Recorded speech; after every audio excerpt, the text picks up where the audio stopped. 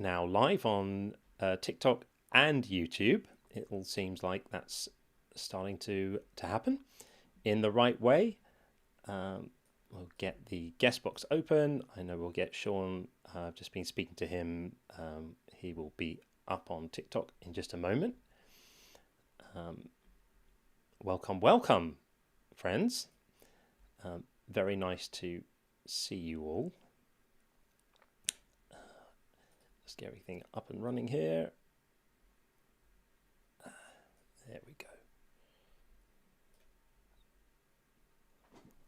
I hope you are all well today. Thank you for bearing with me while I've been a little bit unavailable. You'll be able to hear from my voice that I'm still not completely right, but I'm good enough. I'm just bringing Sean in right now.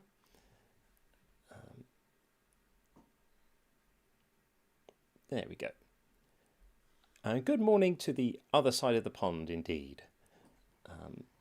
Punta del Este, lovely to see you. And Martin, always wonderful to see you, my friend. And Anthony as well. And some friends coming into the TikTok side as well. Fantastic to see Jane. Mr. Super Cool, nice to see you. Chris, good to see you as well. Dr. Dig is here in the house. That's always a pleasure to have Dr. Dig around. If you want to come up at any point and hang with us and be involved, that would be fine. We've got Baked Jake, a good number of familiar names coming in. This is fantastic. So this is a bit of a new topic today. I thought it might be fun to run this because it occurred to me the other day that sometimes we have to not be too kind of earnest about this stuff and just have a little look at what's actually being said here. And I think that the whole notion of God is silly. Let me just make sure we got Sean. Sean, are you in all right on TikTok? Yes. Yeah, Can you hear me okay? Yeah, got you All great. right, Got you perfect. great. Yeah, it occurred to me that, like, we spend all of this time talking about ontological arguments and arguments from morality and perfect and design arguments and all of this stuff. I think it's just silly. I think this is all very silly. And so I think the idea that throughout all of human history, there's been a trend which we've never deviated from it, which is we figure out how stuff happens, and the explanation is in terms of other stuff we kind of understand. So, like, we don't understand where thunder and lightning and rain come from, and then we learn what weather means. We understand there's water moving around the earth in predictable ways, and temperature Right. fluctuations and pressure and stuff. So we get to learn how weather works. So we don't need to explain it in terms of magic anymore. And similarly, illness. People used to think illnesses were demon possessions and stuff like that. Well, we learn how illness works. We learn how germs work and bacteria and viruses, and we don't explain those things in terms of magic anymore either.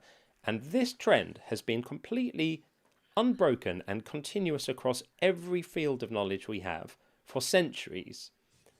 And yet there are still billions of people who cling to the idea that the explanation for the bits we don't yet understand isn't going to be another one of those. It's not going to be another thing where we make some new discovery and we understand some new foundational principle that we may not have understood before, and that unlocks the key to understanding a certain thing in greater depth. No, it must actually be magic, just like all the other things that turned out not to be. This one must be. It must be a super powerful mind. It must be an agency of some sort is the only way of explaining the remaining gaps in our knowledge. And it just struck me as like, it's really silly. It's a Yeah, yeah. really silly thing. So I thought, let's lean into God is silly. And so by God is silly, I mainly mean we are silly for talking about gods. That's the main thing I mean. But then I got to thinking about, like, the actual characteristics and properties and stories about the supposed God that most people think exists. And they are also silly. I mean, like the whole God wants a relationship with you thing he wants a relationship. He makes belief mandatory. He makes not belief a punishable offence, but he also stays like maximally ambiguous, Yeah. maximally hidden to a certain extent, right? I don't think that's majestic. I think that's like it's like cosmic peekaboo. It's silly. Yeah. It's silly. So that is today's topic, and we already have some callers lining up. So on both sides. So we're gonna start with Black Star on the TikTok side. Is going to be our first guest for the day. Hey, Black Star. You can hear me? We can hear you. Welcome. Yes. How are you? What am I being welcome to right now? You're being welcomed to our live stream. The title No. We can skip the short talk. We can get to the topic. The topic is God is silly, and I don't know if you just heard any of the preamble I was just saying to lay the foundation for why I'm making this claim. I'm not sure if you came in before or after I said those things. So you can't make your claim, but you're claiming. I beg your pardon? No. I beg your pardon. Wait, what is specifically you're saying? Like, have you ever? He was literally in the middle of explaining it when you interrupted No. him. It's okay that he can't speak for himself. Right. So would you like me to reiterate the thing that I just said? That's why I asked you if you'd heard my preamble, because I didn't want to needlessly repeat myself. You said God is silly. Please. Yes. Please make your claim. Yeah, sure. Okay. So as I was saying before you came in, there's two ways of interpreting this statement, right? One is the idea of God is silly. Like if we say fairies are silly, we're not making a statement about what we think about how clever fairies are. We're saying the idea is silly. So that's the first sense in which God is silly. It's a silly idea. Do you know what silly means? Yeah, it's a silly idea. And then the second claim I'm making is actually a little extended beyond that, which is even if we were to grant the existence of this God, I think the nature of the God is a bit silly as well. This is the creator of the entire universe, the author of the cosmos, who is extremely upset about what we do either on our own or with other people in our bedrooms. And he left. He left. Oh, okay, he's gone. There we are. Okay, well, that was a sterling start. He seemed to come in strong. He came in strong and left even stronger. Look, dudes, if you're going to troll properly. I mean, we're here for it. It's fine. Okay, well, we're going to bring in Sam.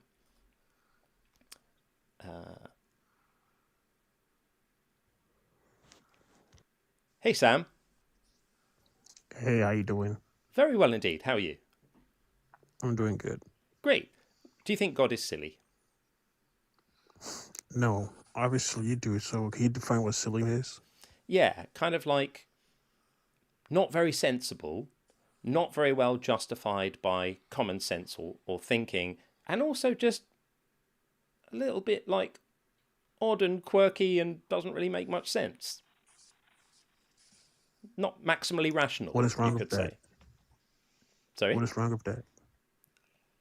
So what is wrong with that? What is wrong with that? Well, I mean, if you embrace the values of silliness, then nothing's wrong with it. It's fantastic. If you think that silly ideas are where you want to be heading, then nothing's wrong with it. I'm not saying there's anything wrong with it, unless you want to actually understand anything about reality, in which case it's not necessarily the best way to go. Okay, so would you say the same thing for disabled person? No, I don't think that disabled people are silly. Wait, so what if God was disabled? Would you say God is not silly? If God was disabled, then I would say that his silliness was a separate topic to his disability. That's a contradiction. It's not a contradiction at all. There are disabled people Yes, who are silly, and there are disabled people who aren't silly. No, there's no problem there at all. Where's the contradiction? Wait, but you're saying that if disabled people were silly, right? If disabled people were silly, therefore I would conclude that you don't think that they are illogical, right? I'm not sure why you're Like bringing you accept them. You accept disabled. them for being silly. I'm not I sure. think it's Yeah, silly to bring disability into this this No, is conversation. it's not. It's it not is because what it if like is. a disabled person would embrace a God that is silly? What would be wrong with that? Right. I would politely offer that a person's ability or disability is completely outside the sensible scope of this conversation. It's like you might as well say, what if someone only has one foot? Fantastic. It's irrelevant. We're talking about the sense of an idea. We're talking about whether explaining the things we don't know by appealing to magical forces that no one can see is sensible. We don't need to talk about disability. It's completely irrelevant. No, disability is part of their theology, though. That's probably how they identify themselves with God, a God that is silly. And what would be the issue of that? I mean, So what if I believe honestly, in a God that is silly? then Like, good what if for I was good for disabled, you. right, and I believe in a God that is silly? Then Right, great what for would be you. the issue of that? There's So you'll there's be no okay with issue that, with right? it. Yeah, absolutely Okay. fine. Oh, so you refute your own argument. I'm not refuting the argument. You're asking me, what if you are a disabled person and you believe in a God that's silly? That's up to you. If you want to No, believe in but silly ideas, then that's completely fine. But I think as a collective, what history has shown us is when we stop believing in silly ideas and we believe in justified ideas, things go better for us. Don't you think? how?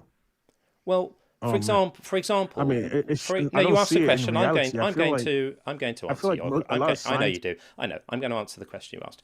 So, in the olden days, people used to interpret lots of things as being caused by spirits and demons. If crops failed, spirits and demons. If someone was ill, spirits and demons. Everything was spirits and demons, and that actually, those kind of beliefs retarded our ability to control the world around us by looking for solutions to things like illness and other types of tragedies where we can actually take steps to protect ourselves. Because you can't protect yourself from weather, but you can protect yourself from illness with hygiene steps and with developing medicine and stuff like that. So believing things that aren't true isn't a particularly good strategy if you want to survive, wouldn't you say?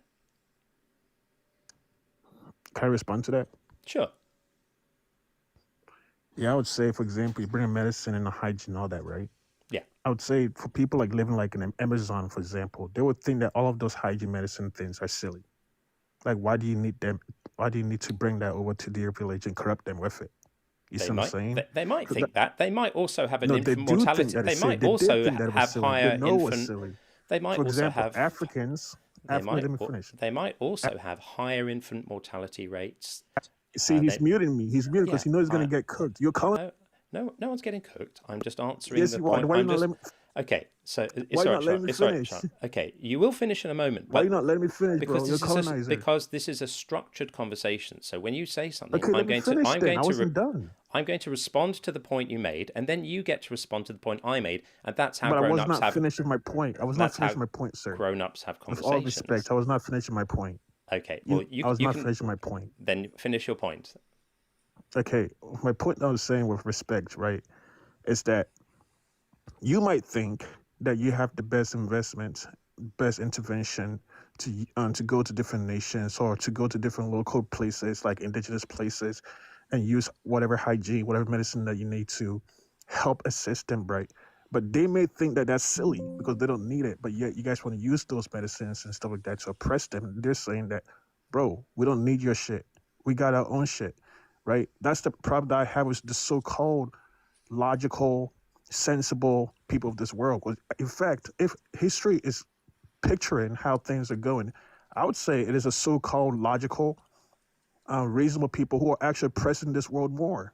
Right? So who are you to say that other people's gods are silly? I or how totally other people agree. view life is silly? Let's shut Who down are you to medicine. say that? Maybe you are silly. We got your point. So let's just shut down Médecins Sans Frontières. Let's stop aid efforts. Let's stop distributing vaccines in countries where we're saving millions of lives. Let's just stop all of that, shall we? Because it's why do I need vaccines from Bill Gates? That dude that's been hanging out. Yeah. Okay. No, that's why do I silly. Okay. We're not going Yeah, there. see, We're not. Vaccines This from is Bill not. Gates He's from? Okay. trolling. All right. Okay. Well, Stop. I'm not trolling. Okay. No, this is not conspiracy FM. We're not going there. We have medicine, and we have tested medicine, and we have medicines that save millions of lives all the time. I'm not interested in your tinfoil hat conspiracy theories about It's who not owns conspiracy, bro. who owns them and what microchips might be buried in them. Not You know your interested. medicine has done more Okay. corruption than Lovely. good. So the point I'm making is that You know that. we can differentiate between evidence-based ideas and ideas which are not evidence-based. And I don't think that God is an evidence-based idea. And as such, I think it's a bit silly. What do you think? I mean, it depends on how you define evidence. How do you define evidence? Yeah, so when we're looking at evidence, we can use logic as a form of evidence, right? We can use some sort of philosophical premises that one can ground as a form of evidence, right? So evidence doesn't have to be limited to something that we have to only prove with some sort of anthropological ways of looking at evidence, right? We can use different forms of evidence. You didn't define evidence. You gave categories of evidence. Yeah, categories, right? So you know what I'm saying, Sean. There's different forms of evidence. So Okay, there's different forms of evidence, but do you agree what's the that having problem with that? evidence-based ideas is the best way to go? Yeah, I do. Oh, You I have no okay. issue with Well, that. Okay. yeah. Well, that's exactly what John said, and then you said, "Well, it depends on what you mean No, by no, he evidence." didn't. He's saying evidence in terms of like maybe I misunderstood John, but I thought you were talking about some sort of scientific empirical evidence. He said nothing about him. He just said evidence-based ideas, and you were so busy being contrarian that you disagreed with them, and then circled around and agreed with us. Yeah. It's not necessary for you to take an adversarial position as a matter of policy. We can just have a conversation. So my claim is that when we use evidence, whether that's empirical evidence or thought through reasoning or, pure logic or whatever it might be, when we use evidence, we tend to triangulate towards better outcomes than when we rely on superstition or just sometimes intuition or things like that. It tends to be better. And I don't think that the idea of a God is based on any kind of evidence. I mean, there are people who will claim there's evidence, but I don't think that it's very good evidence. And therefore, I think it's a bit silly to interpret the world around us as being the handiwork of a God, because there's no evidence for it. And if you think that's wrong, then provide some. Okay, so let's start with this, right? How do you ground your evidence? I don't Like, how do ground you my ground it? evidence. I look at it and see whether it's reliable. Okay, I'm, so I'm how not do you worried look at about. it? I'm not worried about grounding. So nothing substantiate. Like you don't believe in intuitions. Sometimes intuitions are very useful. Sometimes there's an instinct about where to look, but then your intuitions on their own are fabulously well known for being very unreliable. But what you can do is you can use intuition and then you can follow it and then test your intuitions using evidence to see if your intuitions stack up. Right? Yeah. So in the field of theology, right, a lot of theologians and philosophers would say that, how should I put this? That the world of theology or the world of philosophy, a lot of time it relies on, like, I would say, our intuitions, right, and how we have the certain axioms that allows us to substantiate those intuitions, right. A lot of times rely on that. So let's look at like art, for example, or poetry, for example, right. Why would anyone need some sort of external evidence to prove that poetry is true? Why not What do you just? mean by true? What do you mean by true? That's like that's like saying, is art true? I'm not talking to you, Sean. I'm talking to John. I'm asking Oh, John. that's cool. That's a cool story, but I'm Yeah, talking Sean, to you. relax, bro. Sean, relax, bro. Please, I'm talking to John. No, I'm very relaxed, but you're going to The answer my question. the difference You're between going to answer my question. the difference between Americans and people from England, because Americans don't have any respect. Cool story, but how that's like saying art is true. What does that mean? Relax, Please respond relax. to that. I'm actually having a conversation. Yes, I'm very relaxed. Please answer the Yeah, question. you don't have any respect, bro. Relax. I know you taking down innocent lives in the military. Relax. I'm talking to John. You can answer his question, or we can move on to someone who will. But It's John, why completely can't I talk to fine you? either Is way. this 2-on-2? This is a show where I have a co-host. His name is Sean. He's a very intelligent person whose mind I respect, or I wouldn't have asked him to be a co-host here. And he has my permission to interject and ask questions because I trust him to ask good ones. Now, he just did that. Are you going to answer it or not? Bro, y'all are not being fair. It has to be 2-on-2. But anyways, I can take down Sean. I'm not afraid of him. Sean, what was the question? Dude, it's not about taking down. That you're giving away so much about what's going on in your mind without you realizing it. This isn't about taking down or being owned or cooking. It's about having a fucking conversation. I don't understand why this is such a challenging concept for people. Just be a normal person. Are you like this in everyday life? If you get into a conversation with someone at a bar or waiting for a bus, do you suddenly like get all like this and start looking to take people down? Are you 7? Grow up. Have a conversation. Sean asked you what you mean by poetry being true, because you said you made a reference to whether poetry is true, and poetry doesn't have a truth value. So can you speak to that, please? Yeah, sure. I think we're both being childish, but anyways. When I say hello, can you guys hear me? Yeah. Yep. Yeah. So when it comes to poetry, right, there's like some different philosophical propositions that one can pose when it comes to like poetry being true. I don't know why you guys haven't like studied these things, but poetry can be true in the same way that like symbolism or experiential propositions can be true. Do you guys agree? No, a proposition can be true, but art, What- it's like saying is So art like for true? example, yeah, for example, poetry uses symbols and metaphors, right, to point beyond literal meanings, right? Saying the sun died, for example, doesn't mean the sun later died. It could express darkness, despair, or like some sort of ending, right? This is where we find like philosophy, right? You Something that aligns with deeper layers of meaning, not just surface facts. So I would say the same thing for God. God is in the realm of poetry, existential truths, for example. Like, all you're saying do is you you guys can disagree with that? all Have you you're guys read any saying books about like T.S. Eliot all you're saying is you can express or like in the condition of propositions. humanity? All you're saying is you can express propositions through poetry, but poetry itself as a category can neither be true nor false. It's no different than saying, is art true? Yeah, well, art exists, poetry exists. Yeah, And poetry. Like, I'm if talking your about if how it your claim is conveys truths that about reality, right? Imagery, right? I don't think Sean is. right. I think John probably gets me more than Sean does. Well, I don't know. If your claim is that God is poetic imagery, then that's fine. I actually don't mind that. I don't mind poetic imagery. I don't mind that at all. But most people, when they speak about God, aren't limiting their reference to poetic imagery. They're making grand ontological claims, aren't they? They're making claims about physics, making claims about cosmology. They're making claims about biology. What happens to you after you die? Stuff like that. If all of these discussions were just about, poetic metaphor and imagery and symbolism, then I probably wouldn't be doing this. The reason I do this is because along with all of this poetry and metaphor and symbolism comes a load of ideas, and the ideas have impacts on people.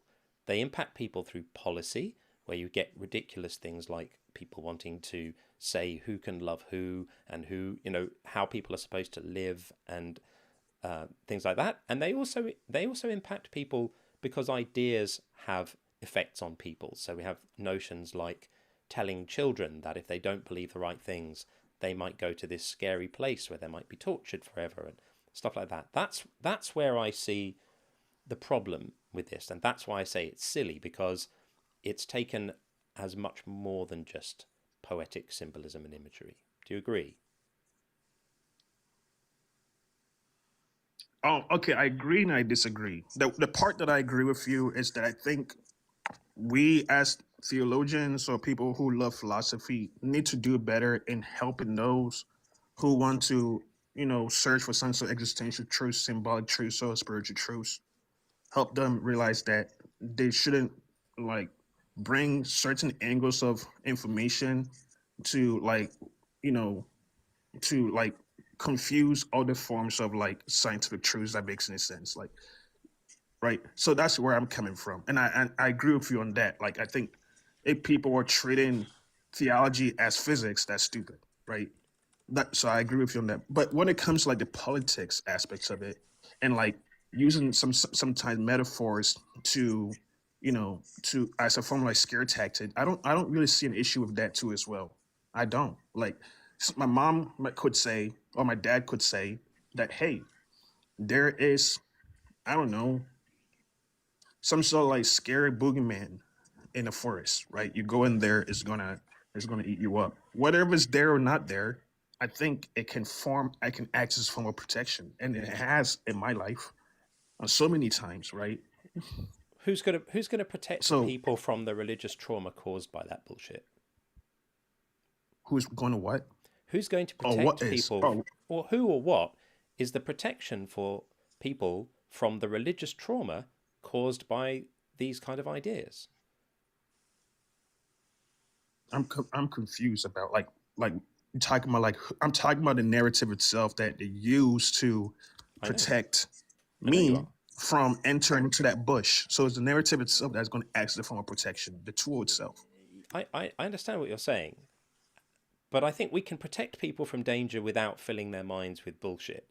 And I think what we So what I think requires addressing is the idea that a lot of people are damaged by those ideas themselves. Tens of millions of people in the US, for example, right now are suffering from religious trauma. Right now. And the figure of lifetime, it's about 80 to 100 million people in the US alone will suffer from PTSD like religious trauma symptoms at some point in their life. And a lot of it comes down to these kinds of ideas. So I don't think we need to terrify people to stop them going into the bushes. I think we can just say, don't go into the bushes. Or we can say, go into the bushes, but be careful. yeah, but go into the bushes, but be careful. I mean, wouldn't you just say that, like, that in itself is just like some form of like, okay, I see what you're saying, that there are extremes, right? And there are like non-extremes, correct? Is that what you're saying? So, like, whatever is like extreme or non-extreme, I think there is, to me, where I'm coming from is, I think there is a middle ground where one can enhance, right? I mean, if you read like thinkers like Soren Kierkegaard, he believed that real faith begins with like inherited beliefs in how we wrestle with trauma, right? It taking some elements of extremes as good, and taking other elements of certain ones that are not so much extreme as also good. So we need both, I think, right? I mean, What like, I don't see an issue with that. Like, what I what think John it really does help. what John is It builds. suggesting, what John is saying is, if you have a reason to tell someone not to go into the bushes or don't do that, you can just give them the actual real rational reason they should not do that thing instead of making up bullshit. Yeah. There are much more effective ways to shape people's behavior and keep them safe than terrifying them and traumatizing them. That is So silly. people, so you're saying like all these directors that make all of these kind of movies, like J.K. Rowling, she's silly for her movies that she makes, or like books, movies like it, or fictional books The, like it. She's silly for those no, that she makes. that's not what I'm saying. I'm not saying that all fiction is silly. I'm saying that telling people that things are true. J.K. Rowling is not telling anyone that things are true.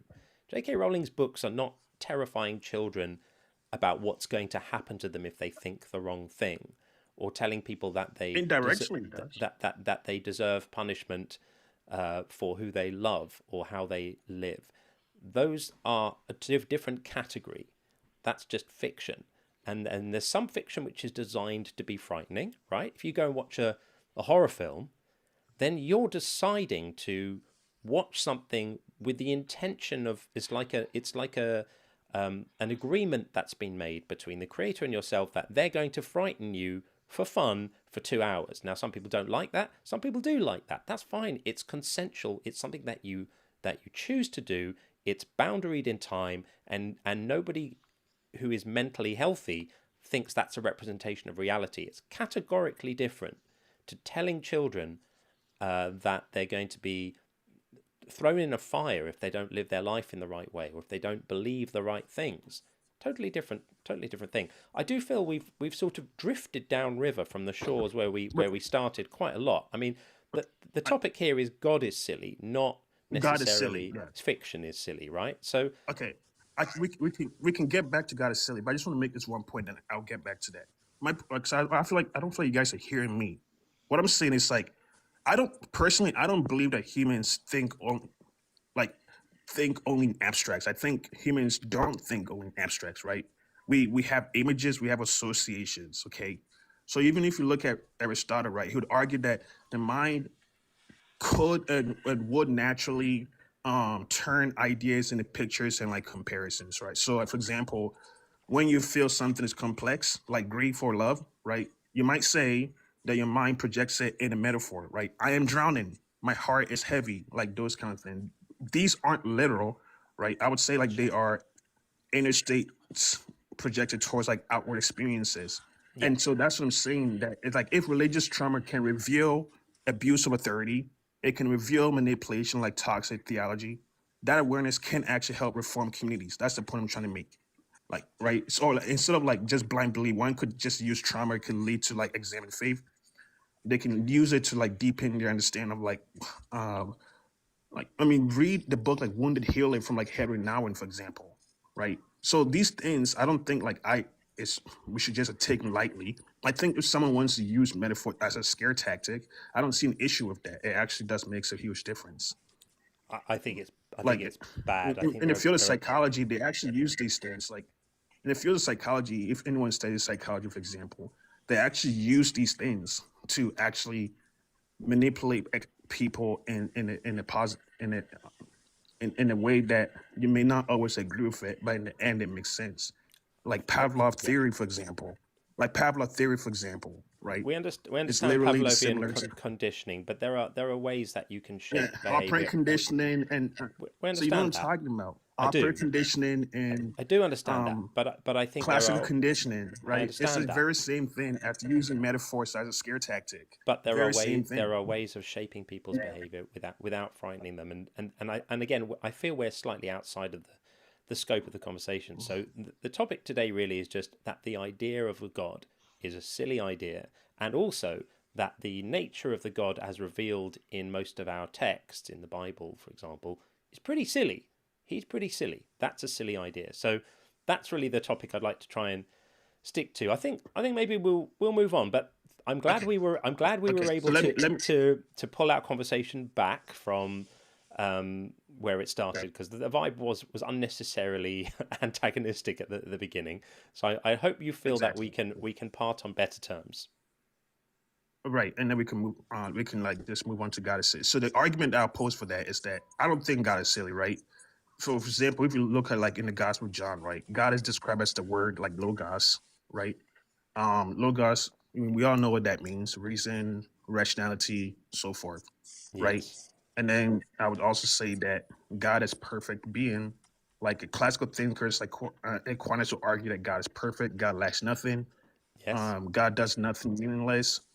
So silliness usually implies a lack of purpose, contradiction, and triviality. But if we're looking at like a perfect being with some sort of like acts with like intuition and wisdom, I wouldn't say that's random.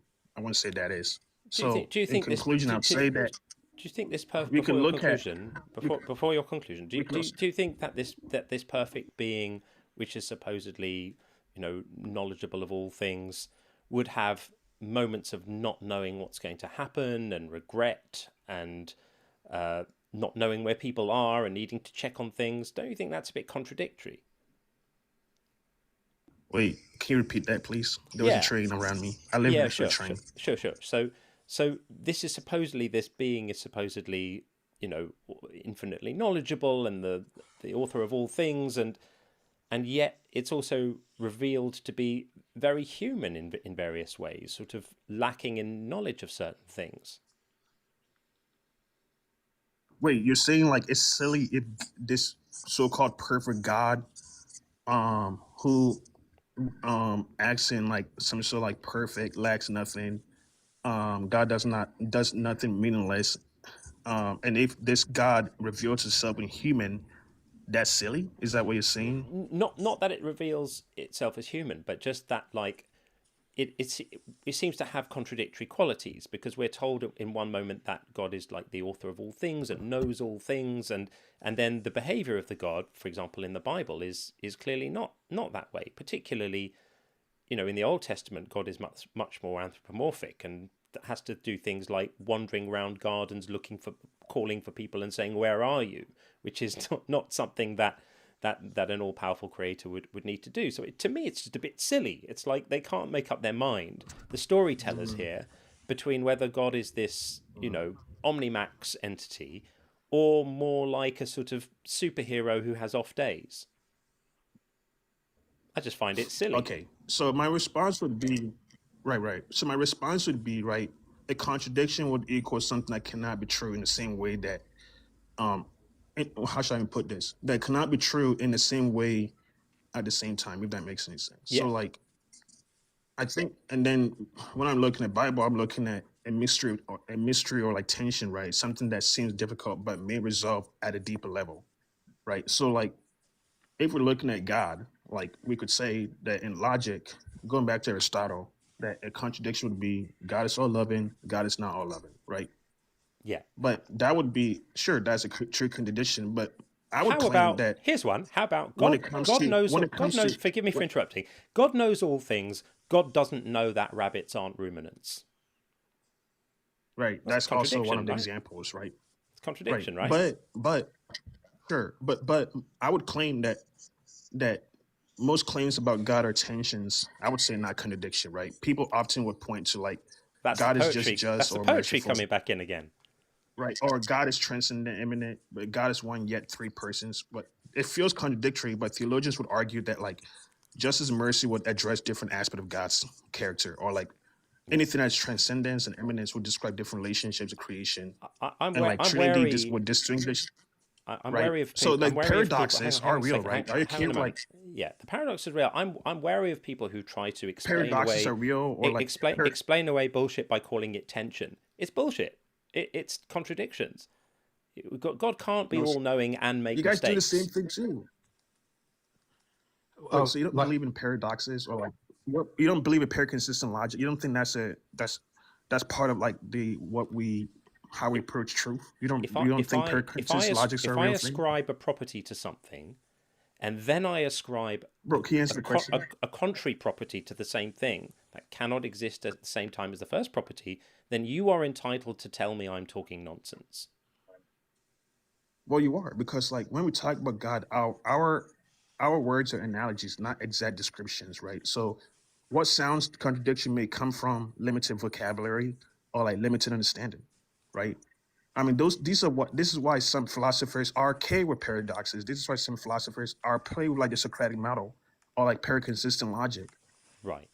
So does that just especially mean within the Eastern so then what, part of the world, or like so let's say African part of the world, let me African grant you philosophy. that. The more Let they me look grant into this kind of let- philosophies, Okay, let me because grant you in the that for Western a world, you moment. think everything has to be consistent, not always. Slow down for a moment. So let me I grant you think that. if you open different philosophies, Well, hear you. So let me grant you that for a moment. If that's true, how does that change the way we should respond to statements made about God then? if paradoxes are true, or like if about God are true, If it's true that any statement about God could just be, exist in some sort of fuzzy haze of interpretation where we're not entirely sure if it means what it says it means, surely that means then we need to inject an entire boatload of salt into any statement that anyone makes about the nature of God. And when they say the God is all-knowing, we mean, well, it really depends what you mean by all, or it depends what you mean by knowing, or when we say all-knowing, all-knowing might actually be perfectly compatible with not all-knowing, because that's the cool paradox that we're going to lean into and enjoy the tension here. That's fine. If that's where the conversation gets parked, then to me that just suggests that anytime anyone makes any statement about this God, it's going to have to carry with it a cloud of ambiguity such that we can pretty much disregard its meaning. yeah, okay, I hear what you're saying, but what was the question? So the question was, if we're going to allow for that much latitude around statements made about God in order to accommodate paradoxes and contradictions, then what does that mean for any statement anyone makes about a God? How does that change how we're supposed to hear it, interpret it, accept it, hold it, read it? What do you think?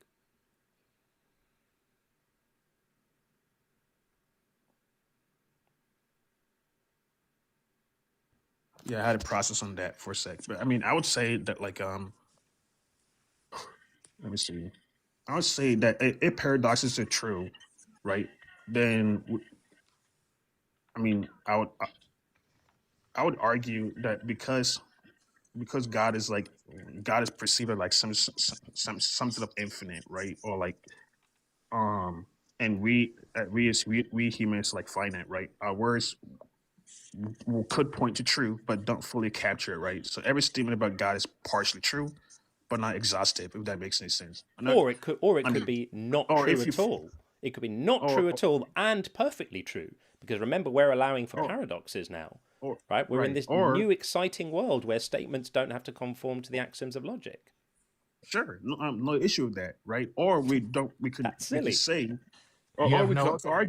also argue that like we don't speak about God univocally exactly the same as creatures, right? So we don't if So, that's the case too, like so and we're then logically opening the door. speaking, God is good, God's loving. We mean something real, but not identical human goodness or love. If that makes any sense, right? In which case, I mean, we've butchered language and opened the door to semantic nonsense all at once. And I'm really interested in that. Ironically, yeah, because it's silly. yeah. I mean, sure. Humility in theology is that we should avoid overconfidence in our descriptions, and we should be open to correction and deeper understanding. That's all that I'm saying, right? Oh, Even in science, same way, right? There are many scientific philosophers that are okay with these positions. I don't know why you're acting like this is something like Sam, do you believe in the secret law of outside. non-contradiction? There's so many different who are care paradoxes, paradoxical, right? If God is beyond contradiction but appears paradoxical, our statements are illogical, not exact. Our language could be limited but meaningful, or truth about God could often involve tension.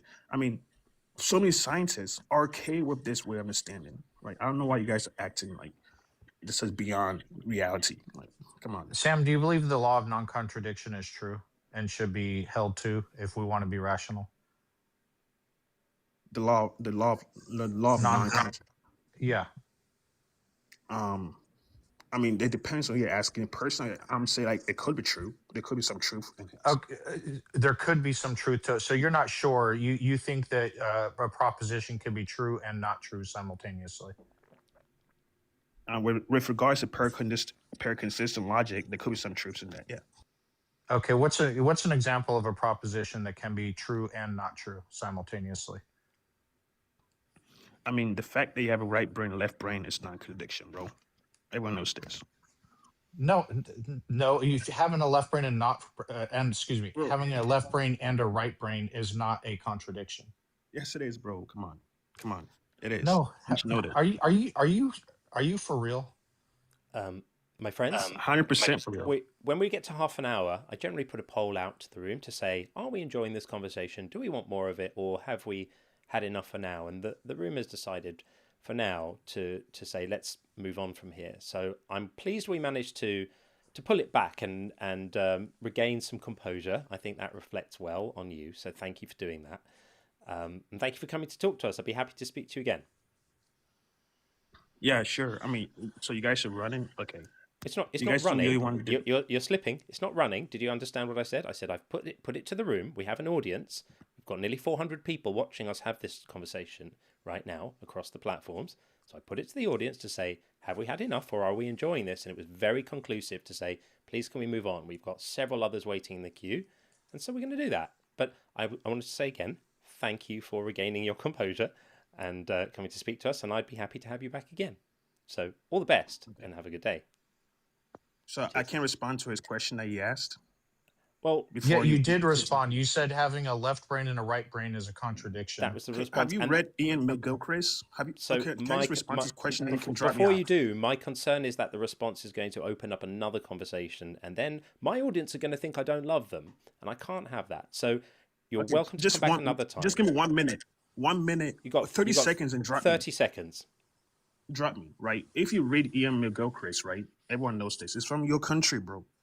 John. He would argue that the popular idea that the left brain, right brain, like one deals with logic, one deals with like creativity, right? Right. He argues that those two hemispheres represent different ways of engaging reality. Okay. So the brain is not truly consistent. He would argue that too as well. Two different modes working together. we're gonna move on from this, but thank you again So you don't so you don't want to do. yeah, okay, that's enough, because Yeah, he's very scary. I'm so glad he left, because I was afraid of it. sometimes There's a difference between something being wrong and being a contradiction, and also we do have two hemispheres of the brain. Just the thing that was wrong earlier was because the notion that the left brain is only logical and the right brain is aesthetic, and that there's that the way the brain functions, but that's not an example of a contradiction. It is not, indeed.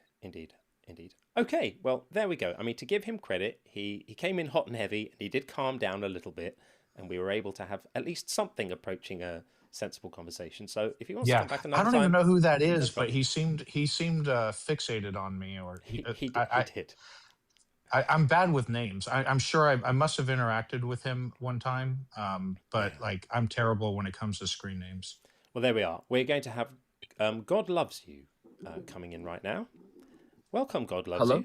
Hello, how are you? Hello, welcome. Good morning. I'm good. How are you? Yeah, good, thank you. Doing well, thank you. On with Sean Yes. and John. Hello. Would you like to respond to God is Silly? I'm going to guess from your name, maybe you Yes. have a different view. Of course, yes. I'm a man of God. I'm Christian. I follow Christ daily. And I'm just confused on why you think God is silly. I guess that's my question. Yeah, I mean, I think that I mean, I'm going to end up saying this a lot today, but I think the whole idea of believing in a God is silly. I think history has shown us again and again and again that when we believe in supernatural explanations for things, we're proved wrong.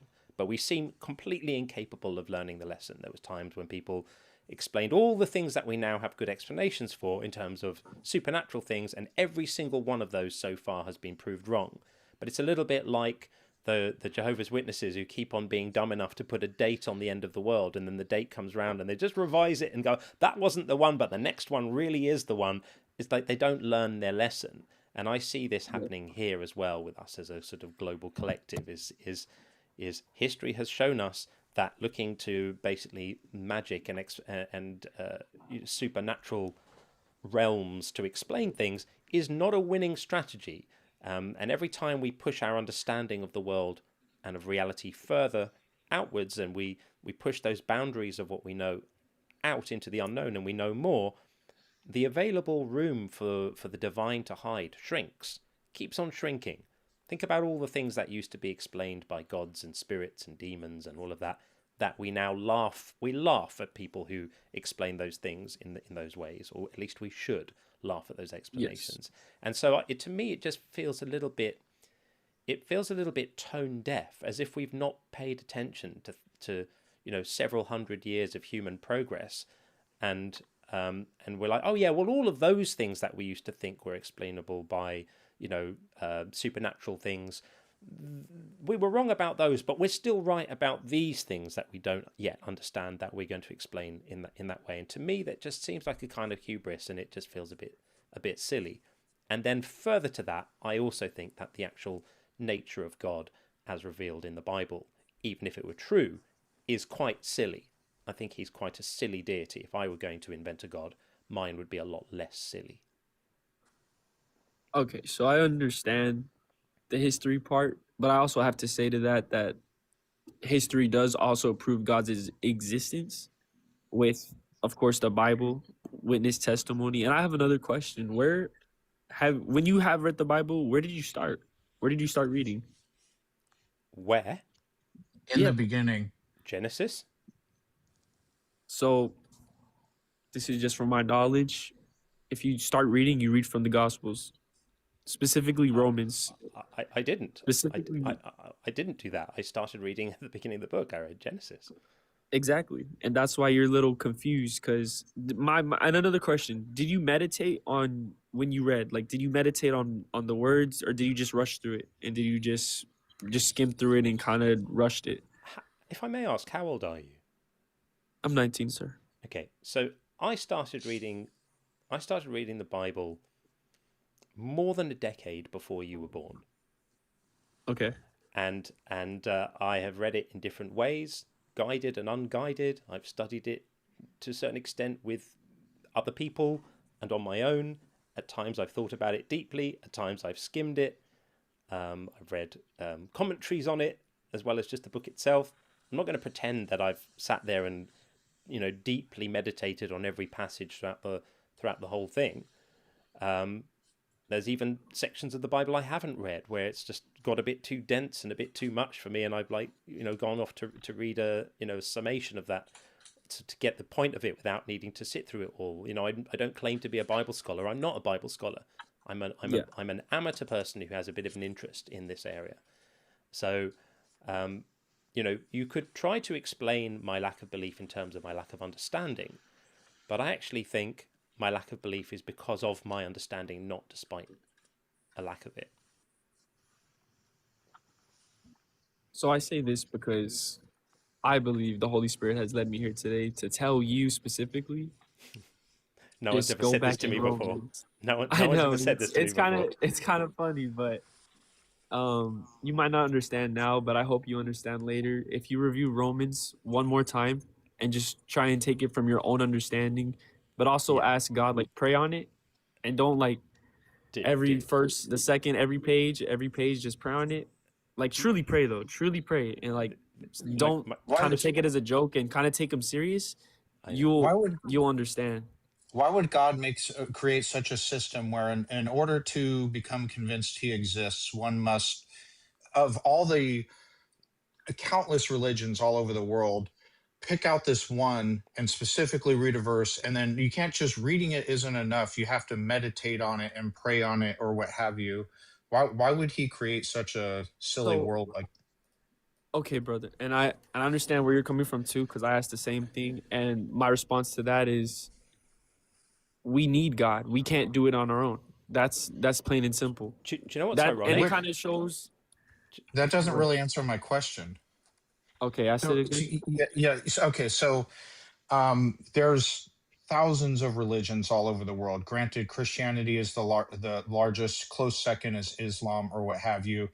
Different people are born in different parts of the world, where if I'm born in parts of India, I'm almost certainly going to grow up into a Hindu culture with a Hindu family or what have you. So they're going to end up believing in the wrong God. But so in order to believe in the right God, they have to pick up a Bible and pray on it and meditate on every word that comes through and everything. Such a system, if God wants a relationship with everybody, is rather silly, don't you think? No, I don't think so. Just because the fact that everybody probably thinks you might have to read a whole chapter or a whole book a day, when really you just have to take your time and go. You can go one chapter a day, one verse a day if you wanted to, and just meditate on that alone. Have you done that with the Vedas? What is the Vedas? Or the Quran? Other religions? So I actually have looked into other religions. I used to be an atheist. I used to be into that. That's not a religion. But I wanted to bring something up though. There's an irony here that may have escaped you, which is suggesting that I read Romans. It could be a strategic mistake, because Romans 1 contains one of the most easily falsifiable verses in the whole Bible. Almost certain proof, in fact, that it's wrong. Shall we have a look at it together? Yeah, we can look at it. So here it is, and it says, for what can be, this is Romans 19, for what can be known about God is plain to them. This is talking about people who don't believe, right? The wrath of God is revealed from heaven against all ungodliness and injustice of those who by their injustice suppress the truth. For what can be known about God is plain to them, because God has made it plain to them. Now, thousands and thousands of people before you have appealed to this verse as evidence that everyone is really a believer. We all know it really. We all know that really it is true. Yeah. This is demonstrably false. This verse is proof that the Bible, to a certain extent, is not true. Why? Because I've seen all the same trees you've seen, and I'm not a believer. I don't find it. It isn't plain to me. It's not something that I know. It's not something that I believe. And same for Sean, And same for everyone else who looks at nature and does not find themselves convinced that this particular Middle Eastern blood sacrifice cult entity is real, right? There are millions of people who look at the evidence of the world and do not come to the conclusion that Paul informs us everyone obviously comes to here. This is literally proof that the Bible is in at least one point mistaken, right? No, I'd have to disagree with that. Just because before you actually had the interest in wanting to know God and believe in God, so you got into the Word, correct? You wanted to. You were curious, and you It wanted wasn't to that even it wasn't that I know if there wanted was to a know being. God. Is I wanted to know what this stuff was all about. I was just interested. It wasn't that I wanted to know Exactly. God. Right. So you wanted to become a believer. You wanted No, to believe. it's not that I wanted to believe.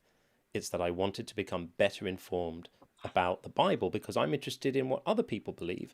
I'm interested in understanding, look, there's a billion something people in the world who think this is all true. Let me see what's going on here. Let me take a look at it with an open mind, with an open heart, and I've just found it to be largely nonsense.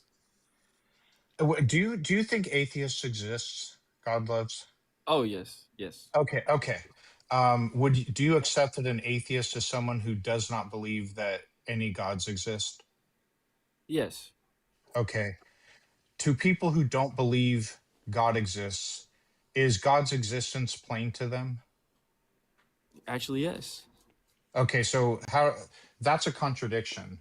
How can someone not believe God exists and have God existence be plain to them? Because What does it mean for God breathes life into us. And it's in His Word alone. You just don't understand. But where I'm coming from, in the Word of God, it says He breathes life into us every single day. He no, breathes. Let that's me not finish. answering the Let me. question. That's not Okay, answering the brother. question. Go Just let me ahead. finish. Just let me finish, brother. He performs miracles every single day. He does stuff in life that a lot of people won't even notice. But I Okay. noticed. I mean, I noticed because I follow him, and I even before, like looking back in my life, I've noticed a lot of stuff that he's done that I didn't notice at the time because I wasn't a follower. I Respectfully, wasn't a believer. that's not answering what Sean said though. What does it mean for something to be plain to someone? To be plain to someone is to just be like right in front of your eyes. It's like right in front of your eyes, but you just can't understand because you're not a believer. So, okay, so let me give you an analogy. You and I are at a concert, we get separated. I went for a beer. And you see me, but I don't see you, and you're waving your arm around and you're saying, "Hey, I'm over here. I don't see you. I don't hear you." Was it plain to me that you were raising your hand and trying to get my attention? Yeah. It was plain to me. No, that's not what plain to me. Plain to me means it's like I clearly see you, then it's plain to me. That's what that expression means. And Romans 1 says that the existence of God has been made plain to everybody. But to an atheist, definitionally, it is not plain to us. What Paul's really saying Hold though on. Wait. is that he thinks that other people should look at the same things that convince him and also be convinced by them. But anyone can make that claim. I could say it's been made plain to you that there is no creator because look at all the random junk DNA. Look at all the fact that 97% of the water on the earth is undrinkable. Look at the fact that the vast majority of the universe is uninhabitable by human beings. Look at all the wasted life. Look at all the terrible design in nature. It's been made plain to you that there is no creator, and therefore you must really know that there's no creator. I could make exactly the same argument. Now, the reason I wouldn't is because I think it's a dick move to tell somebody else what's obvious to them. Because what's obvious to a person is a subjective thing about that person. That's why this is a terribly, horribly written verse by Paul, by just declaring what's been made plain. And he even says they are without excuse. He's saying it's so obvious that everyone knows it, it's undeniable just because it's undeniable to him. But there are people in other religions who would say that their religion is so obviously true that you deserve to be punished for not accepting it because deep down you know it's true also. And you presumably wouldn't grant that very much credence, would you? I don't believe he's condemning y'all when he says that, because I see the verse that you're talking about. But God shows his anger from heaven against all sinful, wicked people who suppress their truth by their wickedness. They know Well, the truth about God. He has made even it obvious to them. That's right. They know the truth about Yeah, God, and it's a but if it you is the believe atheists exist, then you have to. It logically entails that you recognize that not everyone does know the existence of God. okay. But let me finish. For ever since the world was created, people have seen the earth and the sky. Through everything God made, they can clearly see his invisible qualities. I mean, he's yeah, the creator of the earth. that's He's just the creator of the earth. How manipulation. else would we have gone here? But How is that all of that, manipulation, though? dude, all of that presupposes the truth of the thing you're trying to claim. It's the epitome of a circular argument. It's literally, if you needed to come up with an example to use in Circular Arguments 101 in an undergrad philosophy class or a high school philosophy class, that's what you'd use. You'd use taking the conclusion of the argument, plugging it in at the beginning and using it to prove your argument. It's nonsense. You don't get to do that. You can't declare that I God created I everything and then believe. say that. Well, then who created the earth? Well, I don't think anybody created the earth. I think that asking the question in that way presupposes a lot of assumptions, that it was a person who did it. Using the word who already gives the farm away. Like it's not like that. A better framing of the question would be, how did the earth form? And then we would look to physics and cosmology, not Bronze Age mythology. You know what NASA stands for, right? Do I know what I'm NASA gonna bring stands this up. for? I'm gonna bring this up just because there's a lot of I'm, stuff even I'm sensing in a this wild world. Y'all have pivot seen the here. Epstein files. Y'all have seen all the worshippers of Baal, correct? Or no? Give I us hope your you're not going to go down a road that give us your funny Or we conspiracy don't have to theory go just down that for a road. moment. We don't have to go down the road. It's not a conspiracy theory, no. bro. Okay. What do you think NASA stands for? What do I know NASA stands for? Yeah. You know what? We're not gonna go down that road. We're No. not, Okay. What Good. we're not gonna go down that road. If y'all don't want to go down, it's fine. It's fine. We don't was have it to. a Hebrew word? Yep. It is a Hebrew word. Yeah. That's downright anti-Semitism, and I'm disappointed in you. Oh, okay. Sorry, brother. Sorry for that. Okay. So let's as we approach the sunset of this exchange, let's see where we're at. So far, what we've had is you've come in and said that you don't think God's silly because I didn't read the Bible in the right order. That I should have started later in the. I should have started with the Gospels and specifically. Well, can I correct that? Yeah. That's the Holy Spirit asking of you to go to the Romans. Not. I'm not telling you. I'm not judging you by any means. But I'm just saying, if you stop going from the beginning, because the beginning does say the heavens and the earth and whatnot, but as Christians in the Gospels is where you should start to learn how to be a Christian. That's how to learn how to be a follower of Christ. So that's why we start from Romans or from Mark, Luke, John. I want you to broaden your scope a little bit here. When you say to me, that's what the Holy Spirit wants from you, how do you imagine a statement like that lands for someone like me?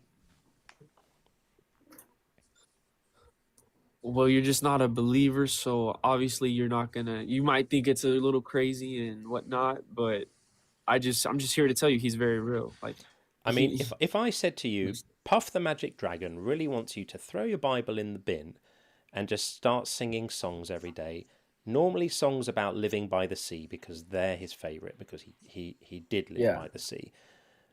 And Puff really wants that for you. And Puff has spoken to me, and Puff the Magic Dragon has arranged for me to come into your life this day. He knew that you were going to end up on this live.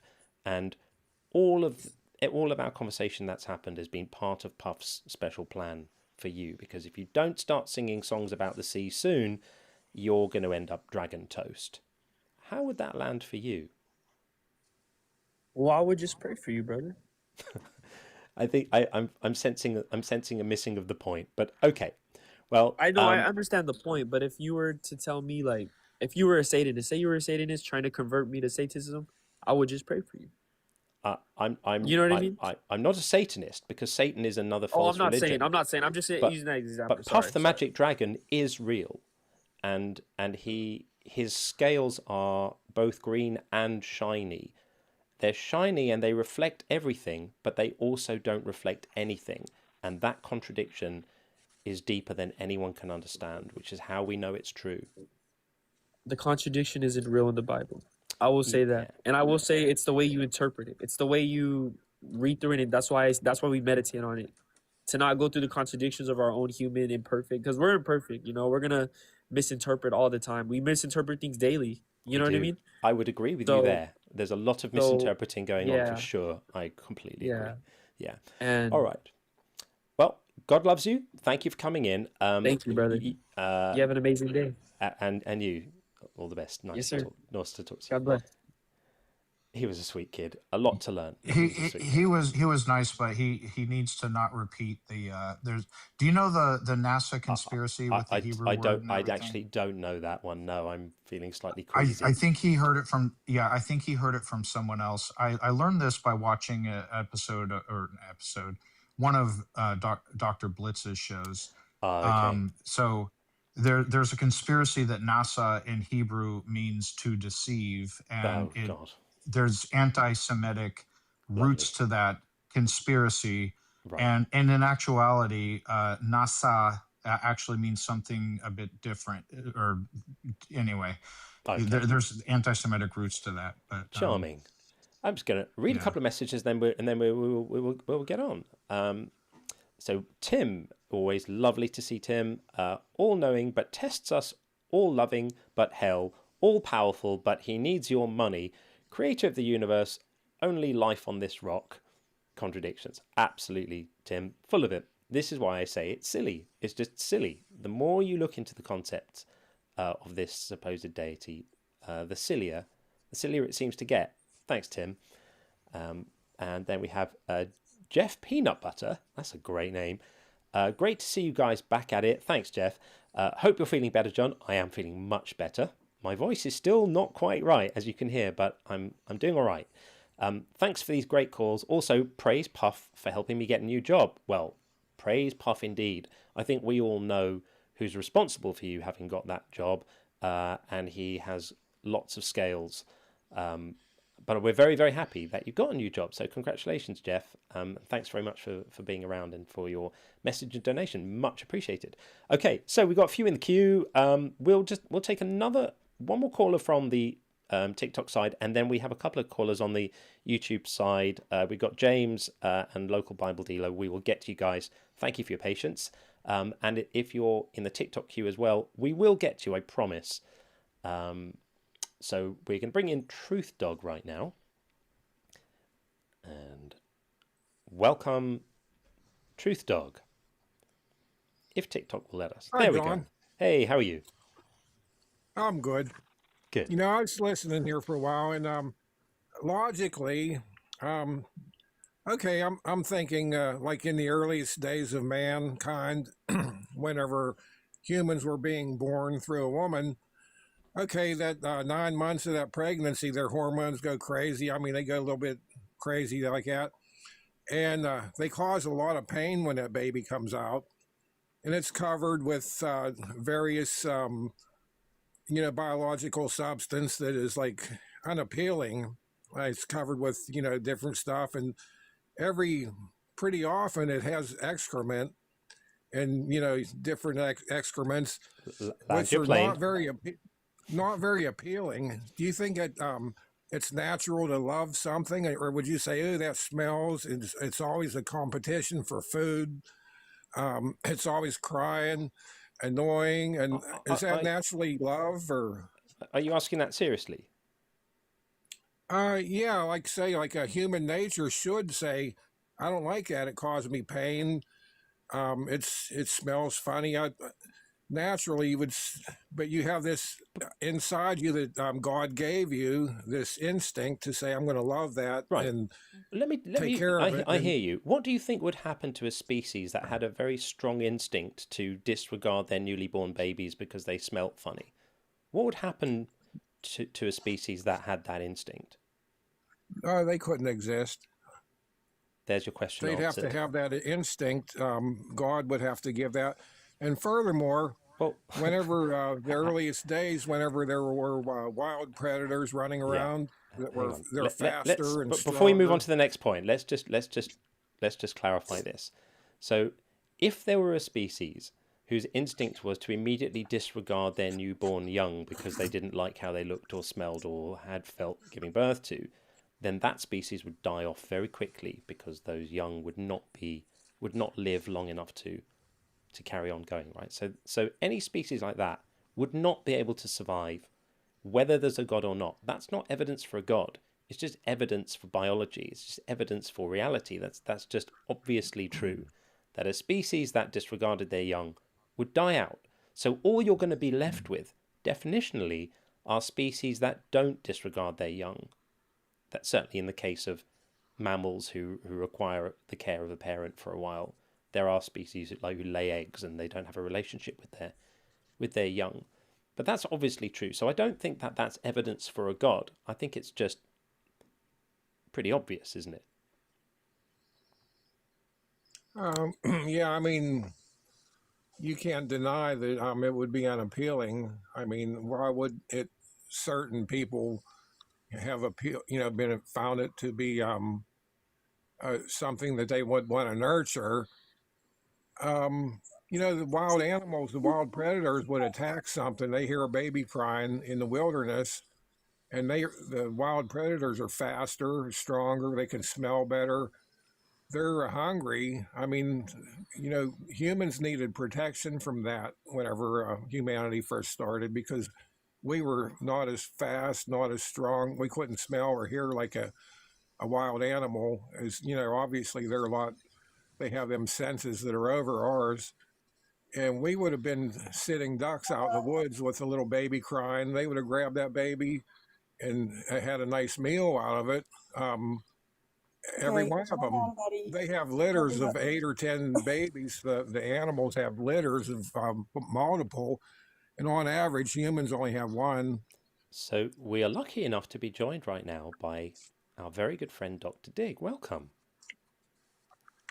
Hi, good morning. I didn't think I was gonna have to be explaining baby eating, I guess, at this early hour in the morning. It can happen any time. True Dog, did you know that there are some species that when they give birth, when their eggs hatch, the first source of food for that animal is the mother's body? You mean inside the egg? They have what they start eating. Some No, like, species eat their children. hey, bud. So here's the thing: you're gonna say something, and then I'm gonna respond, and then you're not gonna talk while I respond. Can we do that? Yes, of course. Okay. So there are species like of spiders that when the eggs hatch, the baby spiders eat the mother's body because that's its first source of food.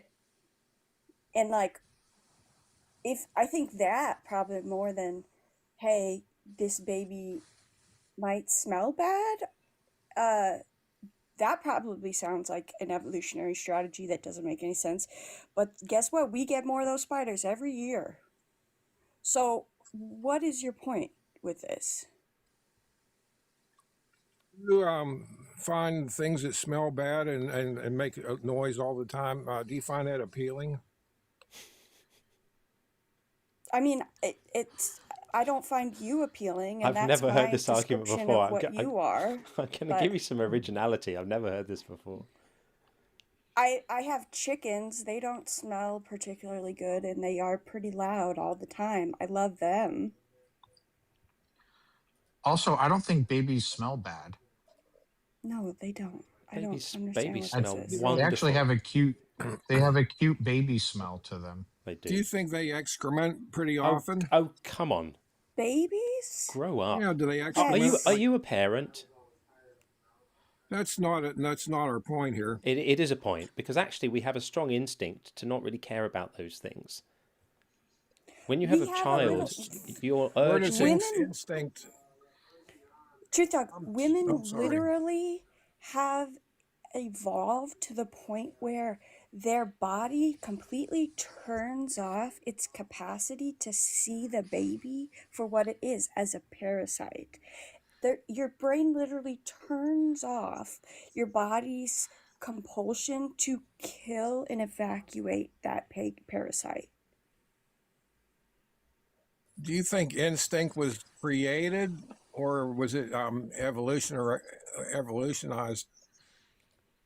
Instinct? Yeah, I mean, if I have an instinct and it goes contradictory to what happens, I don't like things that excrement and are always making noise, and you got to constantly feed. That's competition for food. I mean, that's not natural to love Sorry, okay, competition. truth talk, do you just not like children? Did you just come up here to rail about your dislike of children this morning? I love children. It really doesn't sound like it. It's not natural to love something like that, but I do because God gave me an instinct. Oh dear. God gave you, and yet God gave you this instinct to love babies, and yet you're still up here talking this much shit about babies? Well, shit is natural, right? I don't think you understood my turn of phrase. I think you're pivoting away from my valid point that I'm making. I'm Because struggling Brother, to I hear. don't I'm know what struggling your to hear point one. is. Yeah, I think we're well, all. you're We're not all. really well educated then. Excuse me. Do you know who you're talking to? Dr. I Dig, sure Dr. don't. Dig, Dr. Dig, would you like to tell us a little about your education, just so because some people listening may not know? Enlighten me. Yeah, okay. So I went to college when I was 16. That was my first year of college. I got a full ride to undergraduate, and then went at 20 to get my master's at a top 10 program in the country for what I was in. I did my master's. I did a PhD, and I am one of very, very, very rare few people who, with a PhD, I got accepted into a medical school for a hematology and oncology fellowship. So I did 12 years of college. I did 3.5 years of a medical fellowship, and now I'm a computational oncologist. So if that's not education, then whoo-wee, maybe I can get some money back. You just need to do some further studying, I think. Your education and mine are completely different. I mean, you're book smart. You're we can well tell. read into the books, right? She's well read into the books. She's a book smart person, but divine knowledge. Got to have that Jesus magic never read the knowledge. Bible. You got to have that magic knowledge. Dr. Dig, do you Jesus have never read the Bible. Oh, right, yeah. These it shows. Most of the people in the Bible never read the Bible. It's true. And it shows.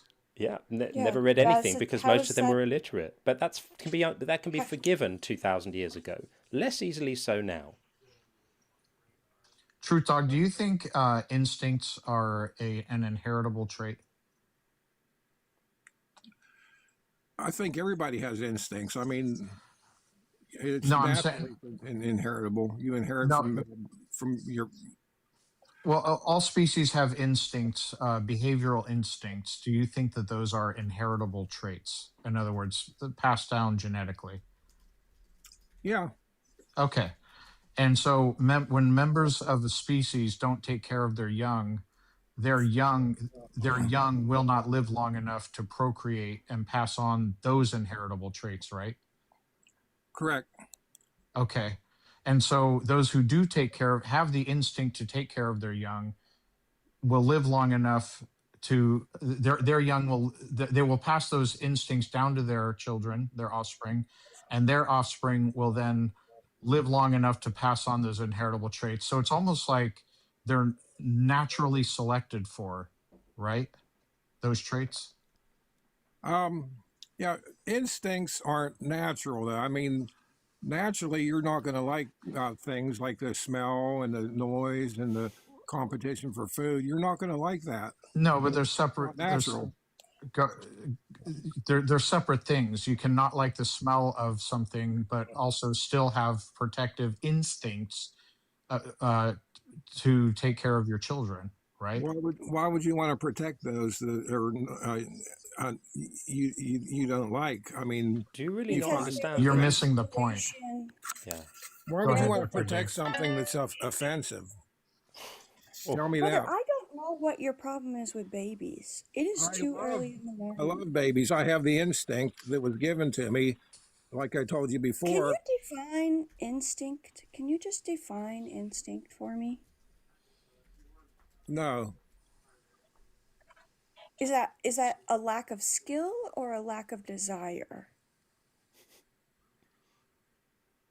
A lack of desire to inform you of why I believe. Fair. I'm not. Okay, so if you're not going to define your terms, it's going to be pretty difficult, huh? How am I'm asking you to define the word that you have used over and over and over and over again. It's not pivoting. It's desperately pleading for some clarification, because so far we've been having this discussion for nearly 14 minutes and all you've managed to express is you don't like how babies smell. That's it. I don't think this is what people tuned in for today. So I'm wondering if maybe we need to move this on, because I'm desperately waiting for something that even remotely looks like an argument or a position or a statement or something coherent to emerge. And so far, I'm not getting it, and I don't think anyone else is either. I think we're all sort of scratching our heads, looking at each other going, what's going on here? This is all a bit silly. All you've said is you think babies smell bad because they might be covered in things when they come out, and therefore there needs to be a God because otherwise people would have clearly abandoned them at the side of the road. They hurt terribly when they come out too. They do, yeah. So they should really get a bit of a beating as well to make up for that, clearly. I don't understand what the point of any of this is. So if you had to sum up your argument, if you had to sum up your argument in 10 or 15 seconds, could you do that? Yeah, 1 second. Supernatural. You think that's not an argument? That's a word. Are you able to actually form an argument? Sum it up in one word: supernatural, because it's not natural. There we go. To like pain, it's not natural. Like to smell that is offensive. Yeah, it's not natural. I sum it up with supernatural. And fair enough. So basically, your argument is you can't possibly understand how living animals would have instincts to protect their young, despite the fact that they might smell funny and hurt a bit on the way out. Because you can't understand how that could happen, God exists. Am I correctly summing up your position? Yeah, right. It's a supernatural instinct that God gave us. Yeah. So it's an argument from personal incredulity about how essentially mammals would be able to bear having their own children around if not for a magical person in the sky. Could you give me an argument against my theory? Well, you haven't got a theory. You've just got a wackadoodle idea. And the wackadoodle idea is easily dispatched by the simple fact that living beings have got instincts to look after their young, because, as I explained to you at the beginning, those that don't have those instincts don't stay around long enough to demonstrate it. So I think we can conclude that this argument is dispatched and move on. But thanks very much for coming in and talking to us about pooey babies, because that's what we all needed to hear today. He actually acknowledged it when he agreed that they would be naturally selected for. The instinct to care for your young would be naturally selected for, i.e. it's natural selection. He agreed to it without realizing it. He did. He did. But he wanted to hold firm to. I think he probably sees that as a bit of a gotcha argument. But, dude, it's not. I would go back to the workshop, throw the blueprints for that one away, and start clean. Start on something else. This is not a winner for you, my friend. Not at all. Okie dokie. Thank you for the very nice comments, getting some lovely welcome back messages. Really appreciate that. I'm very, very happy to be back. It was rotten not being able to come up and do this because this is my favorite thing that I do. So even though my voice is betraying me slightly, my heart is fully here. Okay, we can't tell. Thank you. We're going to go over to the YouTube side. We've got a couple have been waiting there for a while. I still don't have the virtual cabling set up, Dr. Dig, so that the audio between you and the YouTube side isn't going to work properly. So perhaps maybe drop down and come back up when we've got another TikTok guest on that you can engage with, if there's one which is in your wheelhouse. All right. But great to see you as always. We love having you around. You too. Thanks. Thanks, I'll lovely. be here. Brilliant. Thank you. Okay. So we are going to bring in James. Hey, James. How you doing? Good, thank you. How are you? Well, indeed. Thank you for waiting. You think God is silly? You know, my personal feeling about that is that I personally cannot sympathize with the idea that God is silly, because the topic and everything surrounding the topic is always represented, probably the most serious aspect of my thinking as an individual, even from childhood. And the moment that I was exposed to the concept of, as it were, from my father, he exposed me to the concept of Christianity when I was 6 years old. And sorry about that.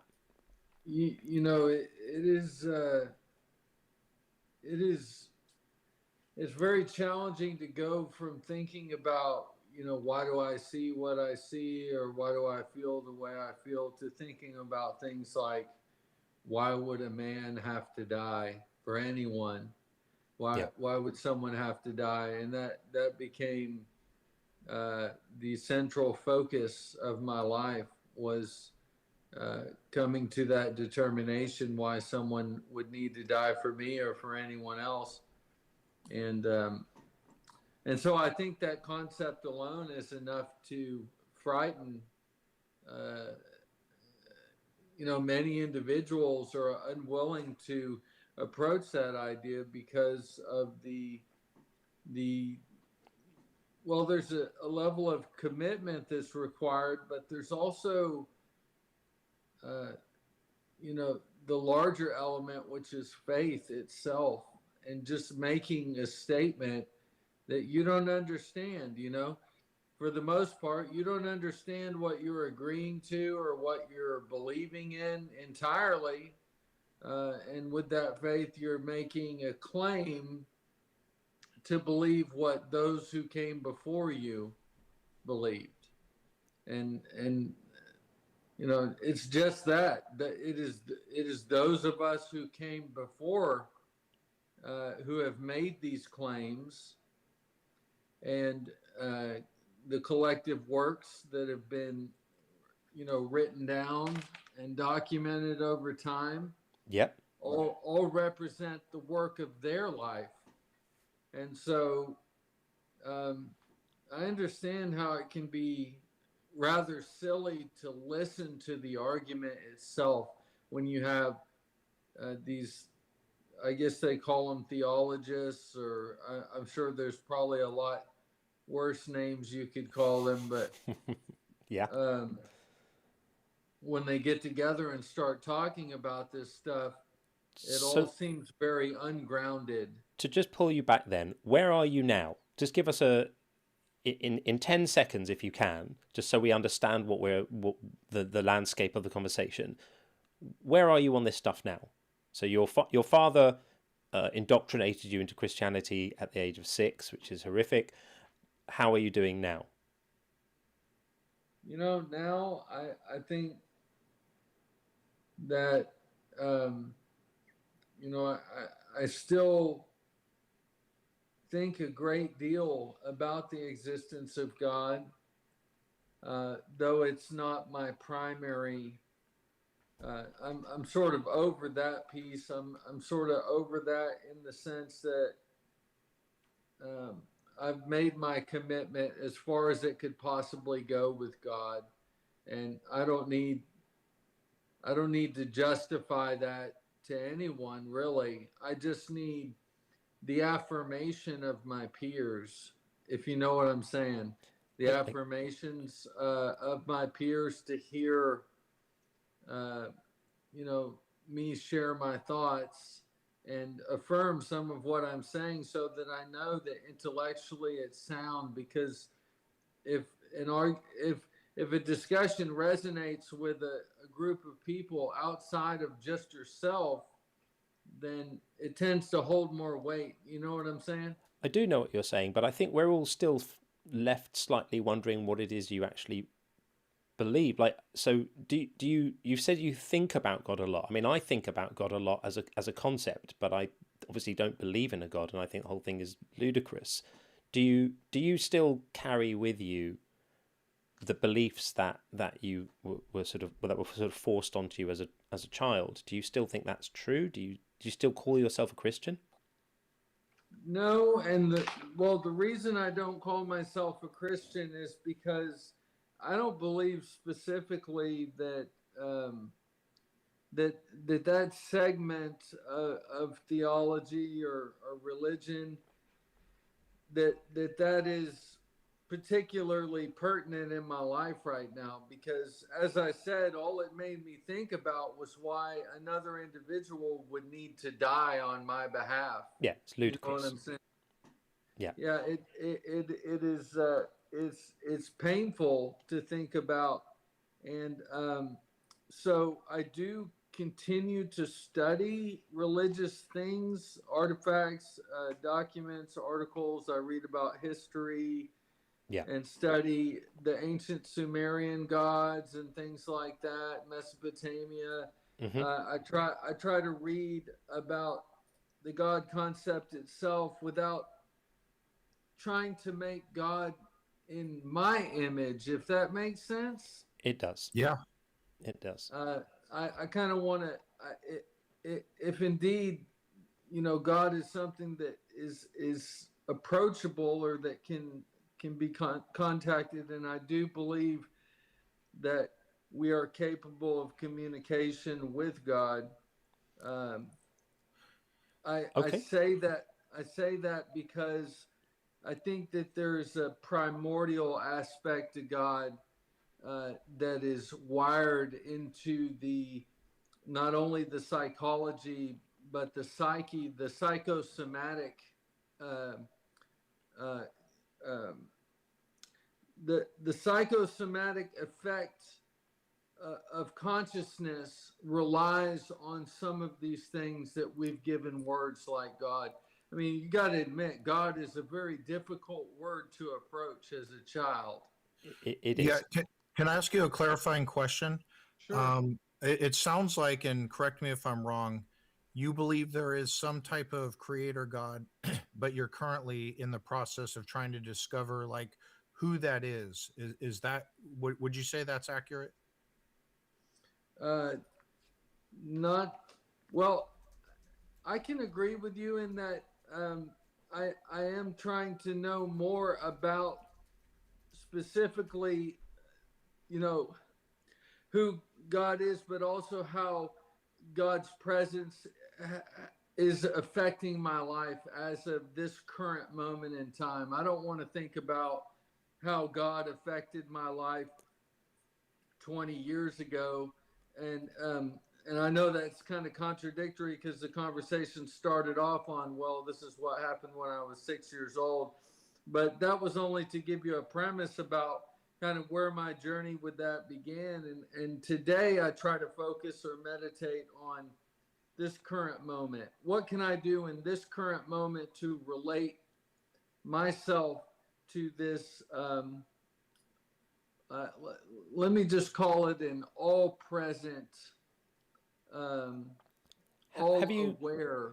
considered the An possibility all-present, that there just all-aware isn't conscious anything like mind. that? So in your meditations and thoughts and explorations and your sort of own intellectual journey, have you considered the possibility that maybe it's all just made up stories and there's nothing? Is that I one have. of the hypotheses as I well? have, absolutely.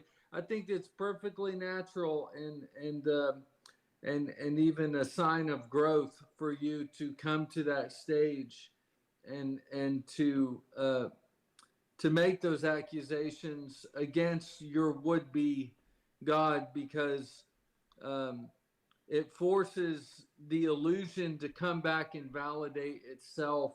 And if indeed it is just an illusion, you won't receive any sort of validation that proves beyond the initial, You'd never know. what you could classify as a delusion, you know? You'd never know. Yeah, exactly. When That's when what pe- happened to me. when people say to us, "Oh, we'll find out after we die who's right," I'm like, "Well, if I'm right, we won't."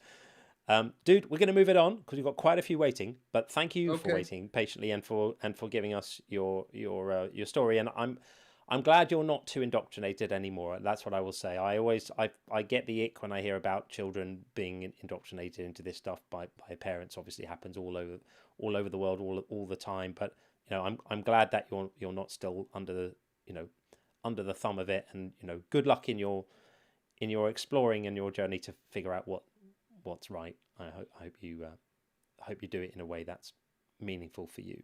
So Okay. take Thank it you. easy. Thank you for speaking with me. All right, buddy. All the best. Thanks.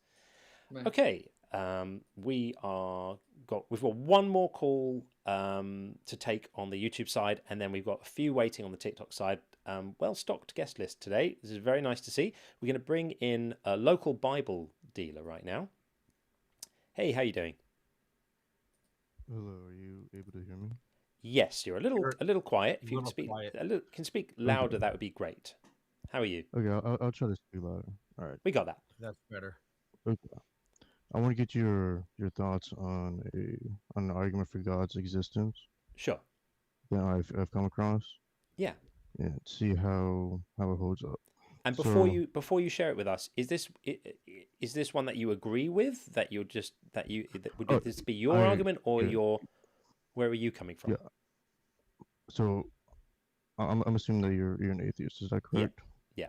Okay. I'm taking the theist position because I hold the position that God does exist. Okay. So That's I want to know your thoughts on sure. Fire the away. argument. All right. Okay. So first off, I want to try and establish some common ground. So do you agree that objective truth exists? I don't think that truth exists as a thing ontologically. I think statements are either true or false, and they are objectively true or false. So you could say, does objective rhyming exist? Well, yes, it's objectively true that cat rhymes with Matt, but rhyming isn't a thing that exists. So there's a category error that people who try to make transcendent arguments or transcendental, arguments make, which is to assume that things like truth have an existence. I don't think that it does, but statements are true, propositions are true. Okay. Well, all right. So if I were to say that the Earth it orbits the sun, are you saying that only the statement is No. true, or the reality of how the Earth orbits the The sun? reality is true. Yeah. Okay, It that's true. that's what I meant by that's Yeah, what I meant.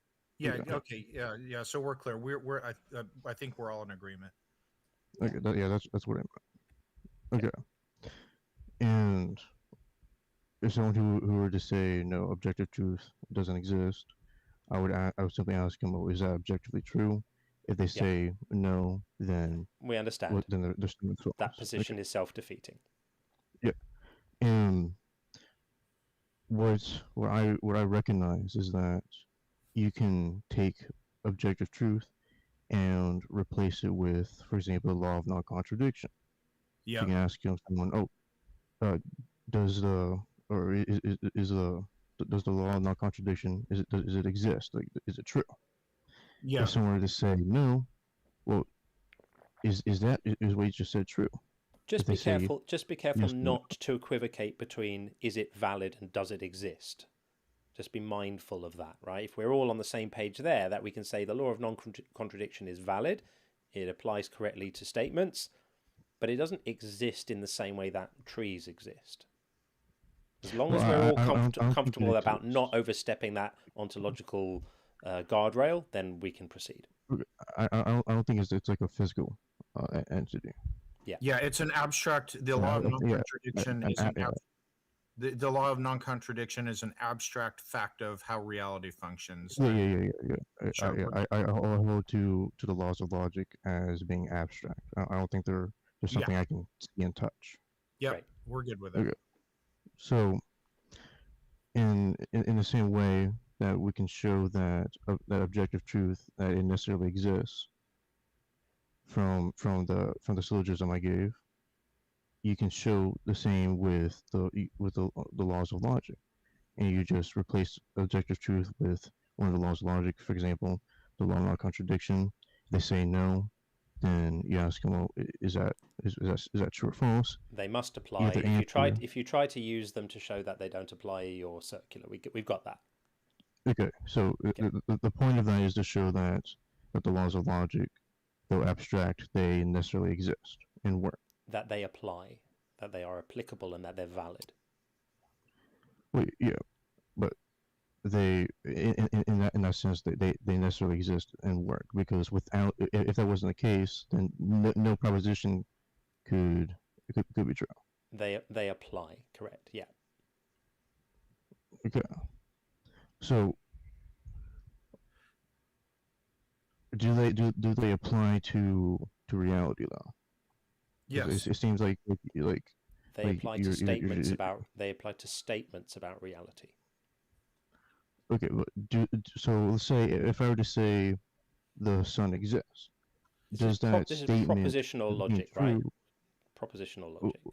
Okay, so that statement, does that statement accurately reflect reality?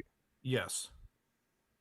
Okay, so if it accurately reflects reality, then it would mean that it's, even though the statement is true that the sun exists, the reality is that the sun is there. Correct. Okay. So this means that reality is that we see for for something like the universe itself, that adheres to the laws of logic, because it's within the realm of possibility, and the laws of logic are clearly the laws of the system of logic. They govern what's possible.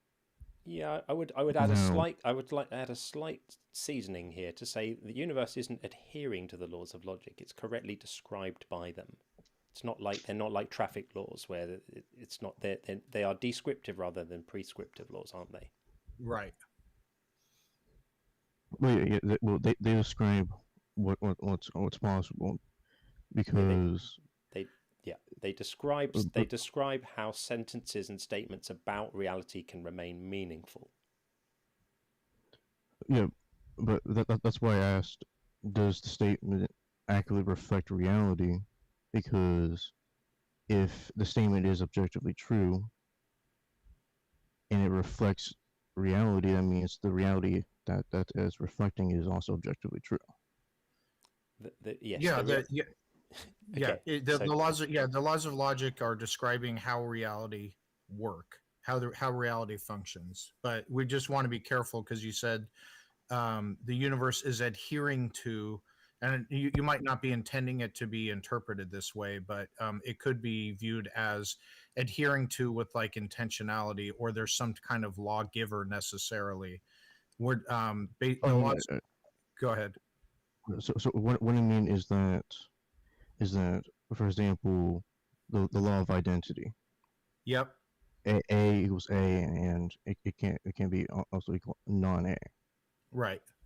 And for example, the we apply to the laws of logic to the universe. For example, the law of non-contradiction. Then the universe can't both physically exist and also not physically exist. Yeah, I think we all agree that the laws of logic are accurate descriptions of how reality functions. Yep. The clarification was that they're descriptive, not prescriptive. If we can agree that, then let's move to the next step. Okay, so my point is that they exist and work prior to independent of the universe. Not is what I was trying to make a point by saying that.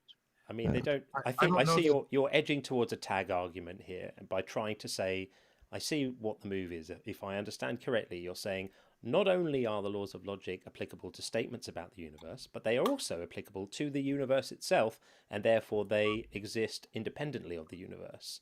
Would that be correct? Am I correctly describing your position there? Okay, so here's what I'm trying to. I'll try to summarize where the direction I'm trying to take this. But did I have that right? Oh yeah. I am trying to make a tag argument. Yeah, right. That was correct. Yeah, but here's the direction I'm trying to take the tag argument. So when I started my position, the reason why I wanted to show that the laws of logic, that they necessarily exist and work, is because we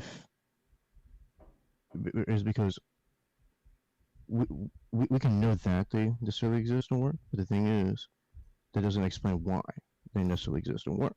It could. How do you rule out that it's just a brute fact that the sun cannot exist and not exist simultaneously?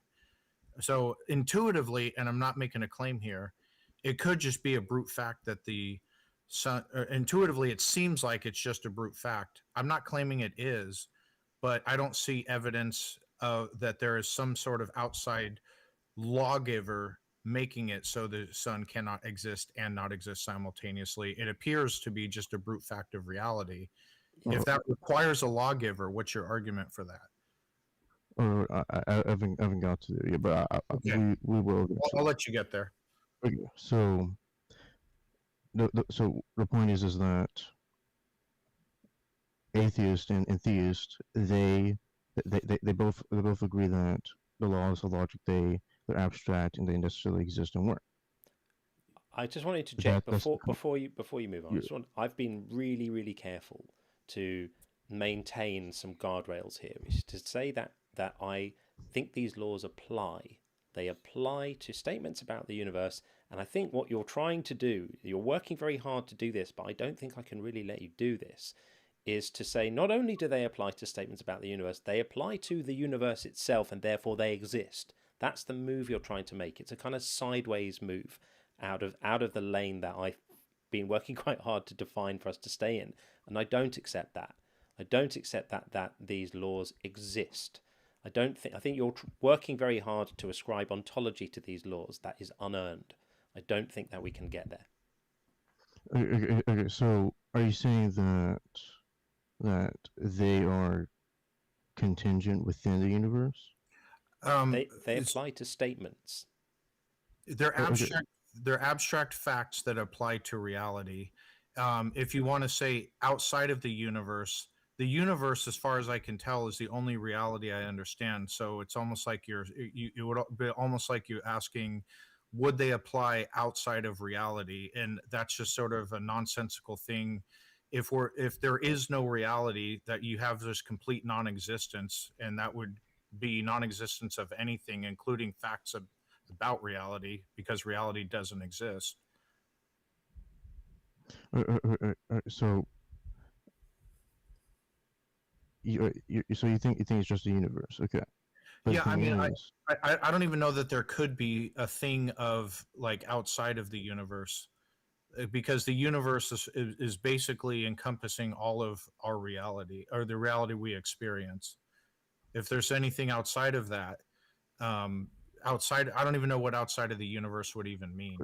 Okay, so what would you ground the laws of logic, their existence, and why I'm They not. don't. I'm They not don't need convinced it requires a grounding. ground. I'm not convinced it requires a grounding. This whole, Okay, I so have to just stop you for a moment, because this whole line of arguing is really boring. Like, I don't mean to sound like disingenuous in any way. It's just, it's all word games. Like, I would not ground the laws of logic in anything. I would assert that they're necessarily true for exactly the same reason that you said earlier with your syllogism, right? If we try to argue that the laws of logic don't apply, we would be using the laws of logic to do that. It's self-referential. It eats its own tail. It doesn't work. In order for statements that we make about reality to even be meaningful, for them to be any different from random noises we make with our mouths, there has to be some semantic content. There has to be some meaning that we're trying to convey in our statements. And these are laws and principles that are in place that separate meaningful statements from which we can derive meaning and learning and understanding from statements which are just random collections of noise. And that's why we use them. But I think any argument that relies on needing to then claim that these laws and principles exist in some sort of Platonic realm that therefore needs a creator is going to fail, because I'm not going to grant that that realm exists. I'm not going to grant that these things exist there. And I'm not going to grant that there's even possible to demonstrate that they do, because I don't think anyone but can. I just want to keep in mind that I in the so far as I've been developing my argument, I have not made the claim that God is the ground of the laws of logic yet. Well, yeah, but you did assert that it requires a grounding, and I don't see evidence for that. Well, I see. I think I see your misunderstanding. What I mean by grounding, as in I mean the explanation why this is the case. If we It don't doesn't have have an to be God. explanation, let's say we have no explanation, would modus ponens stop working? Would we Yeah, not be able to? because Would we not be able to use inference rules if we said we have no way of explaining why these laws of logic work? We don't know where they come from or how they work or why they work. We just know they work, but we don't know why. Would that stop us being able to correctly use inference rules? okay, so I think I think I need to make a distinction. So there's But the can you laws answer of the logic. question though? But can you answer the question? Because it's Yes, that's what I'm going to do. But I think making a quick distinction is going to help you help understand my point that I'm gonna the answer. So the laws of logic, you can think of it as a framework, and the system of logic where the rules of inference, like modus ponens, it's a system within this framework. And the question I asked is, would they stop working if we don't have this grounding that everyone tells us we need? Because I'm like Sean. I don't think anyone's demonstrated that laws of logic require grounding. They're brute facts as far as I'm concerned. I was about to say that. So the system of logic, including the rules of inference, like modus ponens, is within this framework called the laws of logic. And once you separate the system of logic from this framework, it ceases to be what it is. And here's an analogy to better illustrate what I mean. So you have a storage drive, for example, in your phone. I think that's what you're using. And within a storage drive, you have the operating system. Now, the operating system can be used to discover and describe things about the storage drive, but the moment you try to separate the operating system from the storage drive, the operating system ceases to be what it is. So in the same sense, if you take the system of logic out of its framework, the laws of logic, it ceases to be what it is. We're not talking about taking them out of its framework. Like, even if Yeah, we don't have... I think what he's getting at is the base of logic itself, or the the laws of Laws. identity, non-contradiction, and excluded middle, and the rest of logic kind of relies on that base, which I can fully grant. But the point John was trying to get at is, it appears that the laws of logic are just brute facts that about reality that don't require a grounding. And what we're asking is, if you're claiming it requires a grounding, what is the evidence for that?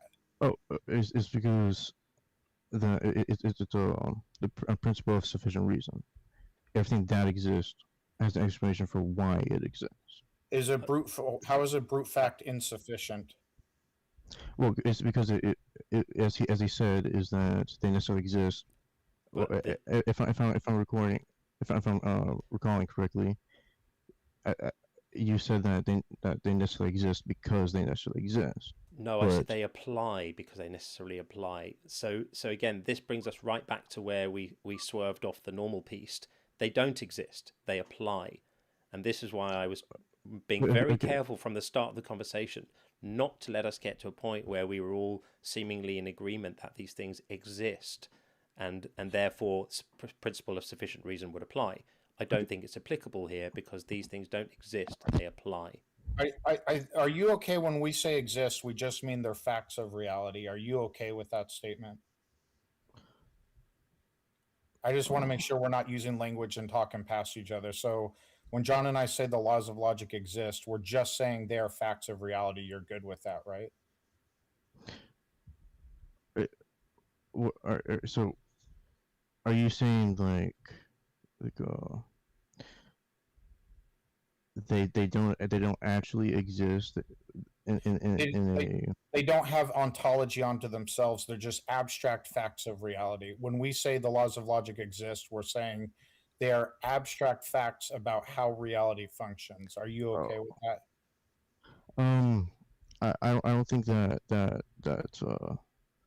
I would disagree, because in metaphysics, there's two categories of metaphysical existence, and abstract entities is one of them.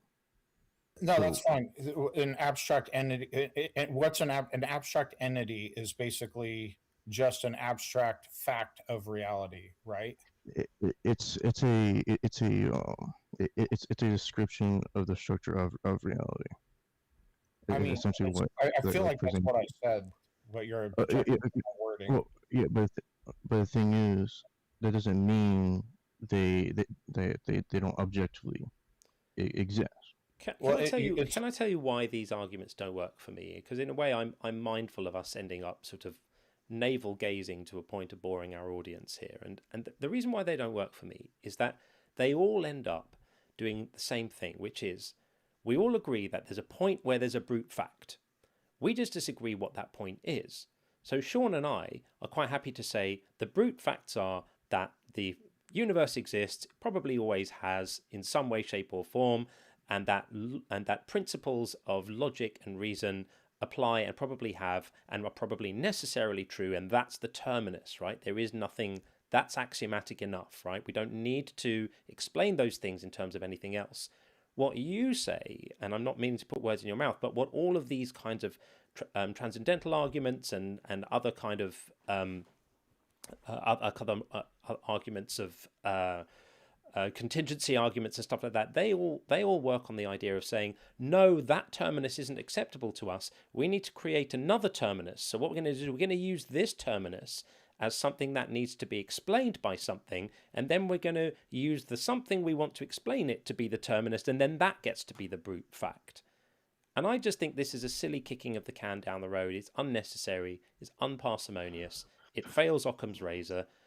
We all agree that something at some point has to just be because that's just how it is. Now, you might think that the just because is a God, and I don't think there's any reason to think there is. And until someone can provide some evidence to say that our just because is not enough, and then some evidence to show that this other just because doesn't suffer from all the same problems that our just because apparently suffers from, we're at an impasse, and we're essentially these conversations are a waste of time. I don't think these arguments are convincing, and I also think very, very, very few people have a belief in a God because of these arguments. I think people have a belief in a God for lots of different reasons, because it serves emotional need, a social need, a cultural need, whatever other needs it might be, or they become persuaded for some reason, and then these arguments are sort of manufactured after the fact, a kind of post hoc rationalizations for things that people already believe. Michael Shermer's written about this in his book Why People Believe, I think it's called Why People Believe Strange Things or Weird Things. And he's got a very good chapter in that book called Why Smart People Believe Strange Things, and he talks about this a lot in his book. So that's my position. I don't feel like we're going to be serving our audience well here if we keep on hammering this. Is the sense I have. I'll try to I guess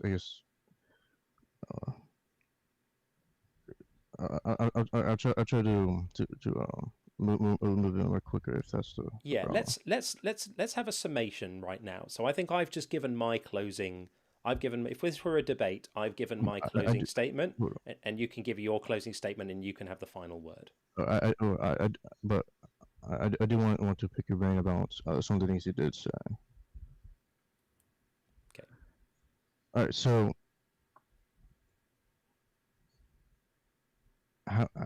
so you said that they apply but they don't exist. But how can something apply when it doesn't actually exist?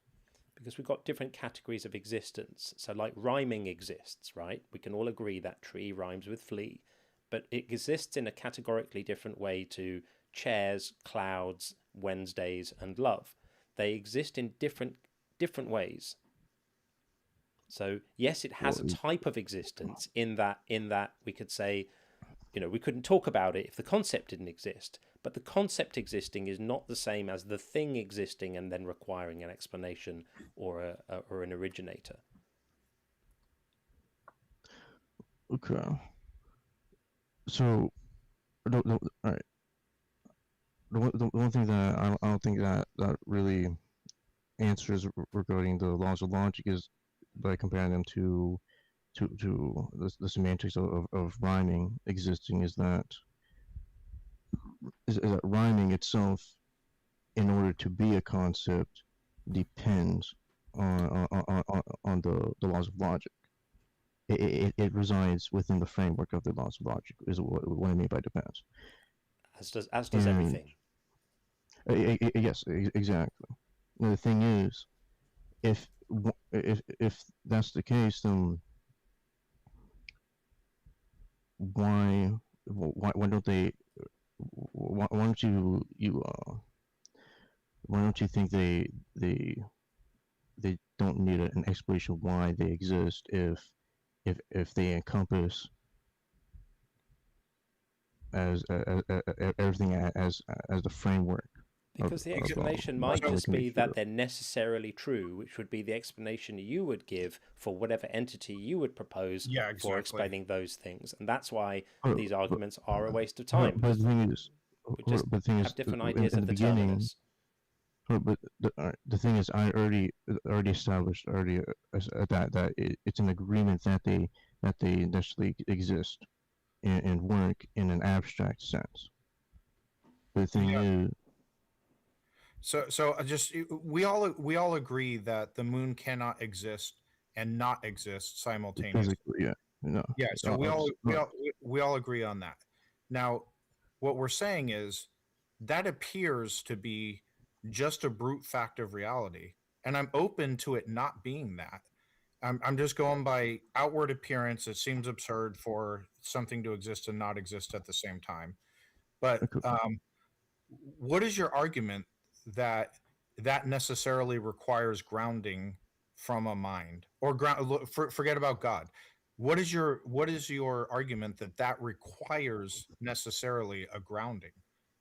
Oh, so because the example I try to make up regarding the universe is that before the universe existed, well, there might not have ever been a time when the universe didn't exist. Well, I'm going based on the Big Bang model. Well, the Big Bang model doesn't say the universe never existed, or there was a point when the universe didn't exist. And I've spoken with tons of cosmologists about this. And I have all kinds of quotes from other cosmologists. There are right now the current model is that at 13.8 billion years ago, the observable portion of the universe, and it only applies to the part of the universe we can observe. We can't observe, like, there's a limit to how far we can see, was in a hot, dense state. And then there was a rapid expansion, and the expansion rate slowed and is now speeding up. It doesn't suggest that the Big Bang started time, or that it began the universe. There are cosmological models that have an eternal universe. There's cosmological models for a multiverse, like this was just one of many. There's other Big Bang events elsewhere. There, scientists don't know at this point. And It could be that the universe has always existed, necessarily, eternally. and We don't know. we've drifted so far from where we started, and I was trying to sort of wrap things up by giving my summation of why these tag arguments don't work, and I wanted you to just sort of have your, I wanted to give you an opportunity to have your sort of final say on it too before we draw it to close, because we've have several others waiting, and my sense is, I think I've said pretty much all I need to say about this. Any argument based on trying to explain why the laws of logic require a designer or a creator or an originator is going to fail for the reasons I think I said, unless there's a confounder to what I said, but I've never heard one so far. So, I think we're gonna move it on, because I think there's a hunger in the room for a change in the air. So I'll just give I'll try to summarize the point I was trying to make. yeah, if you could do it succinctly, everyone will be grateful. Yeah. Okay. So the first point that I try to establish is that atheism, just like theism, is justified by a rational argument using the laws of logic and the system of logic. And the system of logic requires the laws of logic. Now, atheism, just like theism, must explain why the laws of logic exist. But in atheism's case, they would have to explain why they necessarily exist and work without God. And we're going to draw a line there, my friend, because we're just reiterating all the same terrain we've been over before, and it's as if we didn't have the conversation, because we've already established they don't exist and all of that kind of stuff. So rather than just repeat the argument, I wanted you to just sum up. Okay. So if you don't have an explanation for why they necessarily exist and work, then they're inexplicable. They're unjustified. There we go. Unjustified. Okay, we're going to draw a line there. That I'm going to say that your argument is, unless I can explain why they work and where they come from, they're unjustified. And I think that's basically your position. That's what I felt you've been trying to get to from the beginning of the conversation. I've been trying really hard to not let us go there, but that is where you've ended up. It's worse than that. The tag argument basically says, you can't explain it, therefore my explanation is true. I mean, that's really no. I try to make it clear that I said both theist and atheist, they have to explain why. Okay. So that's fair. That's fair. But we also have to, if we're offering an explanation, we also have to substantiate it. Okay. Well, we're going to draw a line here, because I think this discussion has run its course. Thank you for being civil and nice to talk to. Appreciate it. Yeah. And we'll speak again. Go on. Thanks for coming in. All the best. Thanks. I appreciate your thoughts. Okay. Thanks. Thank you. All the best. Okay. Yeah, I think that we just needed to move on from that. So we're going to move back over to the TikTok side right now, and we're going to bring in Way to Life Ministries. And we will see what Way to Life Ministries is saying. Hello. Hello. How are you doing? Okay. I'm good, Yes, thank you. And yourself? very good indeed. So, we think God is silly. What do you think? Well, if you said the belief in God is silly, Yeah, then I'd understand. But to say God is silly is recognizing that there is a God.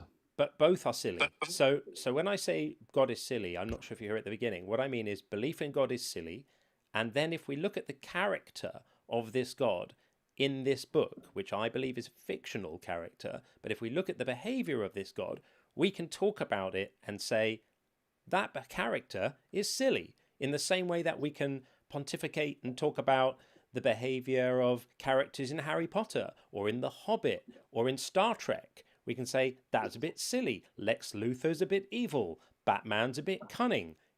It's not the case that we can't make any statements about a character unless we think they literally exist in real life, right? Do you grant that? But can anything become a God to someone? Can anything become a god? No, No. not by There are, any normative definition of what God means. yeah. So what does God mean? Any conscious being who is supernatural and has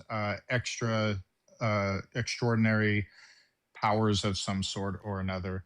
That's like the normative definition that you'll find in Normally like the attributed to dictionary. being a creator of everything. A creator, correct. Normally So being a God is a creator of everything. creator.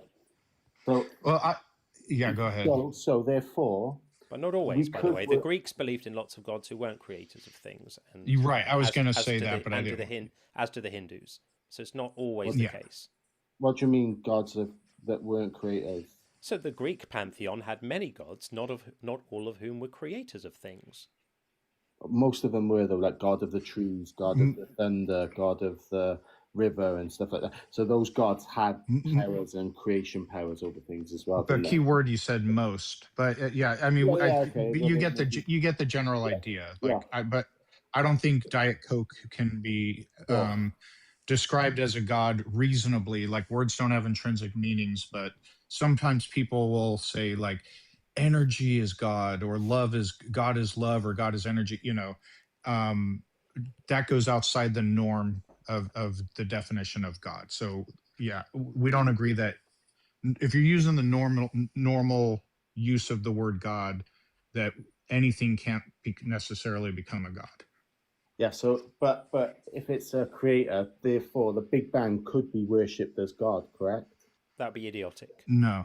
It's like No, because No. I'm not saying whether it's right or wrong. I'm just saying it could be though, couldn't it? It couldn't be. I could call Diet Coke God.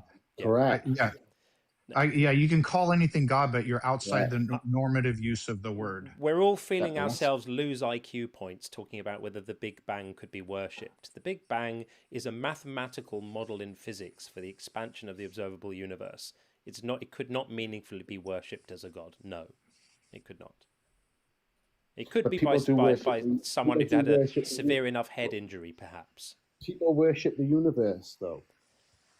Where are we going with this? Yeah. What's the point of this? You could find me someone who worships a pile of dog turds, but so what? So the point is, to use the term God is silly. Yes. You got to. Are you specific about which God? Because the God could be the very thing that you believe in. I think that in this context. Go ahead. Sorry. Yeah, I was going to say. In this context, in this context, God is capital G used as a proper name, which I've only ever seen done in like classic theism with the Abrahamic God. Otherwise, it would have said something like "gods are silly," plural. Yep. But you just put. Okay, so God is silly. Why would you say that God is silly? Well, I think it's silly to believe in gods because we should have learnt better by now that wherever we have a gap in our knowledge, plugging a god in there to fill that gap is likely to only be temporarily successful. If we've learned anything from human history, it's that every time we've tried to explain something in terms of the supernatural,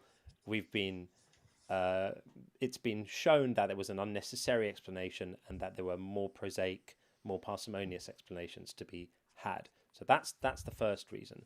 And then the second reason is that this need to personify and find agency in the causes of the things around us is a very primitive inclination that I would have thought we might have outgrown by now. So we can understand how our ancient ancestors needed to make personalities of the weather and make, attribute agency and personal volition to random things that happened in reality. But we really ought to have grown up a little bit. That's quite an infantile way of looking at reality. We don't need to do that anymore. So I think it's silly.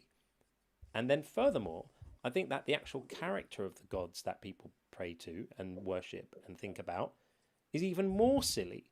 These omnipowerful beings that need to be loved and prayed to and thanked and grovelled to and have plans, but their plans could be changed possibly if you pray in the right way, even though they knew last week what their plans were going to be, and it's all incoherent and silly. But this is what's meant to be. Wouldn't you agree? What's meant to be? Well, the way things are, that's just how it's meant to be. From your point of view, if you believe, like, for example, in a Big Bang, and things have been... Maybe he got a call. You're muted. There we go. Oh, sorry. Okay.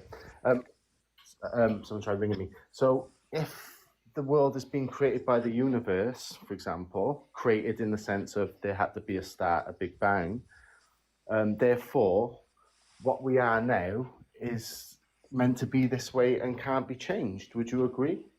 Well, I don't know what you mean by meant to be. Meant to be, yeah. Well, for example, you're saying that we shouldn't be primitive, we should be more advanced.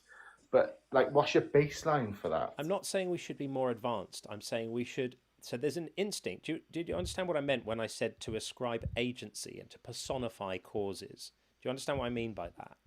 But what I was getting is, if you're saying God is a backward way of thinking...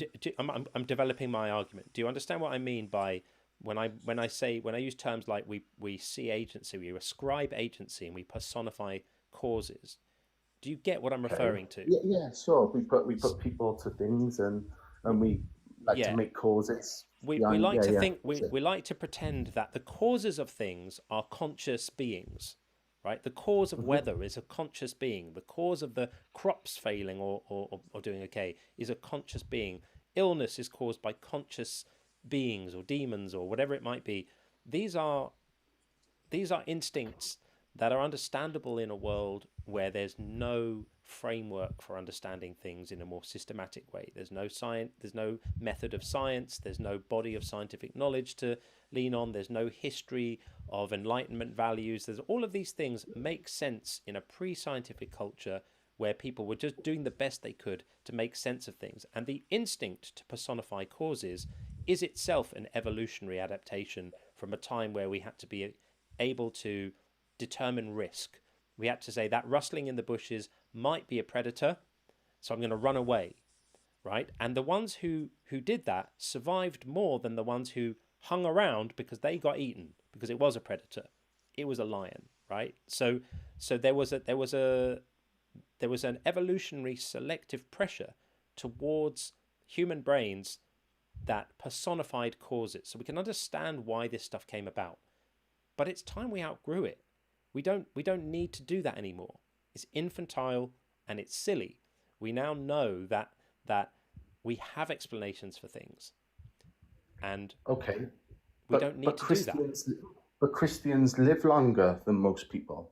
So what? First of all, I don't think that's true. So that means I don't think that's true. And if it were true, so what? So that means when it comes to the survival of the fittest and who's the smartest, that would be the Christian. No, that's not how it works. Why not? Even if that were true, that would only mean there's utility value to being a Christian. It wouldn't mean Christianity is true. Yeah, and that's not how it works. It's survival of the fittest isn't about that. That's not how it works. When I wasn't living like a Christian, I was destroying my life and my health and everything, right? I'm not saying that goes for every atheist and every person, but for me, I was. But when I became a Christian, I started to think, actually, there's more to life, and now I need to take care of myself. I don't think it's true that Christians live longer. I don't know where you've got that from. No, it is true. I would be strongly skeptical about that claim. I would guess that in cultures where Christianity is very low, like for example, Japan, you might find I was literally going to say that. you might find higher average life expectancy. But as Sean said, even if it happened to be true, let's imagine that Christianity had within it some doctrine that happened to lead to longer lifespans. Let's say Jesus said you must go for a run every morning and cut down on your carbs. So saith the Lord. Well, if that was a part of Christian doctrine, then it might be true that as a result of that doctrine being implemented, that Christians would live longer. That wouldn't say anything about whether it's true or not. It also wouldn't say anything about whether it's sensible to assume it's true. In fact, it would be completely irrelevant as to whether it's true or not. Yeah, but if other doctrines and teachings tell you live life how you want, because actually there is no purpose and meaning to life, and those ways lead you to a quicker death, therefore, even on a moral standard and in a living life and what's best for the earth would be Christianity. I'm not sure what you think you're comparing. You seem to have in your world that there's like Christianity and then there's everything else which is not Christianity, which leads to an early death. This is a ludicrous line of reasoning. Are you making that argument with a straight face? 100%. Okay. Do you want my reasoning? That's completely ludicrous. Well, it's not, is it? Because I see Christianity saving lives every single day. I don't see atheism saving lives. Atheism isn't a way of life or a doctrine. Atheism is just not being convinced a God exists. There are atheists who lead very, very moral, wholesome lives and help lots of other people. There are atheists who are horrible, selfish pigs. Exactly the same with Christians.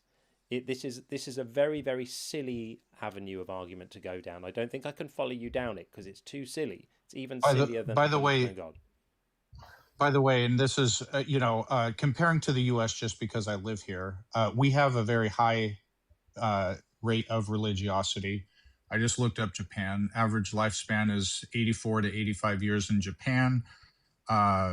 Here it's 76 to 78. They actually live longer. And I know, because I've looked it up before, if you compare the U.S. for like violent crime rates, teen pregnancy, all the objective measures of societal health, Japan fares significantly better than the U.S. does. But the U.S. isn't a Christian country anymore. It may call itself. They're not. If you look, let me finish. If you look how Christian nationalists haven't done enough, clearly. Hang on. Yeah, they practically own our government. What are you talking about? The government that goes to Epstein's Island, you mean? Your government is run by Satanists. Oh yes, here we go. Oh my lord. So hang on. Let me finish my point. They've just started a war, for crying out loud. Do you know how many people are claiming that war is going to be signaling in the end times that your book seems to be so excited about? Yeah, that the best thing that could possibly happen is happening now. This is scary. There are people who are emboldening efforts like the war because they think that it aligns with their personal religious eschatological wet dreams. So how you can say at this point that the US is not a Christian country is absolutely laughable. Well, I'll explain. You didn't give me a chance to finish why it's not. Because okay, here goes. You're very pro science, as in you teach things like evolution rather than God in the schools.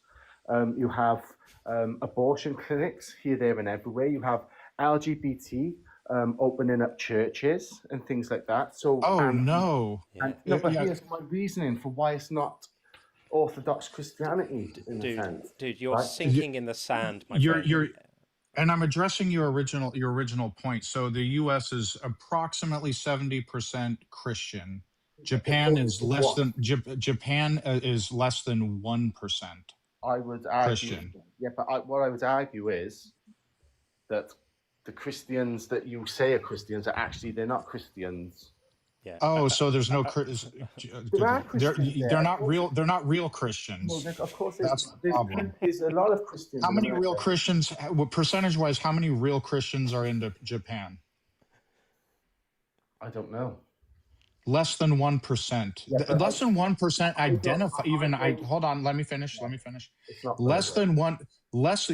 clearly you don't consider all self-proclaimed Christians to be Christians, fine, but less than 1% in Japan even identify as Christian, and yet they live long lives, have very low crime, have a very well-functioning society, etc. We don't even have to bring the US into this because I don't want to go on like conspiracy theories. Well, it's not conspiracy theories, is it? What if I said there's conspiracy? What did I say? Okay. It's disconnected from reality. What you said is the US What did I government is say? full of Satanists. Is it not? Are you out of your mind? No. Have you not been keeping up with what's happening? Who in the government worships Satan, and how do you know? Who in the U.S. government worships Satan, and how do you know? I'll tell you how I know, because of the fruit of their labor. So what they do, what they implement, the things like Epstein's Island, for example, the things like the vaccine that they just given. Can people do bad? The lockdown they just caused. Can people do bad things and not? Can people do bad things and not worship Satan or even believe that Satan exists? I think that I know 12-year-olds that can make better decisions than your government. Okay, is that a yes or no to my question? Can people? Hold on. Yeah. So people can do bad things, because what you're saying is these people do bad things, therefore they worship Satan. But now you just acknowledge that you can do bad things without worshiping Satan or even believing that Satan exists. Oh, no, I know that they're linked to the Rothschilds. Okay, you can go. This is just Why? Actually, I mean, Poe's law. Anyone who doesn't know Poe's law, go and look up Poe's law. This was a demonstration. When you can't tell someone apart from a parody account, you're done. There's no profitable conversation to be had with someone like that. I think we've spoken to him before. Sean, he was the guy who told you last time that you were never a real Christian. I recognize his accent, and now I've remembered exactly who he was. So he was a clown last time, and he was a clown again this time. And the moment someone starts bringing up the Rothschilds, that's it. I'm done. That's there's only so much wackadoodle, crazy nut job, wing nut, tinfoil hat conspiracy bullshit I can take in a day, and my quota is now full. Who remembers that? Sorry, I had a phone call. I missed a lot of that. But who remembers the Saturday Night Live? Was it Satan? Anyway.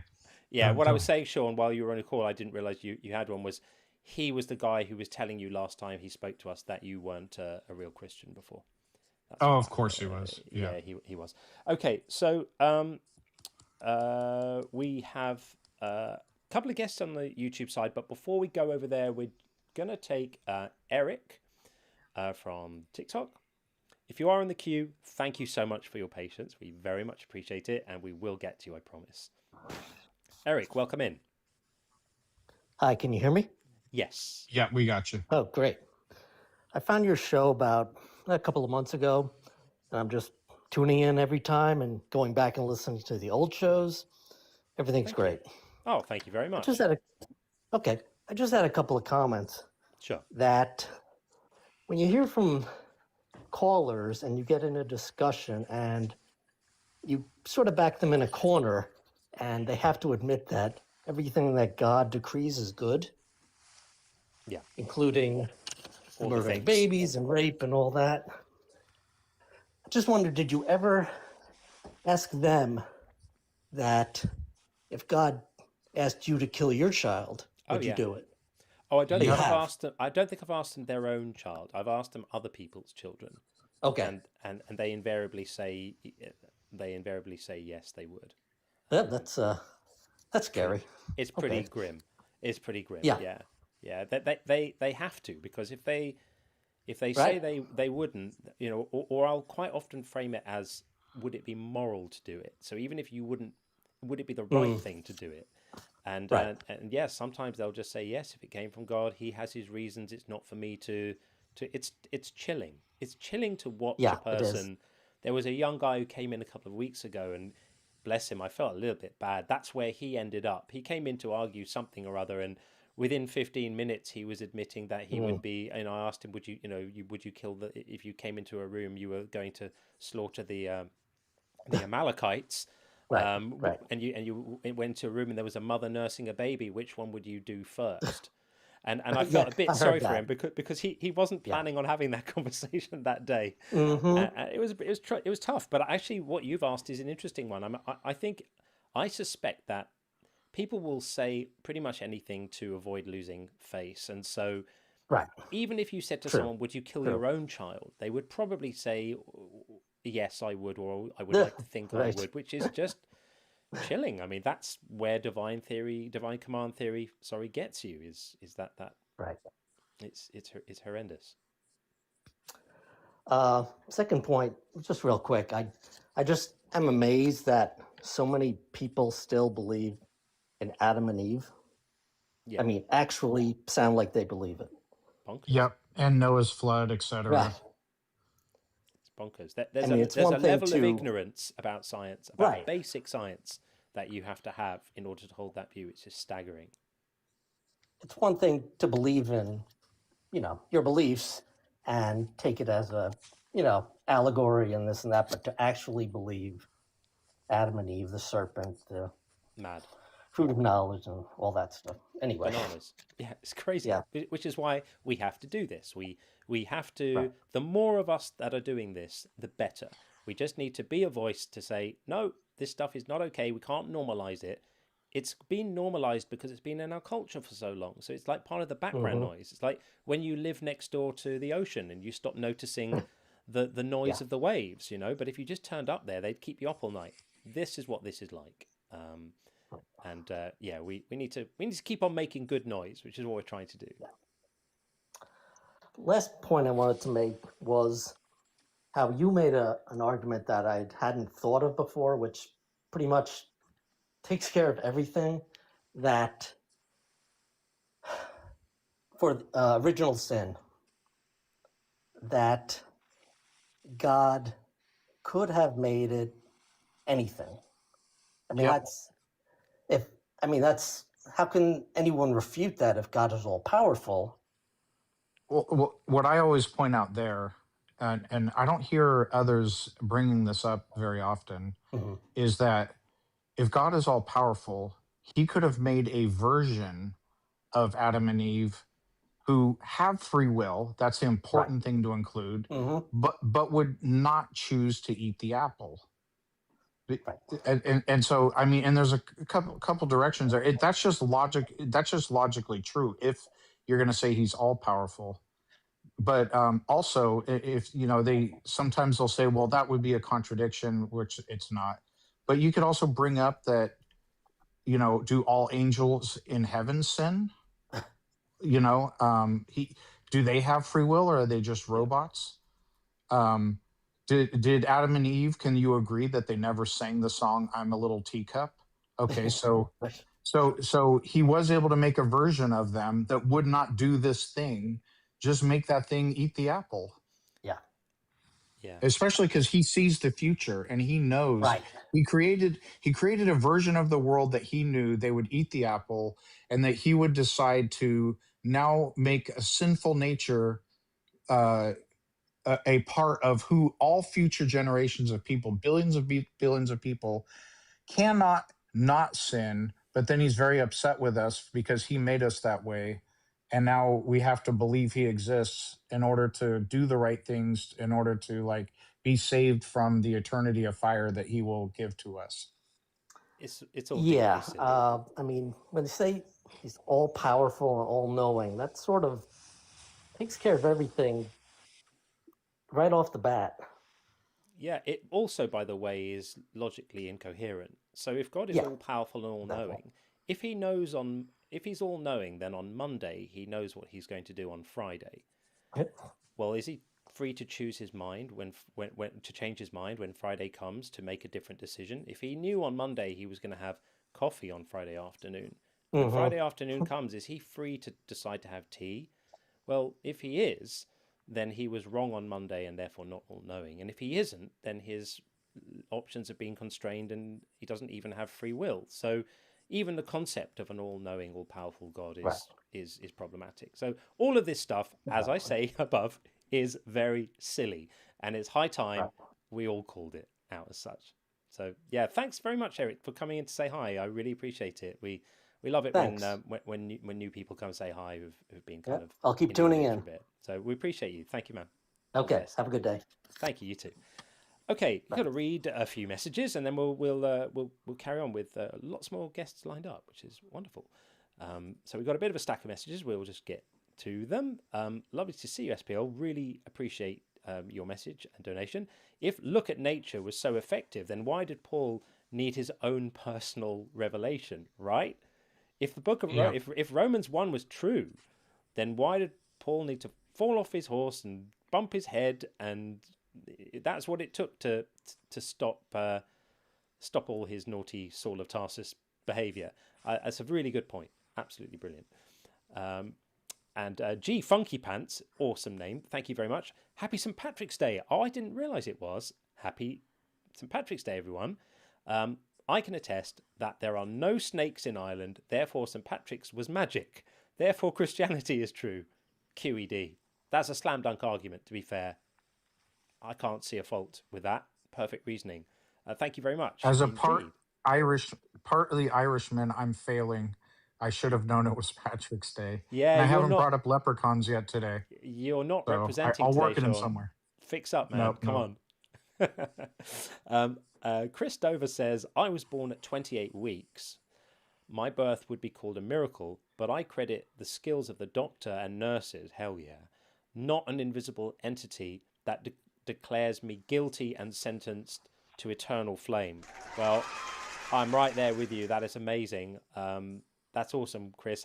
I don't have any time for anybody who attributes hard-won medical wins by skilled people who have spent their lives learning and studying and practicing how to heal and help others, just casting them aside and attributing the successes to a deity is actually really, really disrespectful to those people. So I couldn't agree more.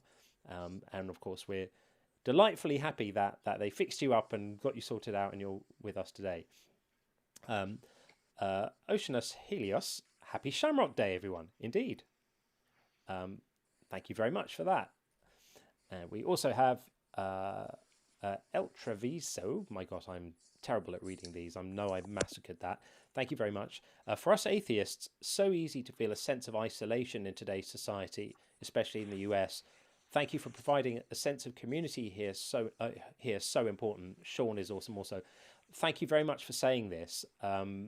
Firstly, I obviously agree that Sean is awesome. We all know he is. Sorry, Sean, I'm talking about you, not to you. I get him a little embarrassed. I know you do. I know. But also, this is really what this is all about. You know, this is not about winning arguments and being right and owning people. It is about the community. And I know there are lots of people in the space doing this, and the more, the better. So I feel very, very honoured and privileged to be part of creating that community, and I love it. It's my favourite thing about doing all of this, is watching people come together and knowing that people can find a space where they're not judged for their beliefs and their non-beliefs, and that those things are validated and accepted and celebrated. So that is what we are all about, and I agree, never more important than in the current climate. Tim, back again. Thank you, my friend. The laws of logic are brute facts. This is back to our tag discussion before. We noticed when the philosophers of old began discussions, they had to have base rules, so they looked at reality. Right, because as I said, there has to be a point where you just go, that just is because it is. You can't go, why? Because of this. Why? Because of that. Why? Eventually you just get back to a point where just because. And we all agree that point exists. The theists just think that it's a person, and we don't think that. And then, is it Miko Makopo or Miko Makopo? I'm so sorry. I feel so bad about mispronouncing people's names. Tag bros, please beware lest any man take you captive through philosophy and stick to Christ, then will prove that false as well. That is so true. It's so true. And of course, as I think I said on the last call about it, nobody has faith because of Tag. Nobody becomes a Christian because they heard the contingency argument and immediately fell on their knees and accepted Jesus. It's just not true. These are not real arguments. They're word games. So come in and talk about Jesus. If anyone saw the clip where Darth Dawkins went into Justin's live, and it was superb because Justin just said, "We are going to talk about Jesus," and he ran. That was it. He spends all day telling everyone that he's a Christian and what a Christian he is and how Jesus is the Lord and God is the center of everything. And he makes all his bullshit philosophical arguments. But he went into a conversation where Justin said, "Great, I'm glad you're here. Let's talk about Jesus." And he literally turned on his tail and ran. In fact, he lasted even less time in that live than he lasted in mine. So I completely agree. Tag is just boring. We all know it's boring. Tim again. Praise be to Spider-Man and the Trinity of MJ, May, and Ben. Yes. Mary Jane? MJ? Mary Jane. Yeah, Mary Jane. Yeah. Yeah. Absolutely. Who doesn't love Spider-Man? And then we also have from Tim. Tim's an absolute stalwart today. Thank you, Tim. Fake it till you make it. I can't now no longer remember what that was referring to, Tim. I'm so sorry. Maybe you might need to clarify that for us, and then I can contextualize that. And then one last message before we move on, which was also from Tim. Put the tree on the moon, problem solved. Right, exactly. The tree of the naughty tree.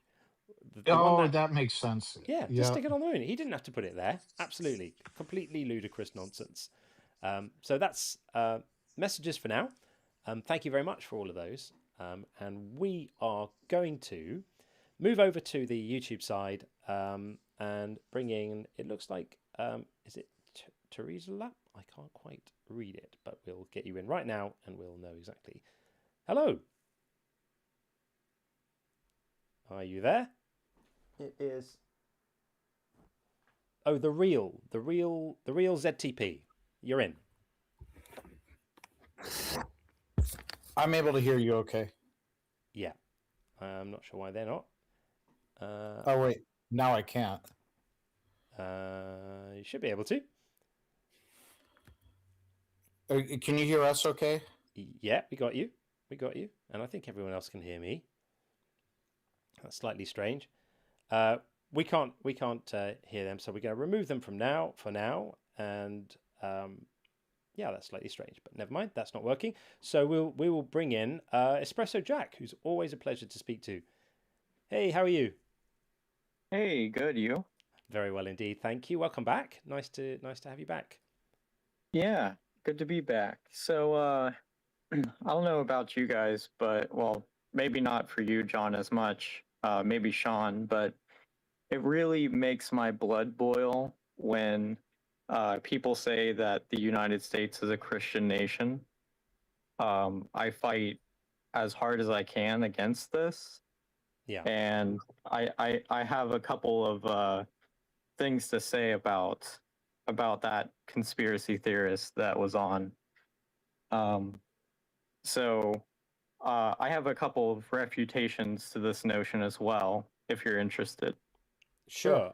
Can I just clarify something before you do? Is that I would never make the claim that it's a Christian nation. I would just make the claim that there are a lot of Christians operating in there and affecting the culture. Oh, yeah. Yes, for sure. Which is what he was trying to argue against incorrectly. Yeah. Yeah, so that's actually one of the big problems today with Christian nationalist organizations like the Heritage Foundation being put into power in the U.S. government right now, affecting all kinds of policies and international relations. But yeah, so a couple of refutations to Christian nationalism, people saying that this country is a Christian nation. The Treaty of Tripoli was actually explicitly states that the government of the United States of America is not in any sense founded on the Christian religion. That was probably the most I don't know, outward facing. I don't know how to kind of explain it, but just obvious refutation to this whole Christian nationalism notion. Yeah. We Yep. also have Article 6 of the Constitution declares that no religious test shall ever be required as a qualification to any public office or trust. We have the Danbury Baptist letter, which the Danbury Baptist Association of Connecticut actually mailed President Thomas Jefferson, one of the founding fathers, that Christianity did not have protections, and they wanted the Christianity or the religion of Christianity. Oh my gosh, I can't talk today. To be enshrined into the Constitution or made into federal law, and Thomas Jefferson replied back that the First Amendment both protects Christianity from being illegal, because Congress cannot make a law prohibiting the exercise of religion, but it also states that Congress shall not impose a religion. Yep. So the same that protects Christianity is the same that prevents it from being imposed on other people. Or any other faith too, importantly, right? Exactly. Because, And you know, you all these people arguing for all these theological and theocratic moves wouldn't be arguing so much if there was an unexpected demographic shift and suddenly people were trying to have Sharia law imposed, you know, or you know, Islamic law put on the steps of the town hall or stuff like that. So it has to cut both ways, and it does cut both ways. Yeah. Exactly. Yeah. And well, first of all, you can't have freedom of religion without having freedom from religion. That's an important thing for everyone to remember. The Treaty of Tripoli is my favorite thing to bring up, because it was signed in May of 1797, when the founding of the country was still fresh in everyone's mind. It was ratified unanimously by Congress. Nothing in today's Congress would ever pass that has this wording in it in Article 11. And it was signed by John Adams, one of the founders of the country. And it explicitly states, as the government of the United States of America is not in any sense, no sense at all. So nobody can argue, oh, well, in this sense, it was founded as a Christian nation. It says not in any sense founded on the Christian religion. Not to just reiterate what you already said, but just to give context to it. This is when the country was still very new. It was signed off by the entirety of Congress at the time, and John Adams, one of the founders, and everyone blasted off on the idea that no, literally explicitly, we are not in any sense founded on the Christian religion. And I don't know how anyone can possibly argue with that. Yeah. Not only that, but we also have more recent examples, like the Stone v. Graham Supreme Court ruling that you cannot it has to pass the Lemon test, what's called the Lemon test, to be if you're trying to create a law, and it should not be imposed on people for religious reasons. So that is cited often when people are challenging the 10 Commandments in public schools. Yeah. Like so many, including my state of Tennessee, are trying to do. So. Yeah. Thank you for clarifying that. Yeah, and I would just like to, for any Christians out there that, we need to put God back in the schools and, what have you.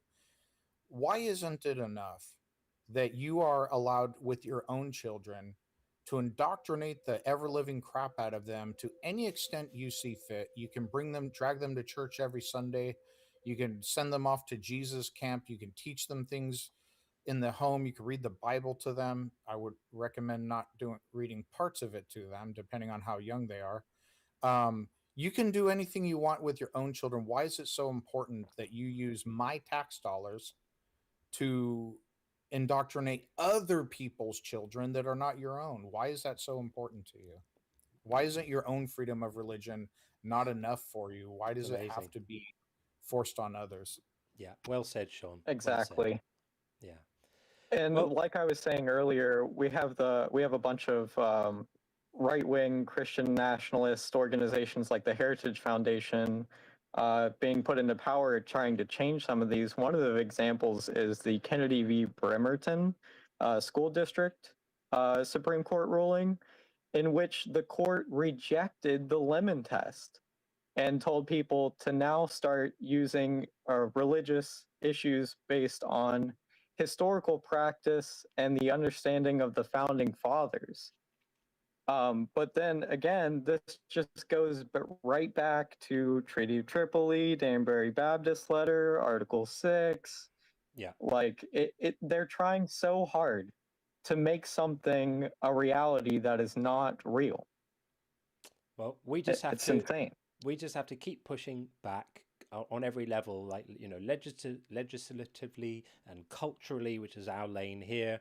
And that's all we can do. We set up our little camp. I don't go into Christian spaces to tell them they're wrong. I set up my little camp here, and anyone who wants to come and hear what we have to say can come, and we can engage and we can talk. That's as much as we can do. And I think, the more of us that do this, the better it is. I think it helps to create some cultural churn and not give the impression that everyone's just lying down and accepting this stuff, because it's not acceptable. That's one thing that I really appreciate about this show. And you do it in such a respectful way. And even if the other person is being completely disrespectful, you do it in such a respectful and calm-mannered way. And it's just, we need a lot more of this. We really do. Thanks, my friend. We appreciate you coming up and sharing your important insight, which is it is not a Christian nation, and people pretending that it is are living in fantasy land. So with that, we're going to move on, but always nice to see you, buddy. Always appreciate you and your insights and the information you bring. Really pleased to have you in the community. You're definitely a big part of it. So thank you. You're welcome, and thank you. See you later. Take care. Okay. We are going to go back over to the TikTok side. We're going to bring in Susie, and then we have Rye after that. Hopefully Susie's here. Has been waiting patiently for quite a while. Hey, Susie. Susie, are you there? We can see you. Hello. Doesn't sound like it's... Susie? Doesn't sound promising, does it? Okay, Susie, I'm going to drop you back down because that's not happening. But if you want to come back in, request up again, and we'll jump you over the queue and get you back up. So we're going to bring in Rye23. Hi. Hello. How you Hi. doing? I'm good, thank you. How are you? Good. Welcome. God is silly. Well, I've only just joined, so I've not really heard any other conversations. What do you mean by silly? As in, the belief in God is silly, or? I mean the whole package, the whole shebang. I think a belief in God is silly, and I think that even if belief in God weren't silly, and there was a God, and if it was the God that we've all heard about, it's pretty silly. Like this idea of this maximally powerful being that creates plans that can so easily be subverted by people praying is completely ludicrous. I think the idea that God apparently wants us to know he or she is there, but seems to spend their time perpetually hiding and doing absolutely everything they can to demonstrate they're not there is silly. And I think depending on specifically which God we're talking about, if we're going to think about a particular God, I think there's almost always going to be doctrinal details and details from any given holy book, which to me just seem to support the idea that the God is silly. What's your view on this? Well, I'm a Christian, and I was just going to kind of try and check. Is it your belief that there are no good reasons to believe in a God? Is that Yes. accurate? If I thought there were good reasons to believe in a God, I would have been persuaded by them and would be a theist. Not necessarily a Christian, but a theist. Fair enough. Would it also be your position that there are good reasons to be against belief in God? Well, the reason is that there are no good reasons to believe that there is a God. So the default is lack of belief, right? That's the default with respect to all propositions, right? We don't need to list the reasons why we don't believe in absolutely everything we don't believe in. The time to believe something is when there's evidence to believe it, and there isn't any. I would agree. We should believe things when there are evidence. I would reject that we don't have any. I would like to go over some of that. If that's cool. What do you think is the strongest evidence? Like, cut straight to the main course.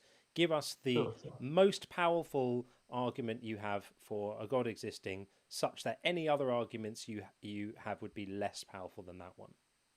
Sure. Well, I think there are multiple, but I'll go with the resurrection, because obviously Christianity is built upon that. Without that, then if it didn't happen, it's fake. If it happened, it's Can I just clarify? Your argument for the existence of a God is the resurrection of Jesus of Nazareth. You think that is an argument for general theism as well as specifically Christianity? For specifically Christianity, yes. I mean, do you not think that some work needs to be done first to establish that a God exists before then using the resurrection to triangulate on which God and deciding it's that one? Or do you think the story of the resurrection in the Bible is that cool that it's able to actually justify general theism? Yeah, I mean, I think you would probably agree that if the resurrection happened, then naturalism would be false based on its kind of... There might be some natural way by which some very, very, very rare, never heard of before or since then, freak biological accident that created the occurrence of a person dying or appearing to die and then coming back to life again. I don't think that we could get from the resurrection to naturalism is false at all.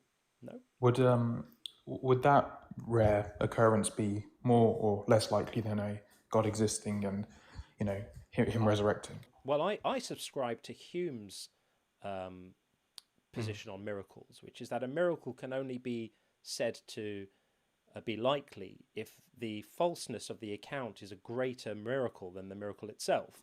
So I would say that the God hypothesis is much, much less likely than any competing explanatory hypotheses for the resurrection. But I also think that before we even get there, I think that the resurrection, we have no reason to think that it actually happened. The evidence for it is compared to what's being claimed, right? You are now saying that this supposed historical event that happened justifies us believing that there's a creator of the universe who's some kind of personality. That's an enormous claim to make, right? You grant me that. That's a huge claim, right? It's a life-changing claim. Of course. So would you agree that the quality of evidence that we would need in order to justify a claim like that would be enormous, that because it's such a huge claim with ramifications for everything, it would turn upside down everything we believe about cosmology, biology, physics, everything, almost all of science, almost everything we hold to be true would be under question if this was actually true.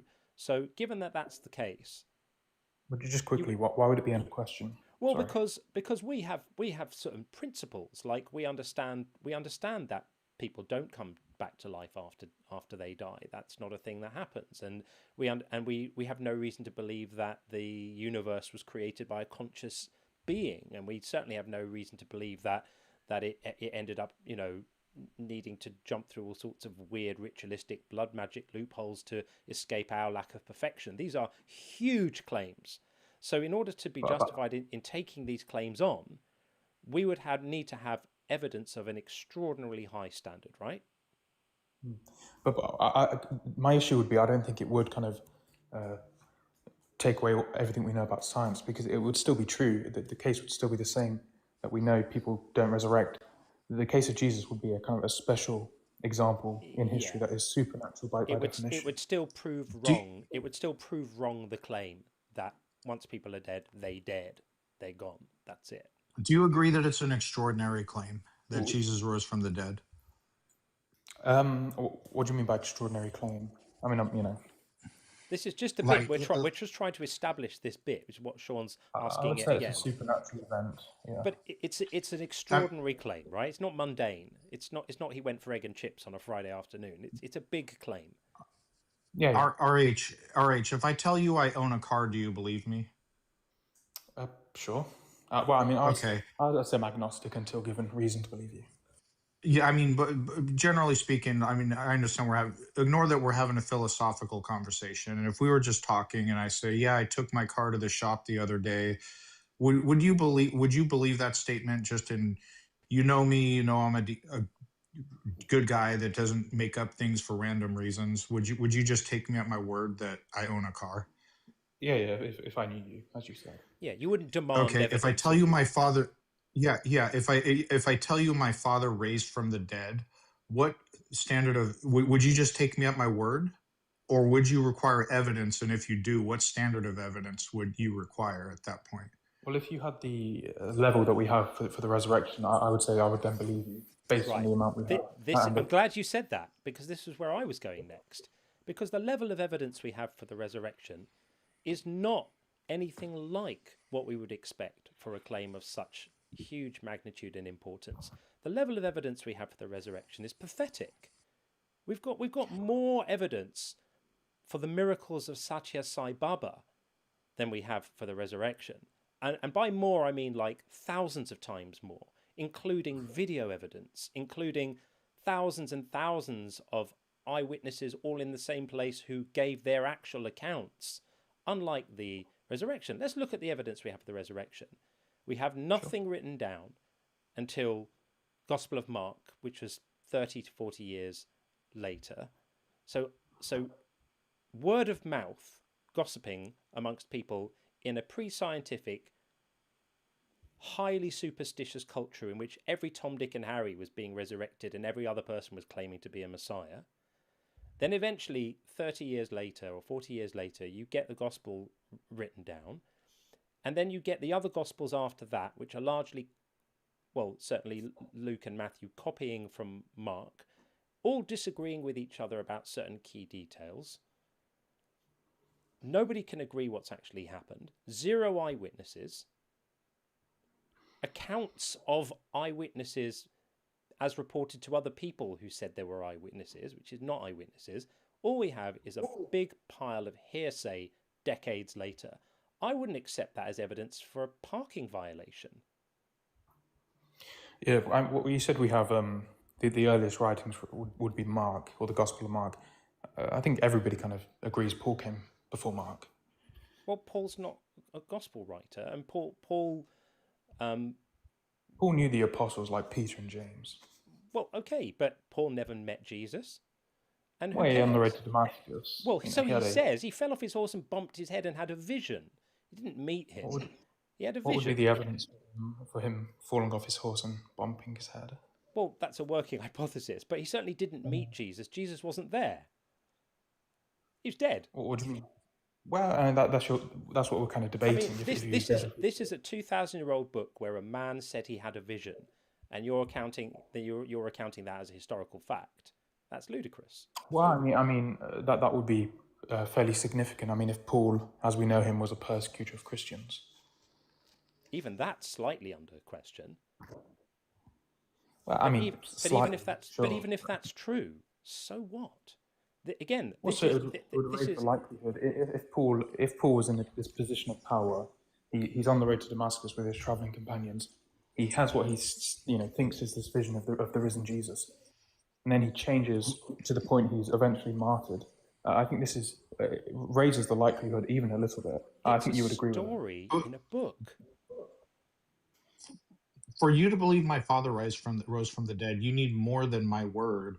What if 500 people told you my father rose from the dead? Would you believe it then? Well, if we just compare it to the resurrection, I would say if we have a similar amount of evidence, that what I would consider the evidence for the resurrection. What is the evidence of what is the evidence for his resurrection other than people writing down a claim?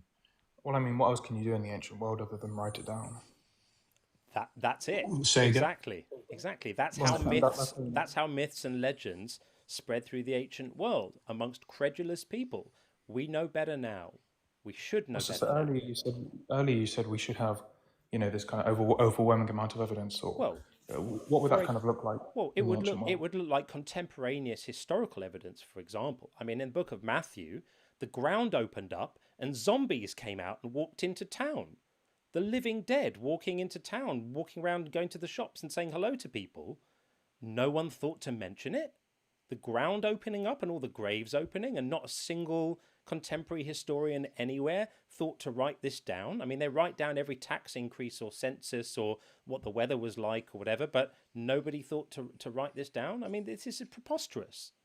So I'm asking, if the resurrection was true, what would we expect to find?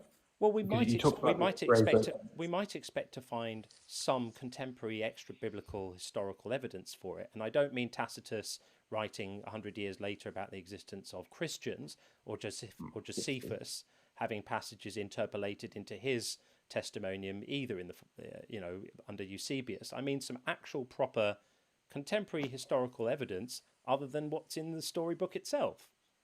It seems like that's just seems to be an argument from silence. We don't have it, therefore it doesn't exist. It's not therefore it doesn't exist. It's we have it, therefore we don't have it, therefore we're not justified in accepting these claims on the basis of the claimed evidence because it's poor. The starting point is our priors that we know when people die they remain dead. I mean that's our baseline. So then the question is, what evidence would it take to believe somebody rose from the dead? What would it take for you to believe my father rose from the dead? Well, I'm glad you brought up the baseline, because I would agree that we know, generally speaking, people do stay dead naturally. But the Christian claim is, it's a supernatural one in nature. You're gonna have to give evidence. Yeah, but Go on. But my baseline starts with me not having sufficient evidence to convince me anything supernatural actually exists. So maybe I've had this. There's another Christian on here that I've had this discussion with, and he agrees. It doesn't mean you necessarily have to. That in order for the story of Jesus rising from the dead to be believable, in his view, you have to start with the premise that God actually exists. Then it becomes more plausible. So maybe you're putting the cart before the horse, as John said in the beginning, and maybe start with, hey, God actually exists, and then turn to the stories about Jesus. I mean, that's just a possible suggestion. You would have to demonstrate that the supernatural is a thing before you can appeal to it as a basis for justifying belief in implausible stories. Because otherwise, anyone can make that claim about anything. Anyone could make that. Anyone could justify the most ludicrous story in the world by just saying it was the supernatural. You don't. You have to earn that. Yeah, I'd agree. But I'm saying, would you at least agree? Well, I mean, you kind of said no earlier, but if the resurrection happened, this is at least some type of evidence for the supernatural.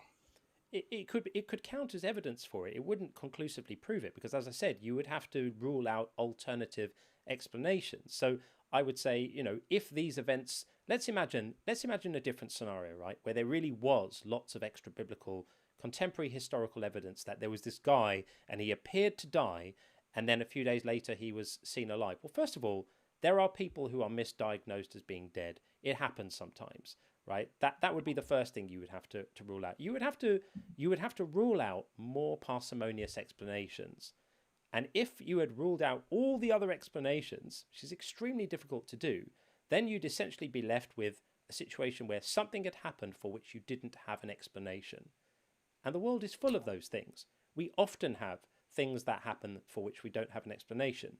Now, there are two responses to something like that. One is to rush to say, well, this is evidence of the supernatural. I heard these noises in the night, and the only possible explanation is the supernatural. Or, this thing was missing and then turned up. The only possible explanation was the supernatural, or whatever it might be. The other is to say, this thing happened. We don't have an explanation for it, and we don't know how it happened. That's a more reasonable position. But we're not even close to that. We're not even at a point where we have anything that can be evidence for the supernatural, because I'm not actually sure. This is a point I've said before, and Sean and I were discussing this on a show a while back. Anything that happens in reality is part of reality. And what's natural is everything that's part of reality. So if it happens that occasionally people die and then they're not dead anymore, well, I don't think that's true. Everything we know about science suggests that's not true. But if that were true, then it would upend everything we know about death. It would upend everything we know about cell death and the biology of death and what happens in brains when we die, and all of that stuff would all turn out to be a not sufficient explanation of what's really going on. And we would have to update our ideas, and then people coming back after being dead would be part of reality. It would be natural, and it wouldn't be supernatural. So I sort of think that I reject the idea of supernatural. I think it's nonsense. I think if there are things that happen that are part of the reality, then they're natural, even if they're really odd or unusual. Well, at the beginning, when you were talking, you said that you would kind of have to rule out all of the other parsimonious natural alternatives, and you said it seems to be a difficult thing to do. I disagree. I think all the natural alternatives put forward are lacking. I think the resurrection accounts for every kind of fact that we would know about the life of Jesus, whereas the alternative facts wouldn't. Something like the swoon theory, which is, he wasn't really dead. Like you were saying, people are misdiagnosed as dead all the time. This is almost universally rejected by scholars. And of course, Romans are, if they want you dead, you're going to stay dead. Usually, sure. It's still more likely and more parsimonious than actually he was a magic man and he made the universe. So I don't think it is. I mean, if we have, again, almost universal... Well, I'll explain.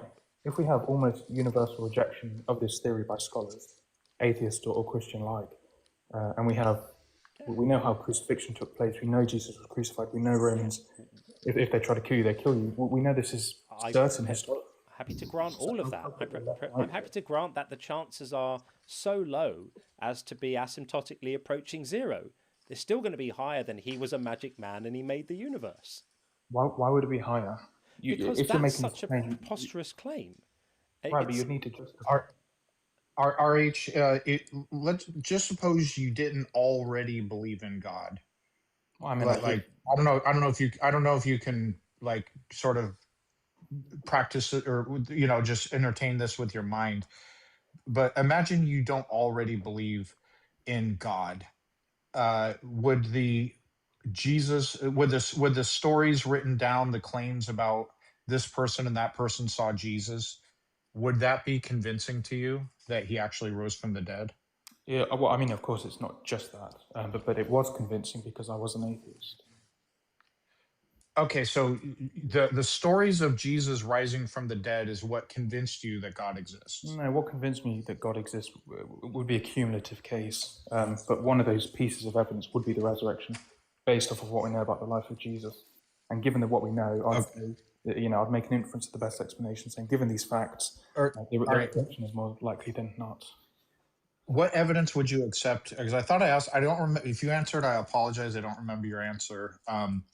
What evidence would convince you my father rose from the dead? Yeah, I did answer that. It's a long conversation. I just said if there was the same amount of evidence as for Jesus. Yeah. Okay, so basically, if you have enough people saying, yeah, Sean's dad rose from the dead, you would believe them? Well, it wouldn't just be that. It would be that plus kind of eyewitness testimony, plus being willing to mark. That is eyewitness testimony. There isn't any eyewitness testimony for Jesus. Plus being willing to, By the way, yeah, we don't have eyewitness testimony for Jesus, although you could arguably say 1 Corinthians 15, John says that Jesus appeared to him not like he actually walked up to him. Like he does say it in 1 first person. That's one claimed eyewitness testimony. But we So also if know you that the Book of John was written by multiple authors, so it is unlikely to have been one person anyway. So we don't know. There's zero eyewitnesses to any of this. Well, if I'm going to believe anyone rose from the dead, I need more than people said so. Yeah, that's fine. I have to have more. What I would say is we have that, but then we also have these individuals willing to suffer and die for the belief. We then also have their change in personality. We have ISIS one members. Step at a time. Yeah. People willing to suffer and die for a belief is not a measure of its truth. You know that. Look at the world today. It's a measure of their sincerity. ISIS believers are 1,400 years removed from Muhammad. So people believe it. So you have a bunch of people who has nothing to do with whether the thing they are claiming is true. Nothing. I don't doubt that people have been sincere. People are sincerely deluded into bullshit all the time, and often they are willing to die for it. That's not novel. It's not unusual. It's ubiquitous through most of history. What I'm saying is the accounts we have are separate from something like the ISIS member that you brought up. The ISIS member is 1,400 years removed. The disciples were witnesses to what they believe to be a resurrection. This is clearly stronger than the ISIS member 1,400 years. The point is people believing. Yeah, people have sincere belief. Yeah, David Koresh's cult were all willing to die for his beliefs too, right there and then with him. Does that mean does their sincerity leverage their beliefs to the point of being taken seriously? People being willing to die for ideas just means they fell for those ideas and they believed them enough. They were willing to give their lives. That's not evidence for the ideas. Well, that raises an interesting question. I think you would grant that the disciples, or many of them, were sincere in their belief. What would make them sincerely believe that Jesus rose from the dead?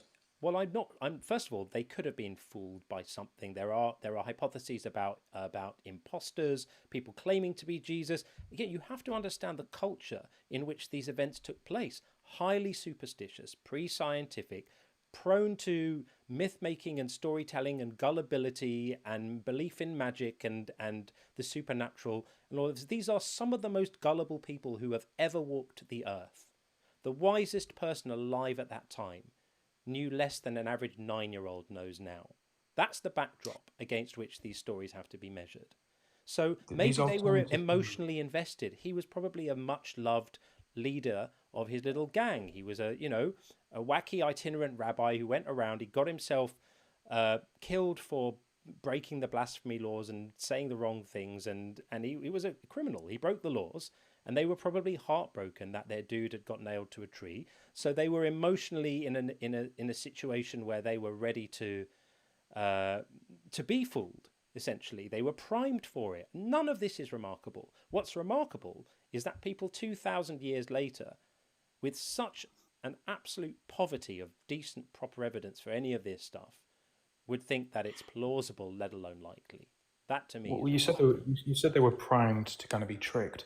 Of course, that ignores James and Paul. But even putting that to the side, who would be tricking them in this hypothesis? Mistakes. They could be mistaken. They could, again, You said they were tricked. I'm asking under the tricked by the situation, right? Tricked by the situation. I don't mean someone was setting out to deceive them. I mean they were primed to be fooled by the situation. It happens. People in emotionally heightened states are not always their best selves, even if they don't come from such,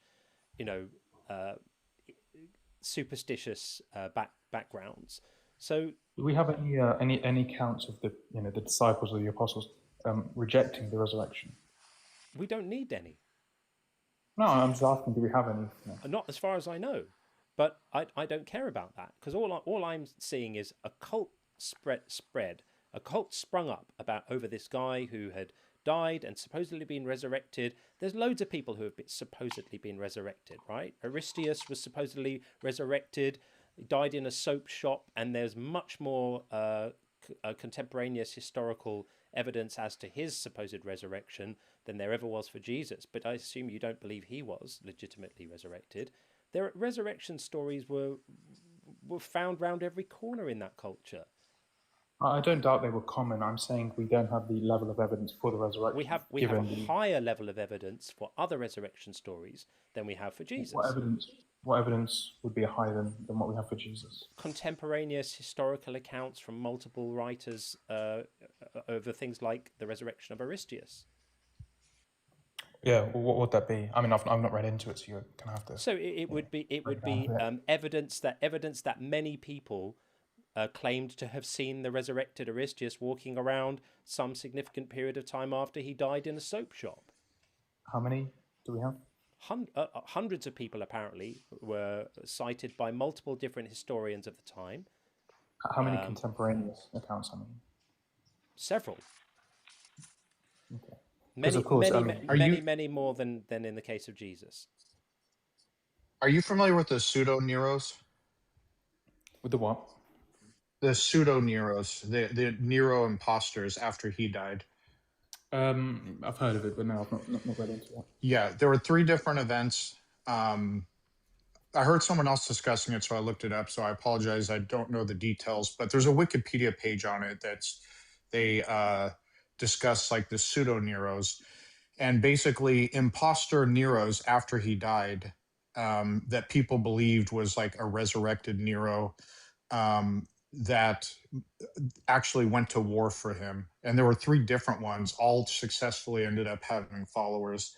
That's just how people's minds worked during the days. They were more gullible, which is actually saying something, because people are gullible today. Yeah, I mean, I don't doubt they were, more gullible than people of the day, or of today rather. But we have accounts, we have people who wouldn't be in that situation, somebody like Paul or James. So what would the justification be for them converting or believing it? I don't know. And that's the thing too. This is the important thing when we have these discussions, is that if you don't have to, when you're trying to explain a thing, like why did the people believe this thing, you don't have to have an alternative explanation not to accept an explanation. In other words, if you're claiming to have an explanation and that he was actually God and rose from the dead, you have the burden of proof for that. Like, I don't know exactly what happened. I know some people say, well, here's what I think happened and here's the naturalistic explanation, but you don't even have to have one. I just don't believe you've met your burden of proof that he actually rose from the dead. And that burden of proof would just be kind of contemporaneous writers. Yeah, and I need more than people believed a thing, people said a thing.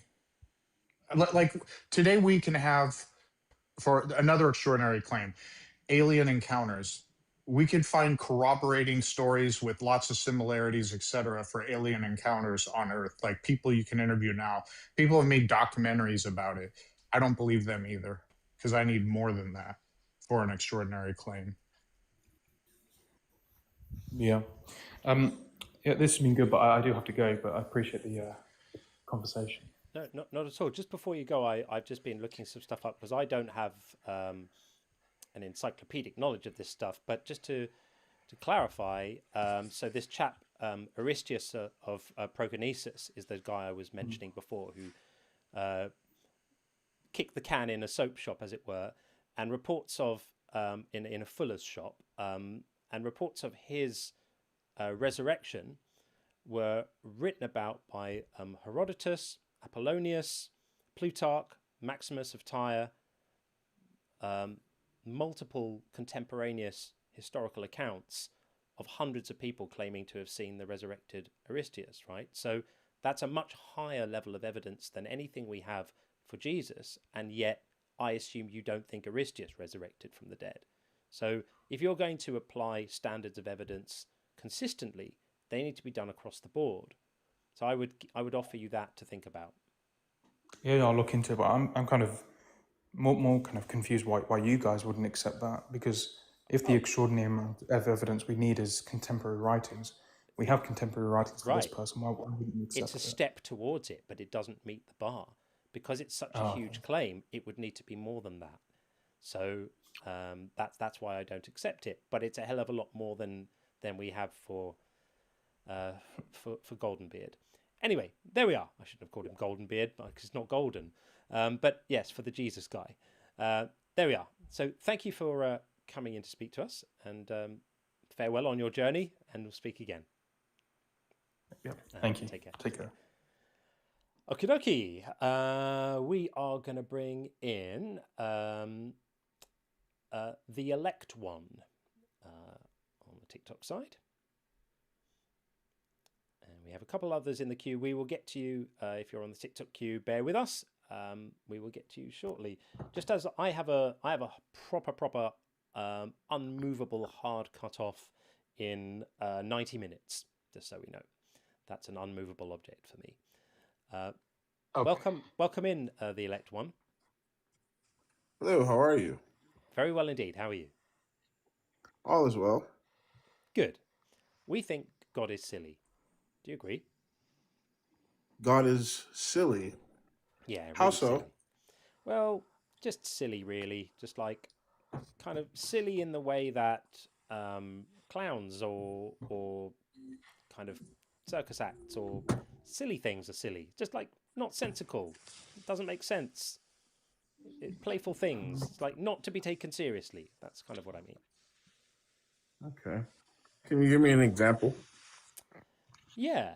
I mean, a creature that would create the entire universe, stretch out the cosmos from one end to the other, design the thermonuclear reactions at the heart of every sun, and architect the building blocks of life, but who would also make sure he passes a law saying that if two men are having a fight and the wife of one of the men reaches out and grabs the other men's privates, that her hand must be cut off, you must admit, is quite silly.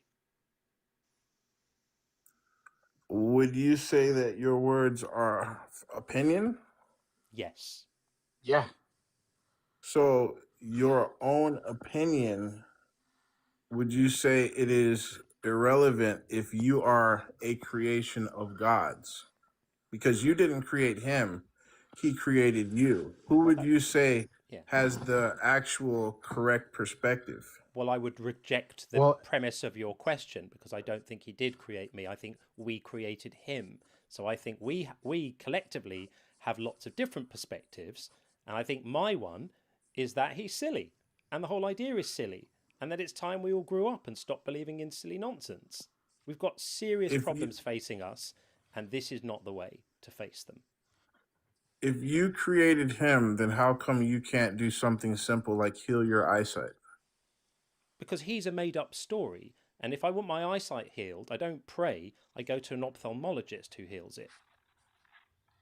If he's a made-up story, then how did existence know to give you hands to grasp, or eyes to see, or teeth to chew? Existence doesn't know that thing. That's a process of evolution. How does evolution discern the difference between these parts? It doesn't. It works through natural selection. Oh, come on, dude. Come on. Natural selection is a mindless process. Please so make you're better, saying that evolution.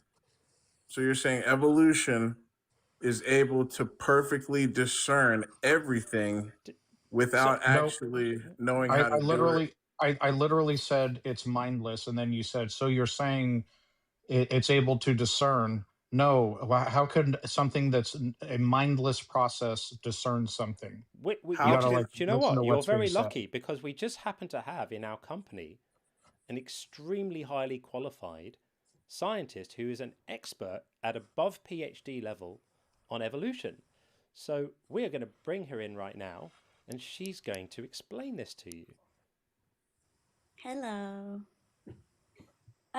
Okay, so yeah, like Sean said, evolution and natural selection isn't a process that someone is like dictating.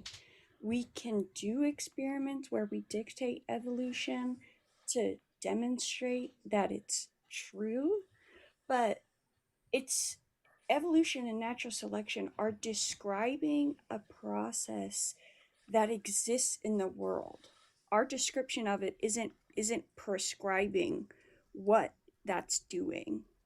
It's a description of what's happening. Dr. Dig, in Jesus Christ's name, is God real? Are you going to actually engage with what she just said? Yes, I think I just engaged with the question invoking the name of Jesus Christ you say does not exist. And if she will not answer, it proves he is real and that you are lying. No. You asked a question. Let's just review And this she for a has not moment. answered. No. Wait a minute. You asked a question about the process of evolution, and you betrayed some serious lack of understanding in your question, because you asked things like, can evolution discern, or can evolution tell, or whatever. So because we're lucky enough to have an extremely highly qualified scientist in our midst, we thought it'd be fun for her to come and explain to you that evolution is not a conscious process. It's not an entity that discerns things. It's a process that describes changes in biology. But you didn't respond to her explanation at all. It was almost as if she'd never said it, and you just turned up at her door with a pile of tracts in your hand. I think that's a little disrespectful. So Sir, she's a scientist. Can you remember anything about the answer she gave you?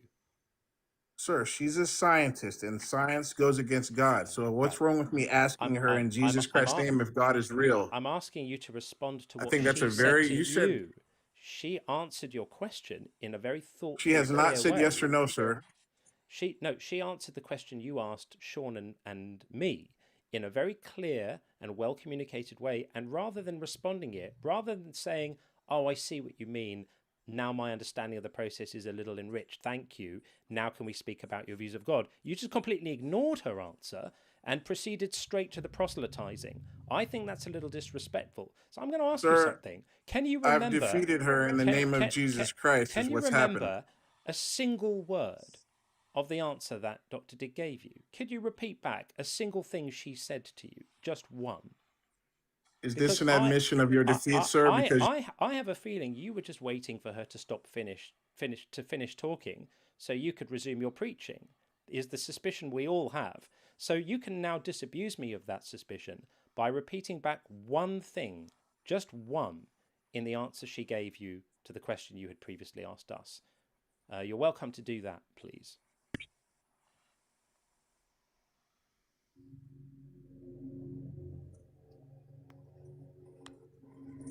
I asked your scientist in God's name. No. I think you might have misunderstood me. I asked you to repeat back. I think you're defeated, sir. I think you can have a good day. To repeat back one thing, sir. You've lost. That she said to you, and you're not able to. Sir, and the reason you're not able to is because you were so rude that you weren't even listening to her. You were just waiting for her to take a breath before continuing your mindless preaching. And that's why I've removed you from the conversation. Because I think when somebody comes up to give you the benefit of their hard-won understanding and experience, the very, very least you can do is give them the respect to listen to what they say and then respond to it rather than completely ignore it and move on to your mindless preaching. So I think we've had enough from him. We don't need to hear any more. Thank you for such an eloquent response to his ignorance. I'm sure there might have been other people listening who would not have been so rude. I mean, the last couple of days have been kind of wild. Like, yesterday I spoke with a Muslim man who refused to answer any of my questions, but then answered all the same exact questions from a man. And then today it's like, I rebuke you in the name of Jesus Christ, science woman witch. Like, what are you doing here? I was actually define things for you. I was actually sort of the hypothesis testing on that, because I think you're referring to the live that you were in with me, Dr. Dig. She kept asking him over and over and over, and then finally I'm like, dude, she's asking you blah blah blah blah blah, and then he answered me. I have to say there is. I rebuke you in the name of Jesus, science woman witch is one of the best quotes we will ever have. That's got to go on merch. That's when you come up with merch. That's got to go on there. I think I am. I'm building out the merch store at the moment. I was planning to launch it last week, but I was unwell. But I'm gonna get it done soon. I'm putting that shit on a mug. I'm not even joking. I rebuke you in the name of Jesus, science woman witch, and you and I are gonna have words, and I'm gonna send you one. It's the very, very least I can do. It's going to be a product on my store in your honor. In fact, I might. I love that. I'm going to definitely do that. I'm seriously doing it. I might. That's happening. That is happening all day long. Thank you for coming in. You were like, I'm on my way in. I saw you posting. I'm coming. It was brilliant. We called you in. What a waste! But it's so nice to know that you're around, because you're so brilliant at explaining these ideas nicely and with clarity. And I'm so privileged that we get to benefit from your experience and knowledge. Well, I appreciate it. I do genuinely enjoy some of these conversations, but sometimes it's like, what, I don't know what you would like from me. My mom got me a shirt, just very briefly, that says college educated, what is it? It's like college educated liberal slut on it or something. And I used to wear it because she got it for me during COVID, and I just sometimes I wear it, or I have a mug that I drink out of, and it's like, I'll just cut to the chase for you. You don't need to say it to me. I already have heard it. So I think now this is another good indication. Like, buddy, go ahead, but I'm still just gonna be here educating. That's it. So Good. Well, We definitely need more of that. We need more in the U.S. science literacy, and more important, I don't know how to battle against it, but the science conspiracies, it's just so prevalent, and I'm honestly at a loss as to how to combat it or what to do. I mean, I'm doing what I can talking about it, but I feel like it's like running up against a wall constantly. Yeah, I think that the only thing that I can do, that I can consider a success, is to talk to people who think that think that I have some sort of intention to mislead them or trick them. And I think a lot of times with these science conspiracies, the person that's speaking has been harmed by our system in some way, and is therefore distrustful. But if they can talk to me and see that I am a human being, and this is something I've dedicated my life to, and I'm not benefiting from it in any way, like, that you're saying I am, then that's all that I can do for that. Yeah. I can't convince them, but I can try to educate them and show that I'm a human being, and I'm part of this system that you don't trust and you don't think is real. Right. Yeah. That's all that Yeah. I can try to do. Before you drop down, I just need to share this wonderful super chat that's just come in, which you will enjoy. Oh, this is okay. dedicated to you, from Oceanus Helios as well. Wonderful friend. Thank you so much. I rebuke that caller in the name of dehydration, synthesis, X chromosomes, civilized conversation, and feminism. We all share the rebuke. There we go. We all share the rebuke. Thank you for that. We love that. Brilliant. Well, thank you as ever. Stay in the wings in case we need you. Of course. And we love having you around. Okay. Thanks No a lot. problem. Take care. Okay, I'll drop down. Bye-bye. All right. Okay, we're going to head over to the YouTube side, and we are going to bring in, this is a bit of a treat, we're going to bring in Aduana, who is back to speak to us again. Hello, Aduana. Are you there? Hi. Hello. Yeah. Hi, can you hear me? We can hear Yes, you. We can see your camera as well. Do you want me to turn the camera off? Yes, please. I'll turn the camera off. No problem. For anyone who doesn't know, Aduana was a previous guest on the live who came in and shared her story, and it was incredibly brave and touching and moving, and everybody just absolutely fell in love with her. Welcome back. Hi. How are you guys today? All the better Doing for well, seeing thank you. Thank you. I appreciate it. I am calling because I was trying to.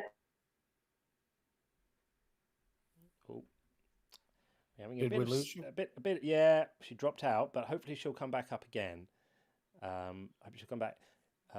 Is she back again? Yes, she's back again. We will do She's that. back for me. Okay, we've got you back in. Oh, sorry, was I out? Yeah, Yeah. it might be your connection. Oh, okay. I'm sorry. We missed most of that. Sorry. No, it's okay. No, what I was saying is that the reason why I called is that it wasn't so much that I was laughing at people who were calling in. It's just that I was laughing at the silliness of some of the callers. And this is the reason why we believe God is silly. Because if God really was all powerful and all knowing, he wouldn't need people to defend him. Especially not those people. Right. I'm like, if he really needed people to defend him, could he not get people who are a little bit more articulate? Yep. Those are the people he chose to do his work. Sorry. I just laugh at the silliness. I mean, and I look back when I was a theist, and I laugh at myself too. It's not just them; it's me too.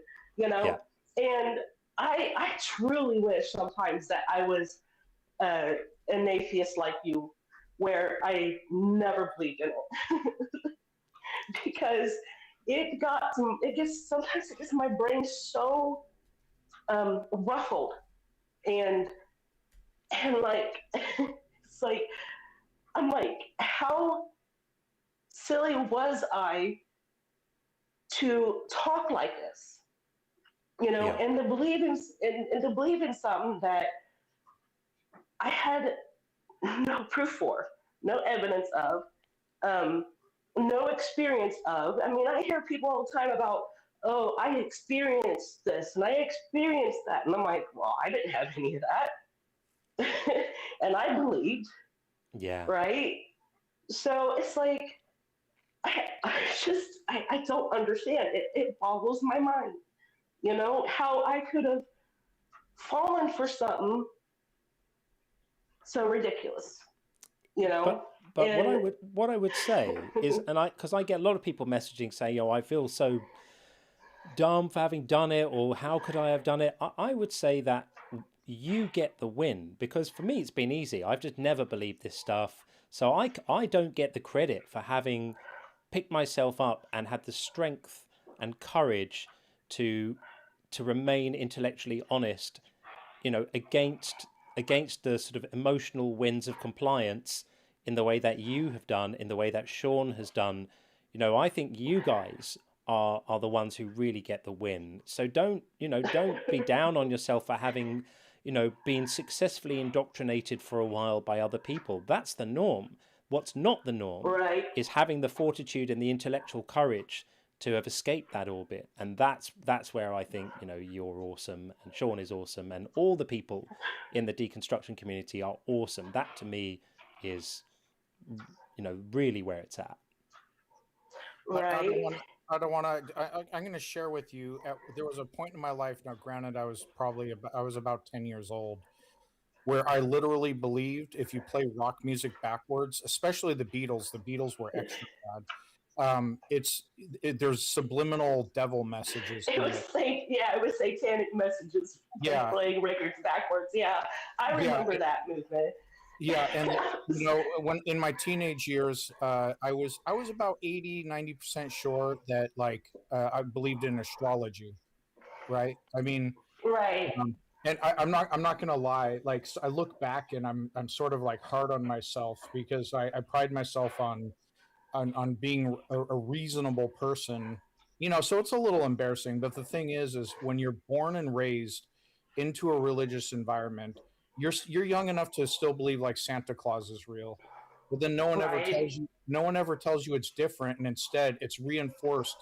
The reinforcement continues, going to church, media, everything, like all the culture you're in, you're just, and then these guardrails are in place. You're going to go to hell if you stop believing. So that kind of shuts down, you know, considering you're wrong. There's so many factors at play. And then just the human tendency to, like, things we don't understand, we tend to anthropomorphize them. You know, it's totally understandable, and not something to be hard on yourself about. Right, I right. want to tell you something else, which is that quite a few people in the chat completely remember you. They remember your last call in, and lots of people are saying, like, send love, lovely to hear you sounding happier, and all of that. For anyone who doesn't know, if you look on my videos, there's a video, the thumbnail says please listen to her. I think that's what I put as the thumbnail. Go back and watch that video and see someone very, very bravely tell a very difficult story. You're getting so much goodwill and love in this community right now from the people on here right now. I just wanted you to know that, and they wanted you to know that. Yes. Thank you. Another thing, it was about crap, I gotta remember. It was about one of the previous callers. Now I forgot. Dang it. Oh, I have such a horrible memory. That's all right. But yeah, it was about one of your previous callers that said that he kind of moved away from Christianity, but he was still a theist. That's common. That's common. Yeah, that was one of my first steps of of moving away from theism altogether. Was because when I was going to church, I always felt like I was being judged. You know, never felt like, maybe at first I was okay, but after a while, I was like, something does not feel right. Why does this not feel right to me? You know? And felt like I was always constantly being judged. And then eventually it moved from that to, you know, believing I was going to hell anyway. But once I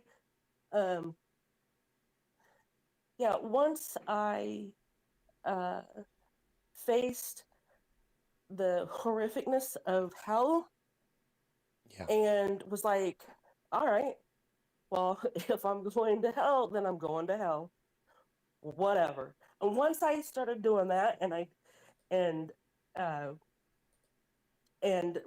became no longer afraid of it, that's when I finally was able to open up to myself that I was an atheist.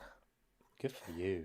Because I think maybe for a little bit that I was, you know, subconsciously an atheist, but couldn't let it out because I was surrounded by theists everywhere. Yeah. No matter where you turn, there's a theist somewhere. And just the idea of coming out to somebody that's a theist without having any kind of support was really scary. So I think I kind of set that aside while continuing to think that maybe I'm still a theist, you know? And this is over a long period of time, not just overnight or anything like that. There's no one set thing that happened that made me an atheist or anything like that. It's all built up over time.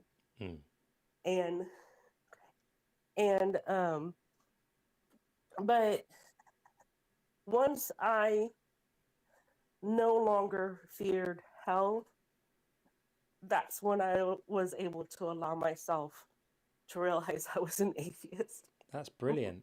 And do you know what's a really powerful realization in helping people to not have that fear of hell is that moment when you realize but hang on a minute, there's not just one hell. There's lots of hells, and I've never been bothered about any of those other ones, right? Never Right. worried about upsetting the Islamic God, or I never worried about upsetting any of the other gods or any of the other religions that might say that I deserve to go to hell.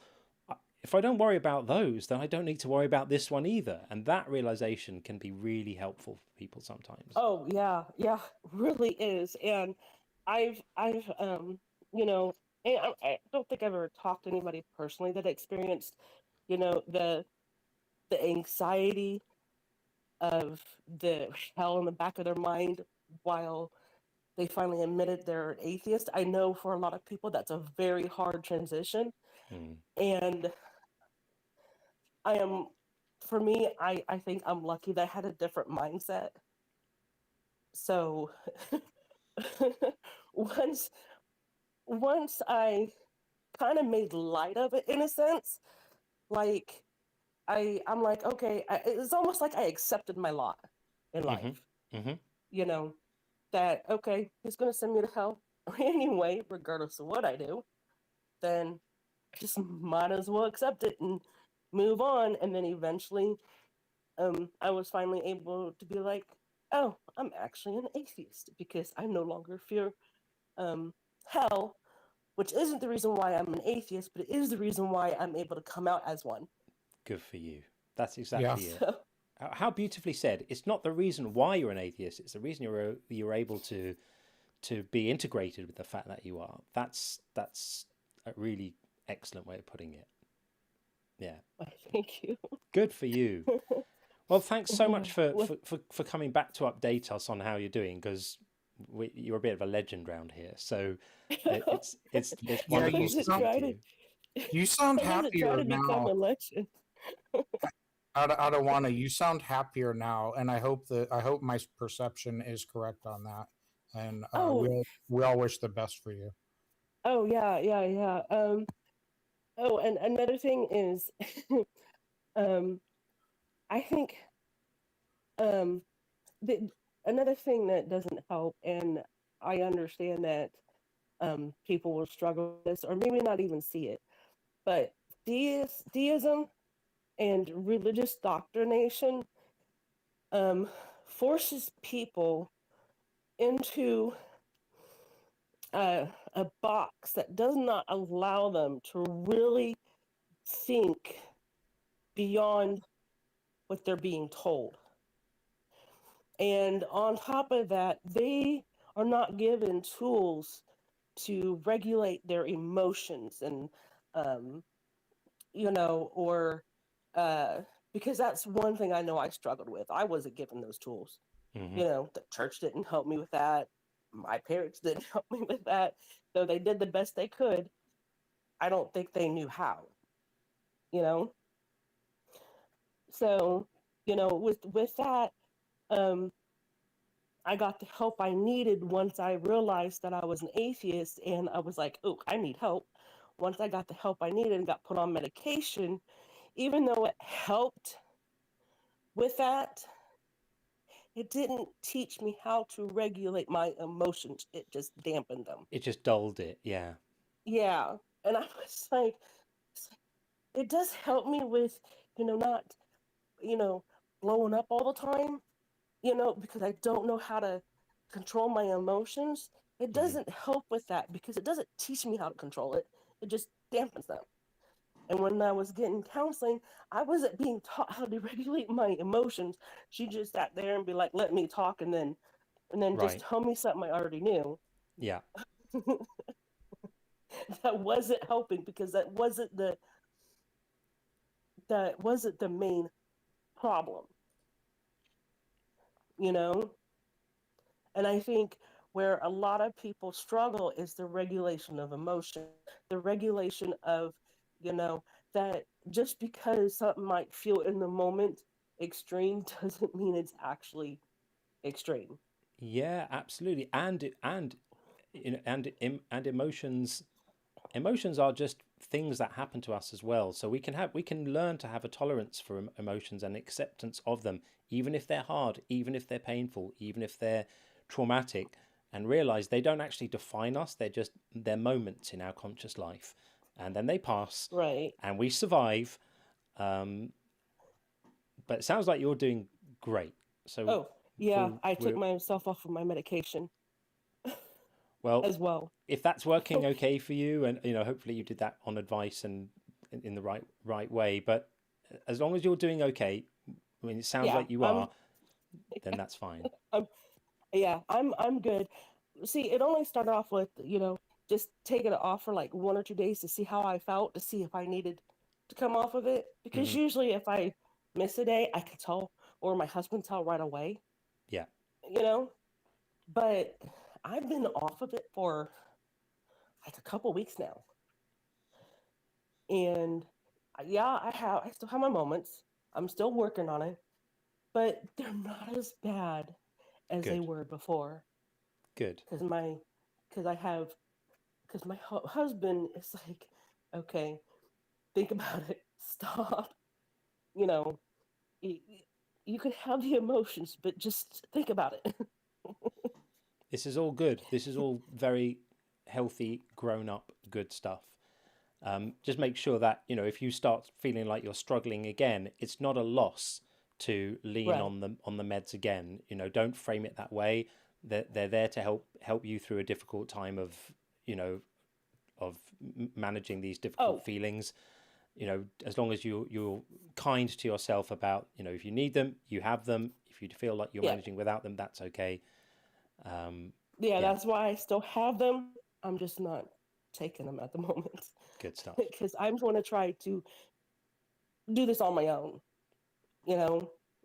I find it hard to improve myself when my emotions are so dampened that I can't tell if I'm improving. Of course, no, that's a common side effect with these things. But the other thing I would add is just make sure you keep a dialogue with your doctor about this stuff, because sometimes changes on and off medication have to be managed in a very specific way. And just if you're not doing this already, perhaps have a chat with them and just make sure that they are aware of what you're doing, and that they might have suggestions for how you titrate, or how how you make these changes to make sure that it's has the best outcome and is safe and stuff. That's the other thing I would just add. I agree with John on this. Like if you stop medications, there could be short-term effects of stopping it, but then over a longer term, maybe the effect is different. And please keep your doctor in the loop. Just Thank you for reminding me. I tend to forget to do things. My husband constantly has to remind me. That's a part of self-care, isn't it? So just make a point to do that. Give your doctor a ring, and just make sure that if I were to ask your doctor what's happening with you, that they would be as clued up as I am now, or as we are now. Right? Yeah. Sorry That's about worth that. doing.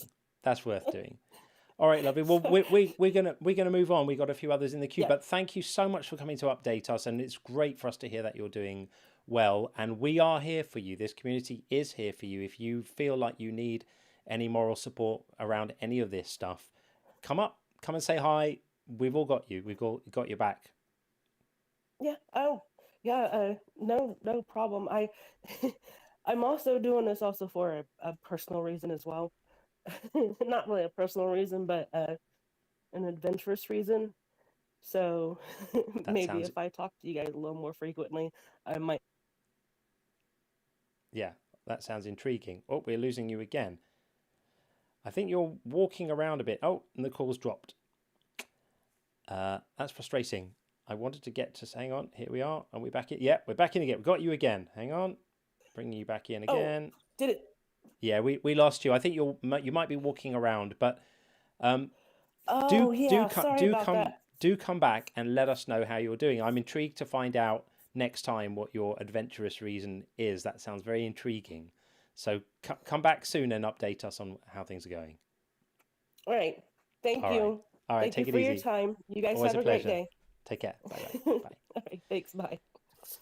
Okay. Yeah. Lovely to hear her sounding really well. Okay. Back to the TikTok side. We've got DL. We've got TH. We've got Hassan. We've got a couple more. We'll see what's going on. I'm just looking at my time. Still okay for time for now. I do have some messages to read as well. So let's just get through some of these. Tim, again, I'm faking being a mod till you make me one. Well, I did make Tim a mod, because how could I not make Tim a mod? Tim is an absolute stalwart in this community on the YouTube side. So, of course, Tim is now a mod. And thank you, Tim. I really appreciate that. WLJ says, they want everything they believe to be true. You want everything true to be what you believe. One embraces the opportunity to be corrected, one doesn't. Oh, that's so beautifully put. That's so beautifully put. I'm going to have to remember this. That's very wise. I'd love to know where that, if that quote originates somewhere, or if those are your own words, but that's very, very astutely put. I like that very much. Thank you for that. Misinterpretations, lovely to see you as always. Thank you very much for this, for the donation and the message. Hi, John and Sean. Thanks for all you do.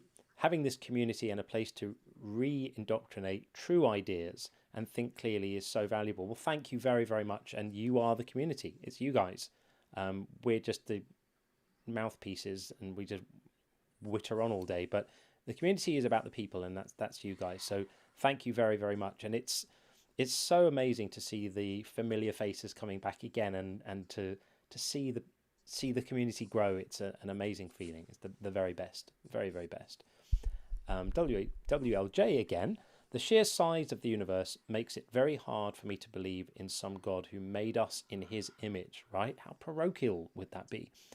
It amazes me how many people just believe it. It really is amazing. And I remember that little bit in The Hitchhiker's Guide to the Galaxy, when Douglas Adams is describing the Earth as, this sort of insignificant little blue-green planet on way out in the western spiral arm. Then he really does a brilliant job of just kind of making it clear how totally insignificant we are. And when you do start looking at the actual distances involved and on cosmic scale, it's mind-boggling, and you realize we really are just insignificant little nothing. And the hubris of thinking that this entire thing was all created with us in mind and that we look like the dude who did it is so completely ludicrous. Of course it's silly.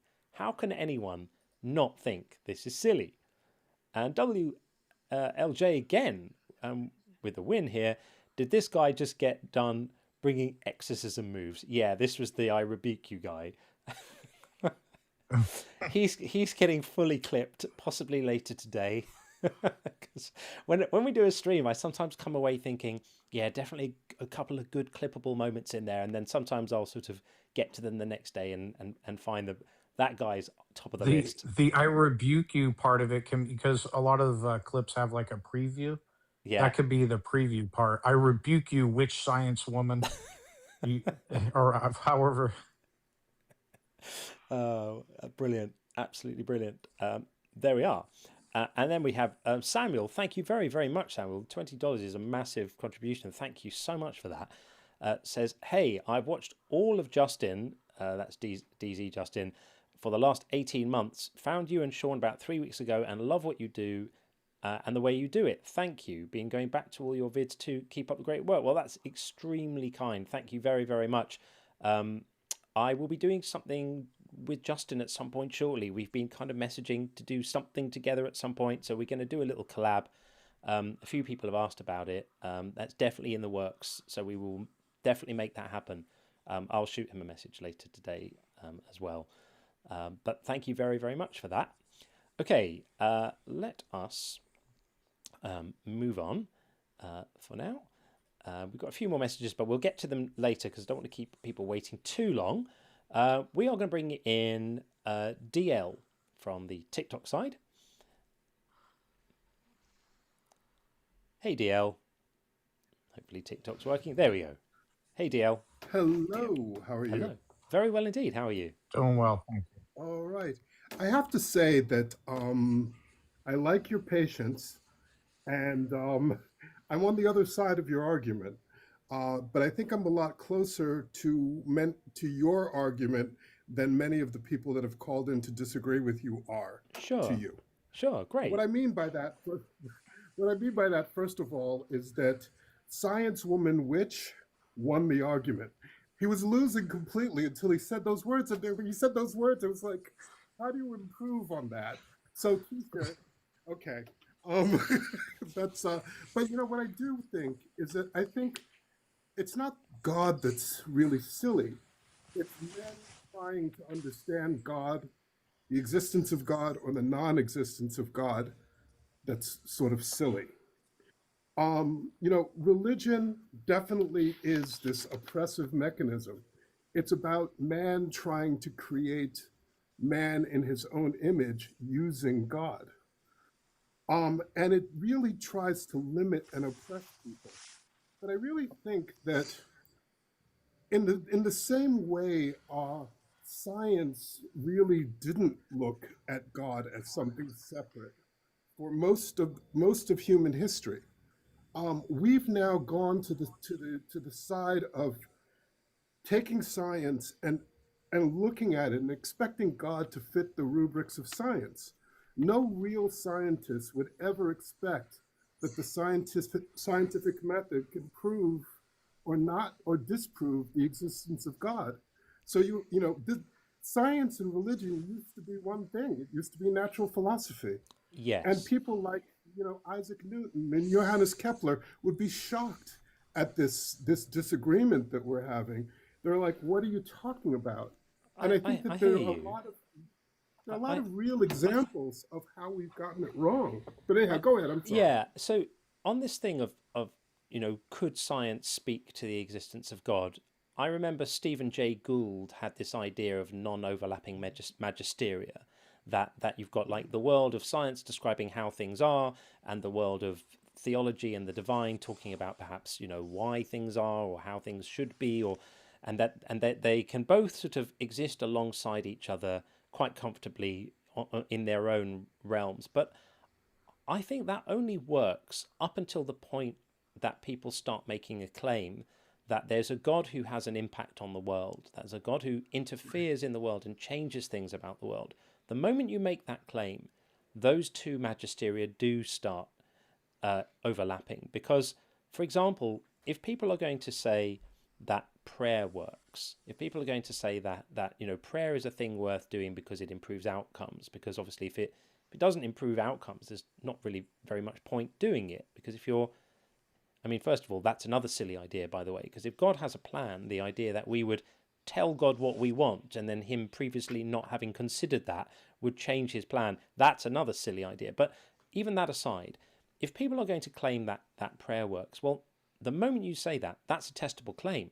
Then you can look at outcomes and say, okay, well, were outcomes better when people prayed, or were they not better? And that has been done, right? That suddenly becomes right? And it was a spectacularly unsuccessful study to show the efficacy of intercessory prayer in the recovery of cardiac patients. And it showed that the prayed for group didn't have better outcomes than the not prayed for group.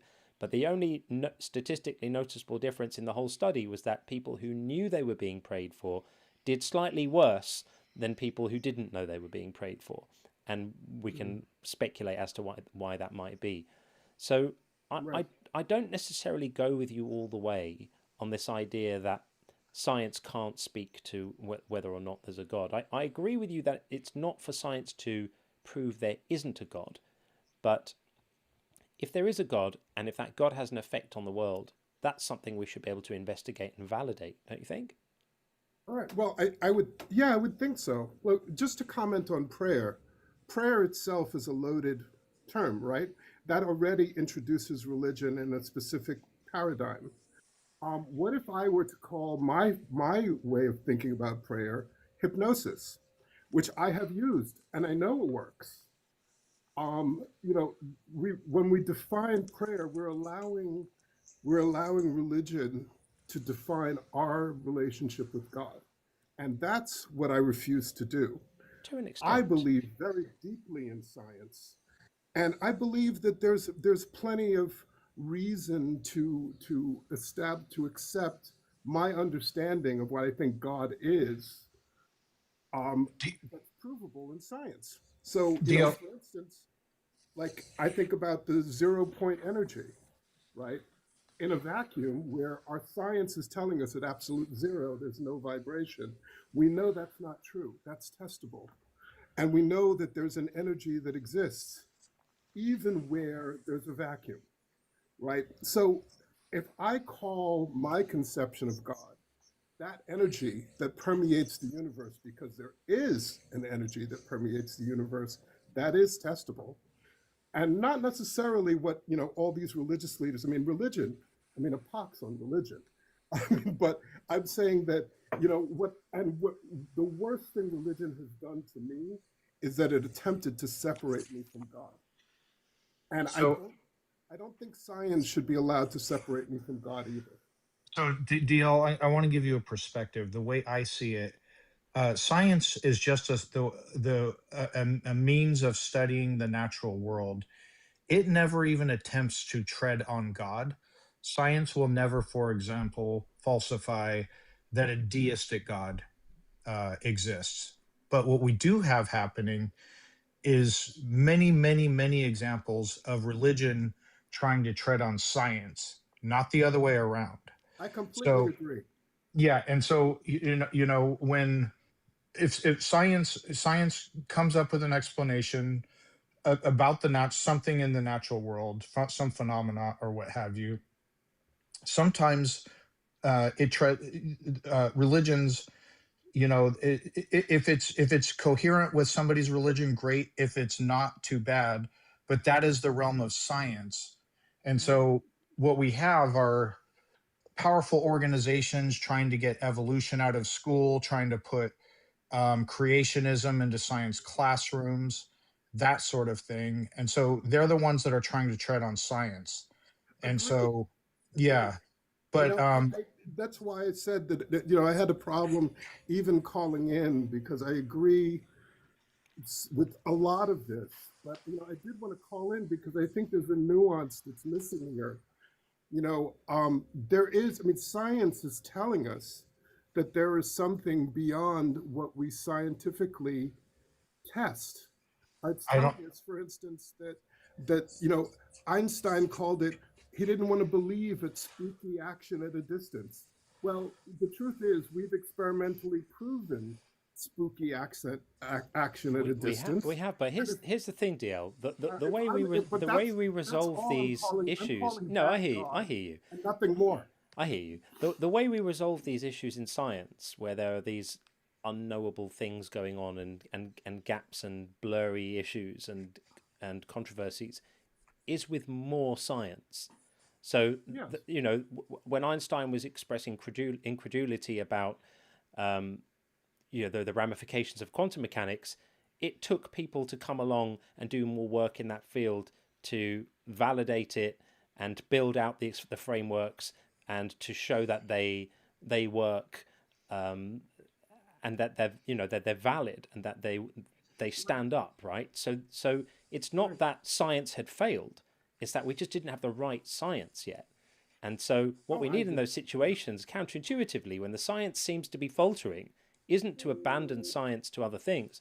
It's to just do more science, do better science. Yeah, I'm with you. I'm very much into science. Sure. I'm a Scientific American reader from the time I was young. Yeah. And I don't reject anything you're saying in terms of what science should do. I'm just saying that science has, the way we have treated science did not traditionally attempt, and it never attempted, to separate you from your soul. However, using science to address the existence of God has a tendency to separate you from your soul. There's something that I experience that when I feel, and I'm going to put this in air quotes, a oneness with the universe, and I hate even saying that, but I mean, that's what I'm trying to get at, that, I can reach for that. I can reach to try and feel the energies, and I can feel, that around me without having to say that there's a big guy with a big white beard in the sky that's going to send me to hell. Right? Yeah. I could still reach for that connection You're- and try to have my own spooky action at a distance with the universe. Fair enough. And I think that that's a noble endeavor for scientists, and they always had that. But I think that we're going away from that. And You'll yeah, go ahead. I'm sorry. Yeah, no, it's okay. What you'll never see is John or I, and I don't want to say every atheist, but very few atheists saying science disproves the existence of any gods. That's never going to happen. What we do see happening, though, are a plethora of theists of lots of different varieties coming in and saying, this thing in science is false because of my religion.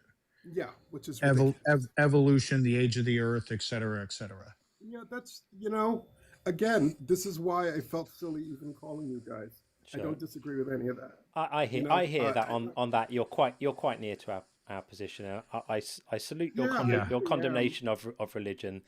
I hear that. Religion is the worst thing that's ever happened. Think about how many people have died because of religion. I mean, there's continuing no to do that.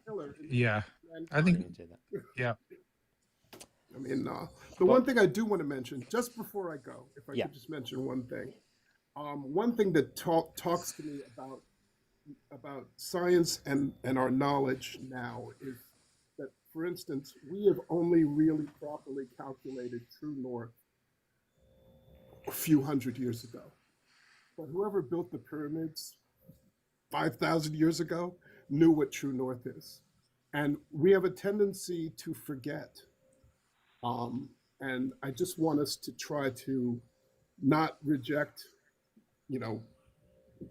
the ancient understanding because they've been co-opted by religion. Fair enough. And I'm reminded of the phrase, we should always keep an open mind, just not so open our brains fall out, right? So let's be open to the possibility that ancient traditions contain, wisdom and practices that have some value. We should always remain open to that. Indeed. Thank you so much. I really appreciate you. Thank you for coming in. We appreciate it. I've actually called up. Oh, well, thank you. Thank you for doing it. All the best, Dale. Thanks, man. Cheers. All right. Bye-bye. Okay. Couple of other things. So we'll do a couple more messages and we'll see where we're at. So first of all, Anony has, thank you so much for sending out 10 Unconvinced gift memberships. That is huge. Thank you very, very much for doing that. Much appreciated. I gather the way it works is the system just kind of randomly distributes them to people in the chat, and then I think they last a month, and then you can do what you want with it, renew it or not. But that's really, really kind. Thank you very, very much. That's massive. Jay Anderson says, lead your best moral life. Any real God would not need your adulation. An atheist. Well, I think that's absolutely right. I mean, how pathetic would this God be? This alludes to something we were saying earlier. Like, created the entire cosmos, but gets awfully sad if he doesn't get, enough feely props from everyone. All a bit silly, but good advice. Absolutely agree with that.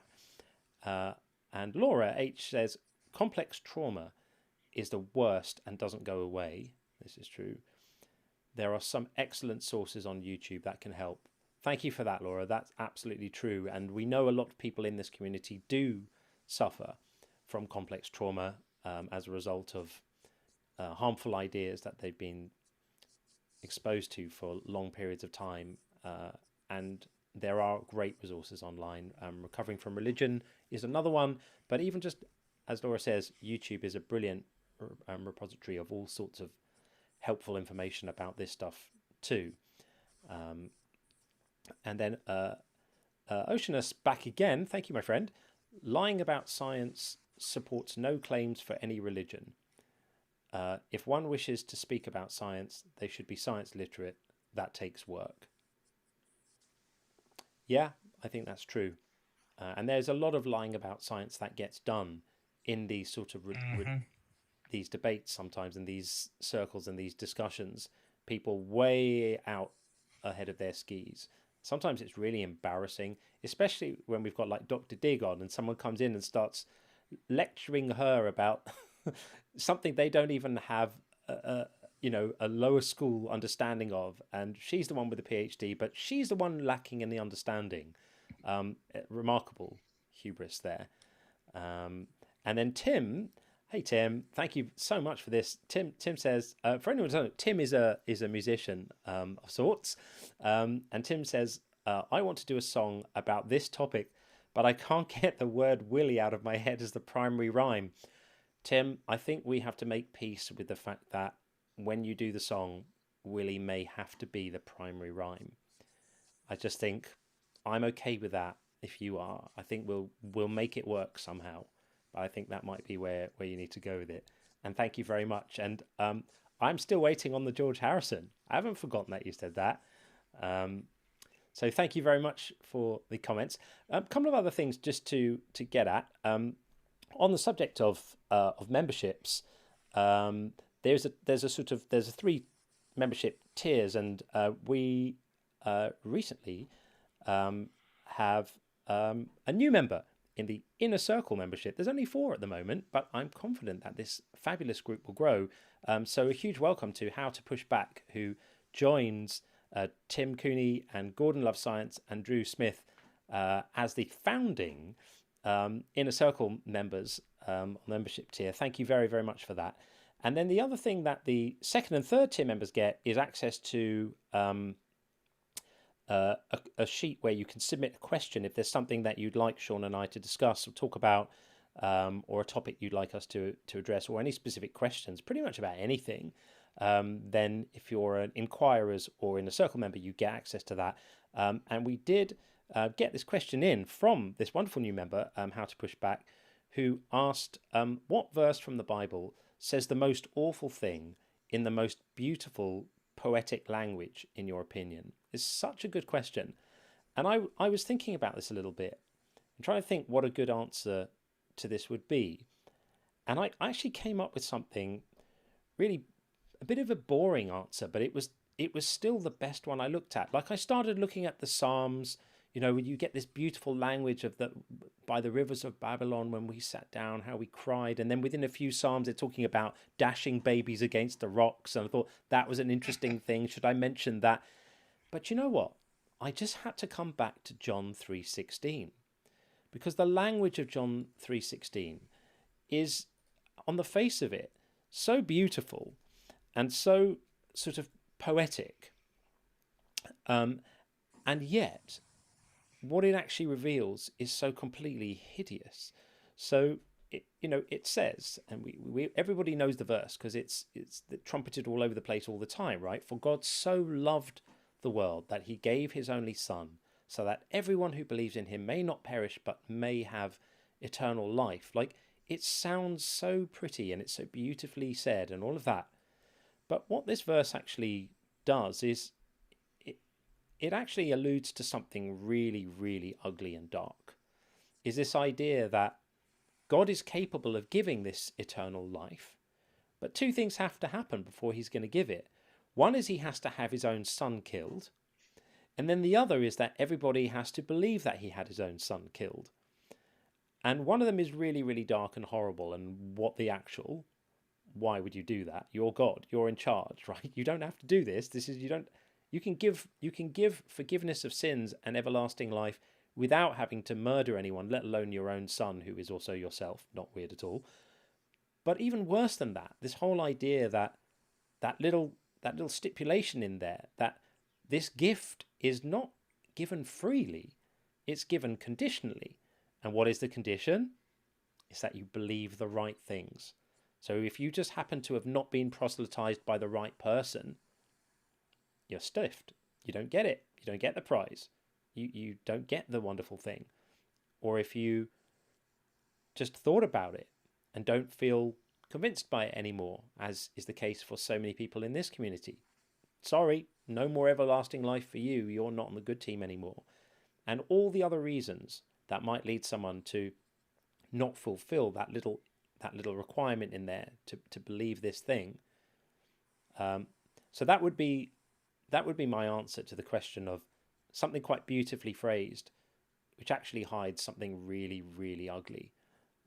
So I'm sorry for not coming up with a more exotic verse. I was going to do the Psalms, and then I thought about this, and I thought, if I do the Psalms, I'm going to regret it. So that's the one I'm going with. Sean, any thoughts on that from you? I think I think what you picked is a great example. I mean, something can be dark, but also written in a way that is aesthetically pleasing. And I think that, and at first, the whole eternal life, it has beauty to it. I would need to do a deep dive to come up with another one on my own. Justin from Deconstruction Zone, I saw him pop up in the chat a few minutes ago. Oh, if, right. if you're still in, Justin, I don't know if you have if Justin's a in, verse that you think. What's that? Or if Justin's in, come up and say hi. If you want to come Yeah. hang with us, we're in the final half an hour of the stream, but you're always welcome, man. Of course. It might be that we get to do some of the thing we've been talking about doing right now. Yeah, and I'd be curious about his answer to that question as well. Yeah, I'm sure that Justin will have a much broader scope of options than would have occurred to me. Maybe he's not here right now. Maybe he was just in temporarily. I can't see him on the list right now. But yeah, there we are. Okay, so we do have a little bit of time left before I need to run off. T minus about 30 minutes. So let's go with TH, still on the TikTok side.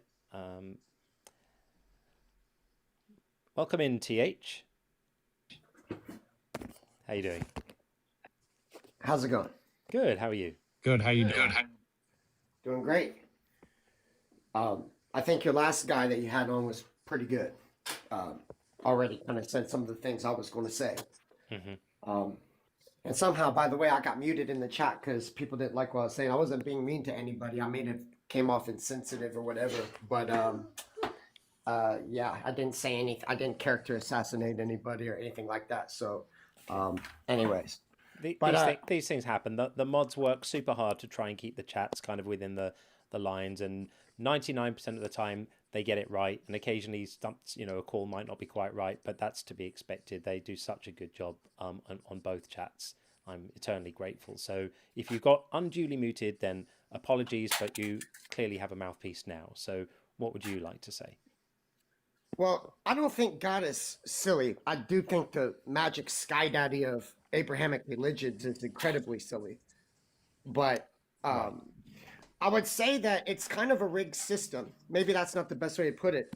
Maybe to explain what I'm trying to say. I know a lot of people who are atheists don't make the claim that science disproves God. But I would go a step further and say, even if there is God, you can't prove it. Not through the conventional ways that we try to. You're not going to find some archaeology, you're not going to find something in the dirt somewhere and be like, oh, wow, this proves there's God. Even if a guy rises from the dead, doesn't prove that's God. So what's an unconventional way to prove God? Well, we have to change our way of thinking, our approach. It's going to involve some philosophy. So number one, what I think is a big problem is that the tool that we use to discern, it only thinks in opposites. And if it only thinks in opposites and words follow thought, you're always left with dualities. And I think the closer you get to reality, even science is quote unquote showing us this, that things that appear to be opposites end up getting blurred. I like, particle wave duality, that sort of thing. So what I'm saying is trying to use the intellect without examining how it works is like trying to see and proving God with it, or trying to understand God is a lot like trying to look at the back of your head by turning your head. No matter how you turn your head, it's always the back of your head. You're not. This all just feels a little unfalsifiable to me, and when I detect a whiff of unfalsifiability, my kind of intellectual hackles go up a bit, because I just think, yeah, fine, it might be true, it might not be true, but if something's completely unfalsifiable, I struggle to see kind of what the point is to it. Well, hold on for a second. You don't think it's important to examine how the mind works? No, of course. I mean, of course it is, but I'm not talking about examining how the mind works. We're not talking about minds. We're talking about whether there is a God. Now, of course, we could discuss what we mean by the word God. Clearly, you're not aligned with this Abrahamic, as you say, Sky Daddy nonsense stuff, all of that. Okay, that's fine. So you've got your own personal idea of what you mean by that word, but we have to define it, don't we? Right. So how would you define it? Well, we'll say let's talk about what it can't be first. Don't you think that's? I mean, I think everything I've said thus far is pretty reasonable. Wouldn't you agree? I haven't said anything that's. Yeah, I think I didn't even understand some of it, but yeah, please define your God and what reason you think there is, what the rational justification to believe that God exists. And I would also interject before you do by saying, if we have to make a list of all the things God isn't, we're going to be here for a very long time, because that list is extremely long. Yeah, that's fair. So maybe don't start there. That's fair. Maybe start with what God is. Okay, well, if there is God, and I'm not even saying there is or there isn't, okay? So, but if there's God, he can't be a subset of a larger reality. Number one. So he has to be the totality is what that means. It ain't just about what he is, or what he isn't, it's about what he is. For instance, if I say, well, God is, inside of the universe where there's time and space, and God is a thing. Well, God is a subset of a larger reality that includes space and time. You can't be a smaller thing than the reality. Otherwise, it by definition is not God. Are you saying God exists outside of space and time? It's hard to say that, but I'm saying if there's a God, it has to include the totality of everything. If there's an aspect of God outside of that we can perceive, I can't prove or disprove that. But what I'm saying is, based on what we can see and what we know is there, it has to include everything. Otherwise, he's not God. Can't be. A friend in the chat has suggested, could there be a God could be a minor God in a pantheon of gods? That's possible too, right? No, that's true. That's true. But I would argue that's not, because I mean, we could describe Thor as a god, and it doesn't fit your description at all. So you believe that God, it sounds like you're saying omnipresent. Is that correct? Yeah, I guess you could say that. Okay, so God is omnipresent. Is he all knowing and all powerful? Sorry, I'm just trying to get to the point quickly. So here's the problem with one of those omnis. Now, if you say, well, is God so strong that he can create a stone that he can't lift? Can't do logical contradictions. I'm fine with that. So he's maximally powerful. He just can't do logical contradictions. So in that sense, he's all powerful minus logical contradictions. All knowing. Yeah, you could say that. I would say perhaps. All right, created the universe. Yes, yes. Okay. So, what is your evidence that this God exists? Well, create is a problem, because then we get into this time circular argument. Because now, if we say, well, God created the universe, then we can say, well, who created God? So that's already no, not necessarily. You could say God always existed as a necessary being. Many people do, and he created the universe. But yeah. So do you believe God is the creator of the universe in some sense, or do you think the universe always existed next to God, like God has always existed within it? I would say that the entirety of the universe is intelligent and conscious.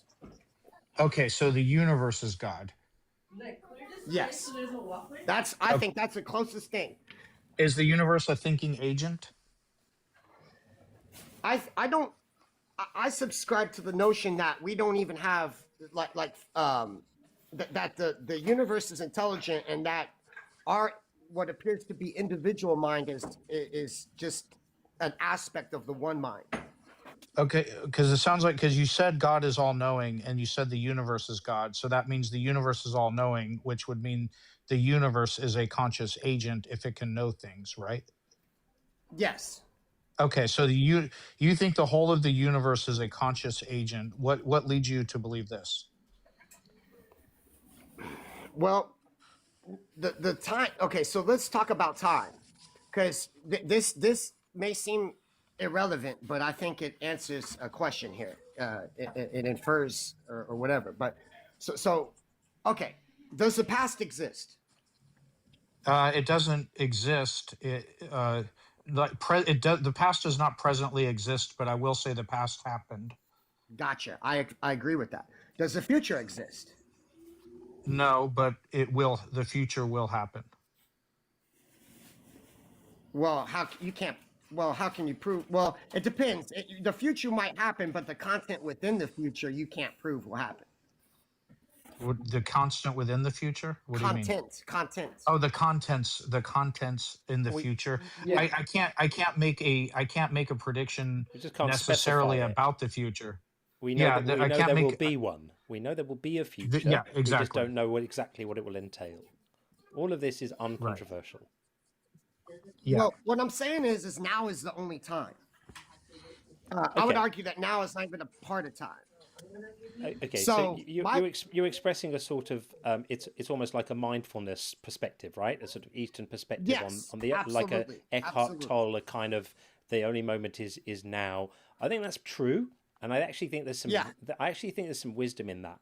But I'm just mindful of the kind of perspective you're describing. I would almost think that it's polluted by injecting the word God into it. The word God is so loaded. It comes with so much philosophical baggage, so many connotations of so many things that you clearly don't mean.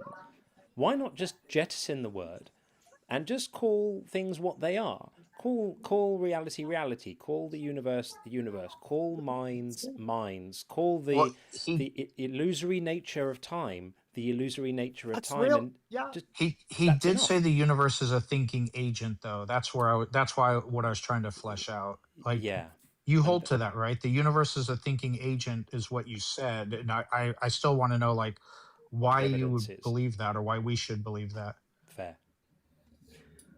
Well, I'm not saying you should or should not believe in anything. I mean, what you believe is up to you. But why is it rational to believe that? He doesn't mean should morally. He just means what's justified by the evidence. Yeah. So I'm not a fan of the like Abrahamic religions and all the emotional arguments and hey. We got that. We got that. But what's a rational reason to believe that the universe has a mind? Because past and future collapse as being nothing but thoughts, leaving only the now. And if there's only now, then everything that has existed, will exist, and exists now already exists as a potential within the singularity. And what ends up happening through cause and effect as we live our lives is manifesting out of an already pre-existing pool of potential. Let me give an analogy. It's kind of like a video. Let's say we're playing Call of Duty. The whole entire game of Call of Duty, every possible action, reaction, you die, you get a weapon, all that stuff exists within the game.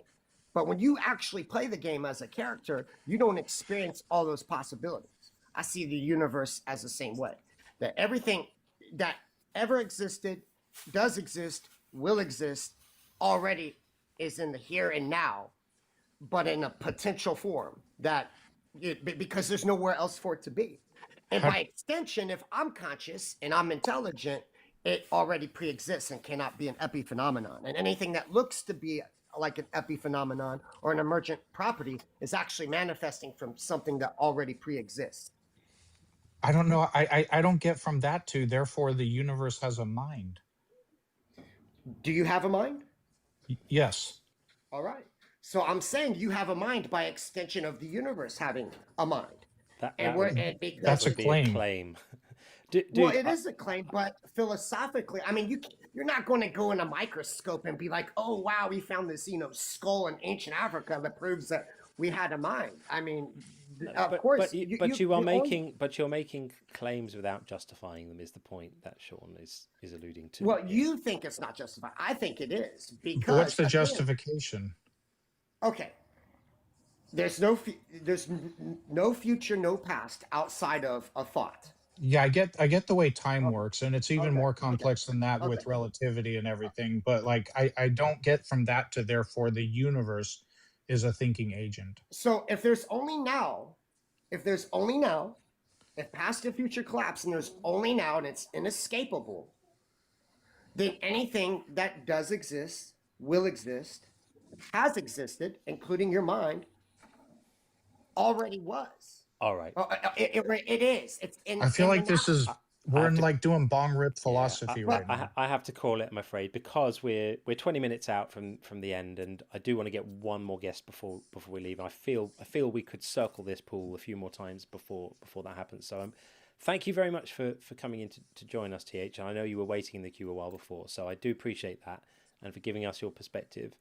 And also for being willing to call out the Abrahamic nonsense for what it is. On that, we're grateful, and you're on the right side of the issue there. And the ideas that you're espousing aren't going to be harming people, even if we think they're unjustified. We can agree that they are relatively benign, let's say. So I thank you for those things and for coming in to speak to us. But we're going to try and fit in one more guest before I have to put a lid on it, because I have an immovable commitment that starts immediately at 5 o'clock. So my time, which is in 20 minutes. And come back and we'll discuss Days of Future Past. Great movie. Good stuff. All right, man. For me, y'all. Thanks very much. Thanks. Okay. Yeah. Many years ago, 20 odd years ago, I went through a period of engaging quite a lot with the sort of new agey people. And I found it really, really difficult to have some of those dialogues and discussions because everything felt so slippery. The moment you tried to pin down a concept, it kind of shifted. And I'm not necessarily saying that he was like that, but it just reminds me, these sort of, when the discussions about God get into these alternative, idiosyncratic, personal conceptions of the divine, I feel like I'm chasing a bar of soap around under the water in the bath, trying to get a hold of it, and it's slipping out of my hands every time I do, because there's I don't know, there's like a lot of words and not very much that I feel I can really hold on to and go, okay. And you were trying, Sean, to give you your credit, you were trying to say, what's the justification for the claims you're making? And I don't think there was much, but I think he was trying to provide it. I don't think he was disingenuous at all. Yeah. He was trying to provide it. Agreed. And maybe it's our lack of understanding on our part, but this may possibly be our final guest. I'm going to bring in Jiffy from the YouTube side, who has been waiting a little while, and then we'll see where we are with that. Jiffy, how are you doing? I'm doing well. How are you, John? Very well indeed. I just have to clarify that we have let's call it 15 minutes to talk, and that allows me 3 minutes to wrap up the live after that. So forgive me for not allowing as much time for a conversation as we might want to have. But with that said, the floor is yours. Yeah, thank you. I know you have to leave soon, so I was just gonna pop in and say hi and how about I'm a big fan of you. I love how you have these theological conversations. I'm an ex-Christian myself, but I'm not entirely sure if I've ever gone through the full real deconstruction. I was basically born into it. My parents took me to church every Sunday, but we moved around a lot, because my dad was military, and we changed churches frequently, Lutheran, Protestant, Baptist. So that kind of clued me in that maybe theology wasn't as clear cut as I was taught to believe. If this many different people can all just disagree about the details.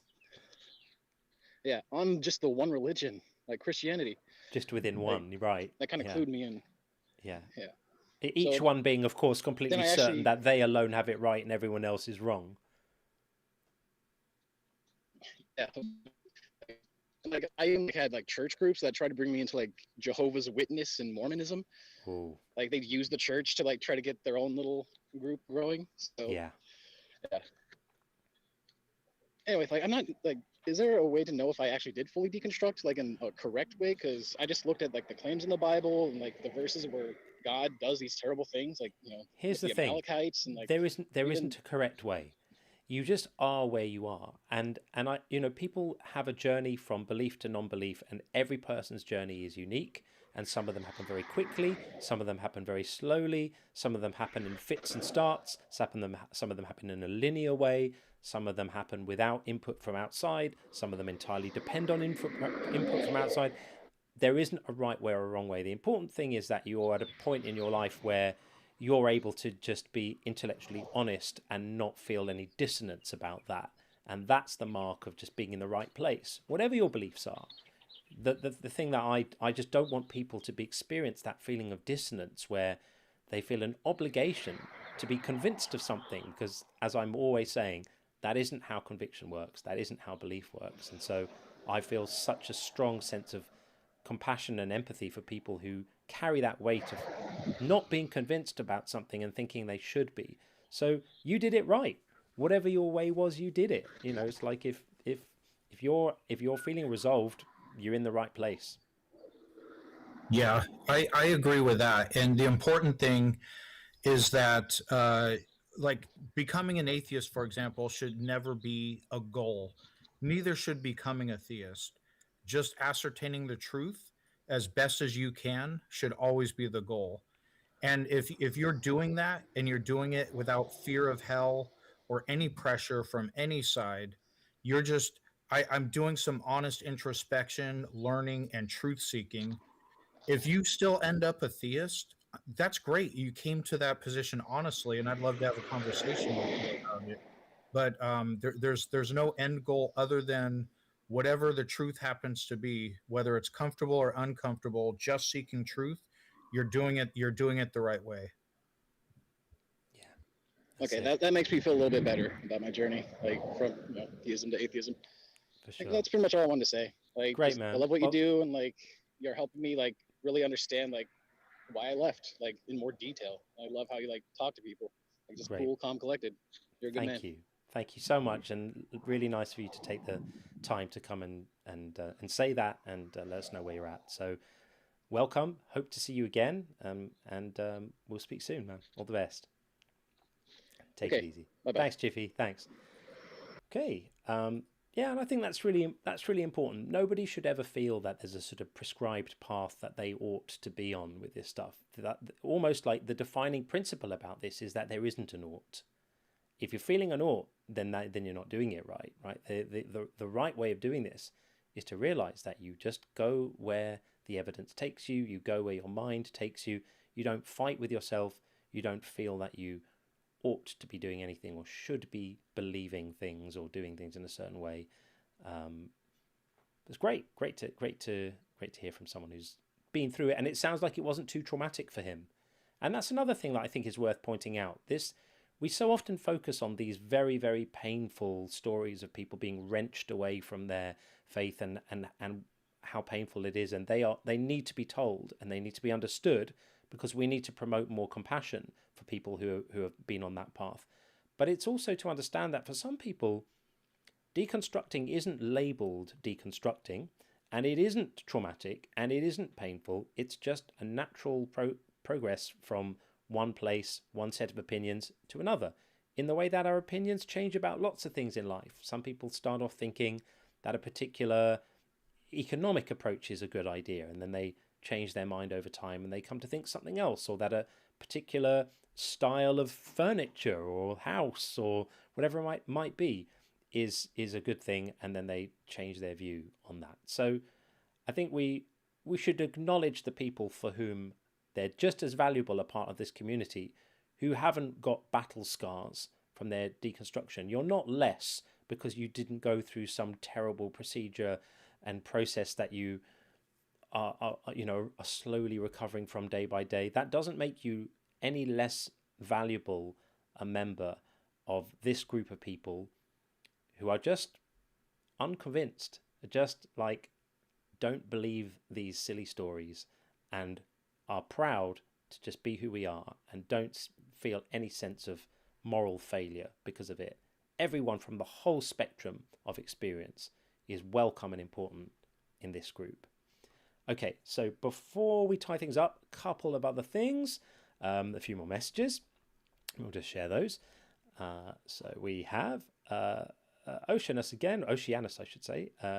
The issue never admitted by apologists, if they could prove their God or had good arguments for their God, they'd have to admit it opens up the possibility for trillions of gods, but no, only theirs. That's such a good point. That's such a good point. So any evidence that would be sufficient to demonstrate the possibility of a God would also be sufficient to demonstrate the possibility of multiple gods, which is quite uncomfortable. Very, very good point. We really have smart people in the audience here. I'm very humbled a lot of the time by these people who are smarter than me and commenting, and I feel like I'm the one who's sitting here, and I appreciate input like that very, very much. Kif, very, very good friend and super moderator on the YouTube chat, says Romans 6:18, and that you, having been set free from sin, have become enslaved to righteousness. Hideous verse, still promoting slavery. That you, having been set free from sin, have become enslaved to righteousness. I have to think on what that means. I'm not totally sure I understand that, Kif. Maybe you can drop me a message or something and let me know. I don't quite get that. Have you got this, Sean? I have sort of an intuitive interpretation, but it's one verse or a part of a verse, so I don't know if it's necessarily correct. I mean, it seems metaphorical to me, just intuitively. Like I'm stepping away from sin and I'm just rigidly trying to stick to righteousness. So in a sense, you're enslaved to righteousness. That's sort of how I read it. Right. Yeah. Could be. I find there's so much in Romans I don't like. It's like Paul on his high horse telling everyone how their minds work. Horrific stuff. Frodo, I will get you in to have your 2 minutes in just a sec. So we'll read one more message and then we'll get you in and then we'll probably wrap it from there. And then we have from Tim, the George Harrison song is coming. Hooray! Unfortunately, like you, I've been ill. I'm sorry to hear that, Tim. And my voice has been not so pleasant to listen to, as has mine, as you can hear. Getting better, though. Well, I'm very pleased that you're getting better, and thank you for the message, and thank you for working on that. I cannot wait to hear it. And also from Tim, also waiting for an adapter that should arrive from Amazon. I'm always waiting on an adapter to arrive from Amazon. That seems to be a thing these days. That's what modern life is. Modern life is waiting on an adapter to arrive from Amazon. Who here has not been waiting on an adapter to arrive from Amazon? I feel you, brother. This is it. Thank you, Tim. I really appreciate it. You have Amazon. Do you have Amazon in the UK?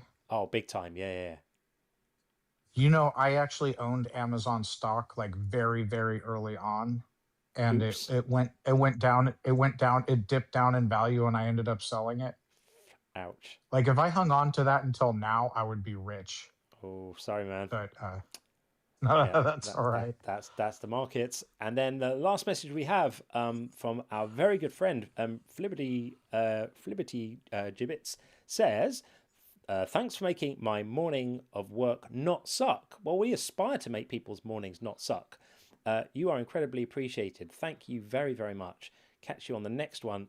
See you in the clips. Indeed, both of those things are going to happen. Thank you so much for that, my friend. You are lovely. Always happy to hear from you. Thank you very much. I'm so glad that your morning didn't suck. Clips will be coming, of course. Next stream, we'll do a night stream on Thursday. Time to be confirmed. It will probably be 10:30 p.m. UK time. There's a chance I may need to start it very slightly later, but I'm going to aim for that. But that's what we're going to be going for. I think that we're getting towards a point of Tuesday during the day, Thursday and Saturday nighttime streams. I think that's going to be broadly the routine going forward. That sounds good. I'm aiming for that, so that feels good. And then perhaps the odd additional ad hoc one that we can drop in as and when we're able to just do an impromptu one. Maybe we'll spring them out as a surprise, but that's kind of the plan. And then the other thing, just to tell you before we get Frodo in for a very final quick chat, is I have had some news on the book. So for anyone who is here who doesn't know, I wrote a book, and it's coming out in November, but it is available right now on all the places that sell books, Amazon and Barnes and Noble and all of those places. And the publishers mailed me a timetable, which is quite exciting. So they basically gave me a schedule, sort of an approach to landing for the book for the next few months. So the copy editing is going to be done in the next 4 weeks, which is fantastic. They have an in-house copy editor who will be marking up the manuscript and sending it to me for discussion. And I think that process is quite collaborative, but basically that's the final kind of copy editing pass. Then it goes for typesetting, I think in June, and proofreading as well with a professional proofreader. Then they will be creating an index for the book, because I didn't make an index when I wrote the book, but I'm quite happy that they're going to be doing that. I think that's brilliant. I think when a book has an index, it's easier to find the bits when you want to, where was that passage about divine hiddenness or whatever. You don't have to go trawling through. So I'm really happy that they're going to be doing that. Final proofs will be in July, I think. And at that point, the manuscript will be locked. When the manuscript is locked, I'll record the audiobook. So to make sure that when the book comes out in November, the audiobook will all be done as well. And then it will go off to production in August. So that's the plan. So very excited about that. The book, for anyone who doesn't know, is called Unconvinced: How Belief is Not a Choice and Why That Changes Everything. And it is about the core principle that Sean and I speak about here pretty much every live, which is that you can't just decide to be convinced of something. You either are or you're not. And if it's not a choice, it doesn't make any moral sense to punish or reward someone for what they believe. So that is that. Finally, in our last couple of moments, we're just going to bring in our friend Frodo. Hey, John. How are you, my friend? I'm okay. Frodo, how you doing? I'm all right, Sean. It's good to hear you both. I will keep this brief. So, point number one, Hitchhiker's Guide to the Galaxy, when they go to the Babelfish computer, and it inputs the question, the meaning of life, and it comes back as 42, that's not random. Do you know about this? No.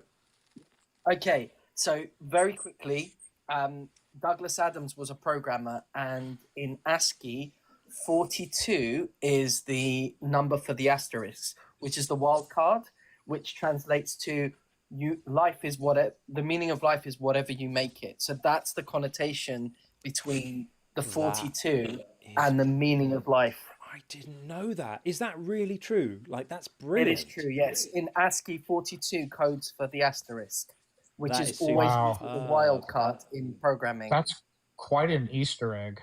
That is a brilliant Honestly, Easter I'm not egg. making this up. I had a friend of mine who was a programmer and explained it to me, and I was as dumbfounded as I was like, wow, that is next level. Yeah, I just think it's fully cool because we've all carried 42 around with us in our heads for years. Any of us who read the book when we were younger. I didn't realize it had that significance. I absolutely love that. I went to Douglas Adams' grave in Highgate Cemetery last year, and it was amazing. It's such a shrine. People leaving all sorts of cool objects there, and pens and little trinkets and things to him. It's brilliant. Thank you for sharing that, Fredo. Really, really appreciate it. That was the first point.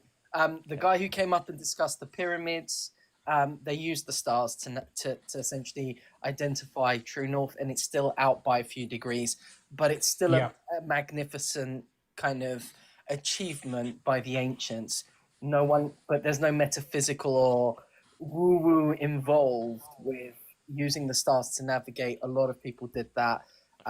It's why the Vikings were able to sail different places, and why we were, we were able to explore the stars were very much the way we navigated before the accomplishments of the chronometer and everything else.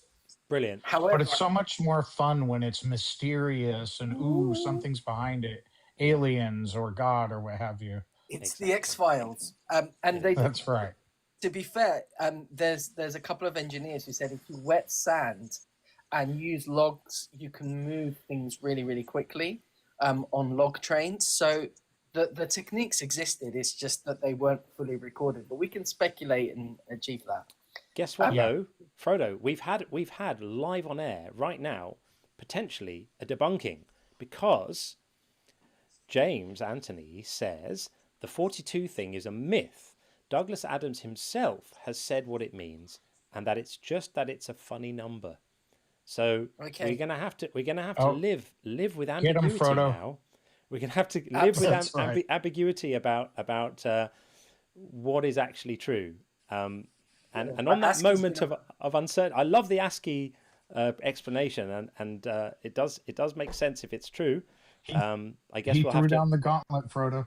Yeah, we'll have to find out. Unfortunately, if you Google ASCII and then the ASCII decimal number 42 represents the asterisk, it is commonly used as a character in programming, often serving as a wildcard to represent anything or everything. But that doesn't necessarily mean it was Adam's intention. Correct. It just Absolutely. could be.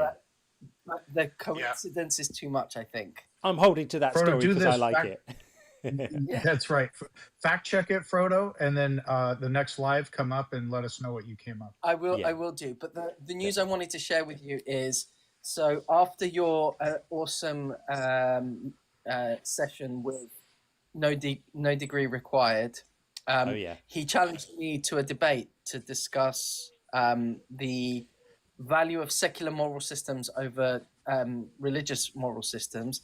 He still stands by the fact that unaliving women for infidelity is perfectly justified and rational.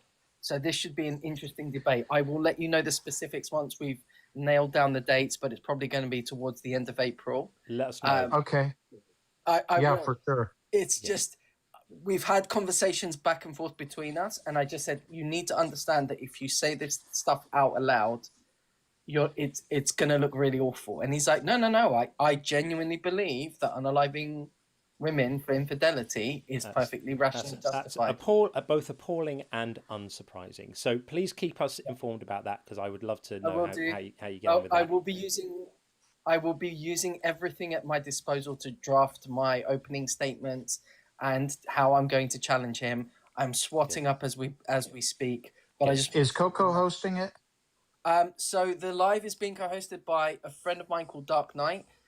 Okay. He's the moderator. I've already been warned that as a moderator, he's not taking any sides, and if he refuses to answer questions, he's going to call us out both. I imagine, however, he's probably going to be calling out one person more than the other. However, you never know. I might get defensive, or I might feel that the debate's not going my way. However, this is something that I believe I can argue quite successfully, considering that I don't want to unalive women for infidelity. Of course. So, my friends, I have to draw this stream to a close because I have an urgent obligation that I've made a promise on. Go, John. Thank you so much. Thank you so much to everyone. Greg, nice to see you in the stream. To answer your question, Greg, the stream is ending right now. So thank you so much. I missed you all while I was tucked up in bed with a nasty bug, but I'm pretty much over it now and very, very happy to be back with you all. So thank you for joining me. I really, really appreciate it. And Sean, to you as well, of course, to fantastic mods, as always, on both sides. And we'll see you on Thursday evening. So look out for the notice to confirm the time. Cheers. All right, Frodo. Take care. See you later. Bye, guys. Bye, John, and bye, everybody. See you all soon. Fun stream.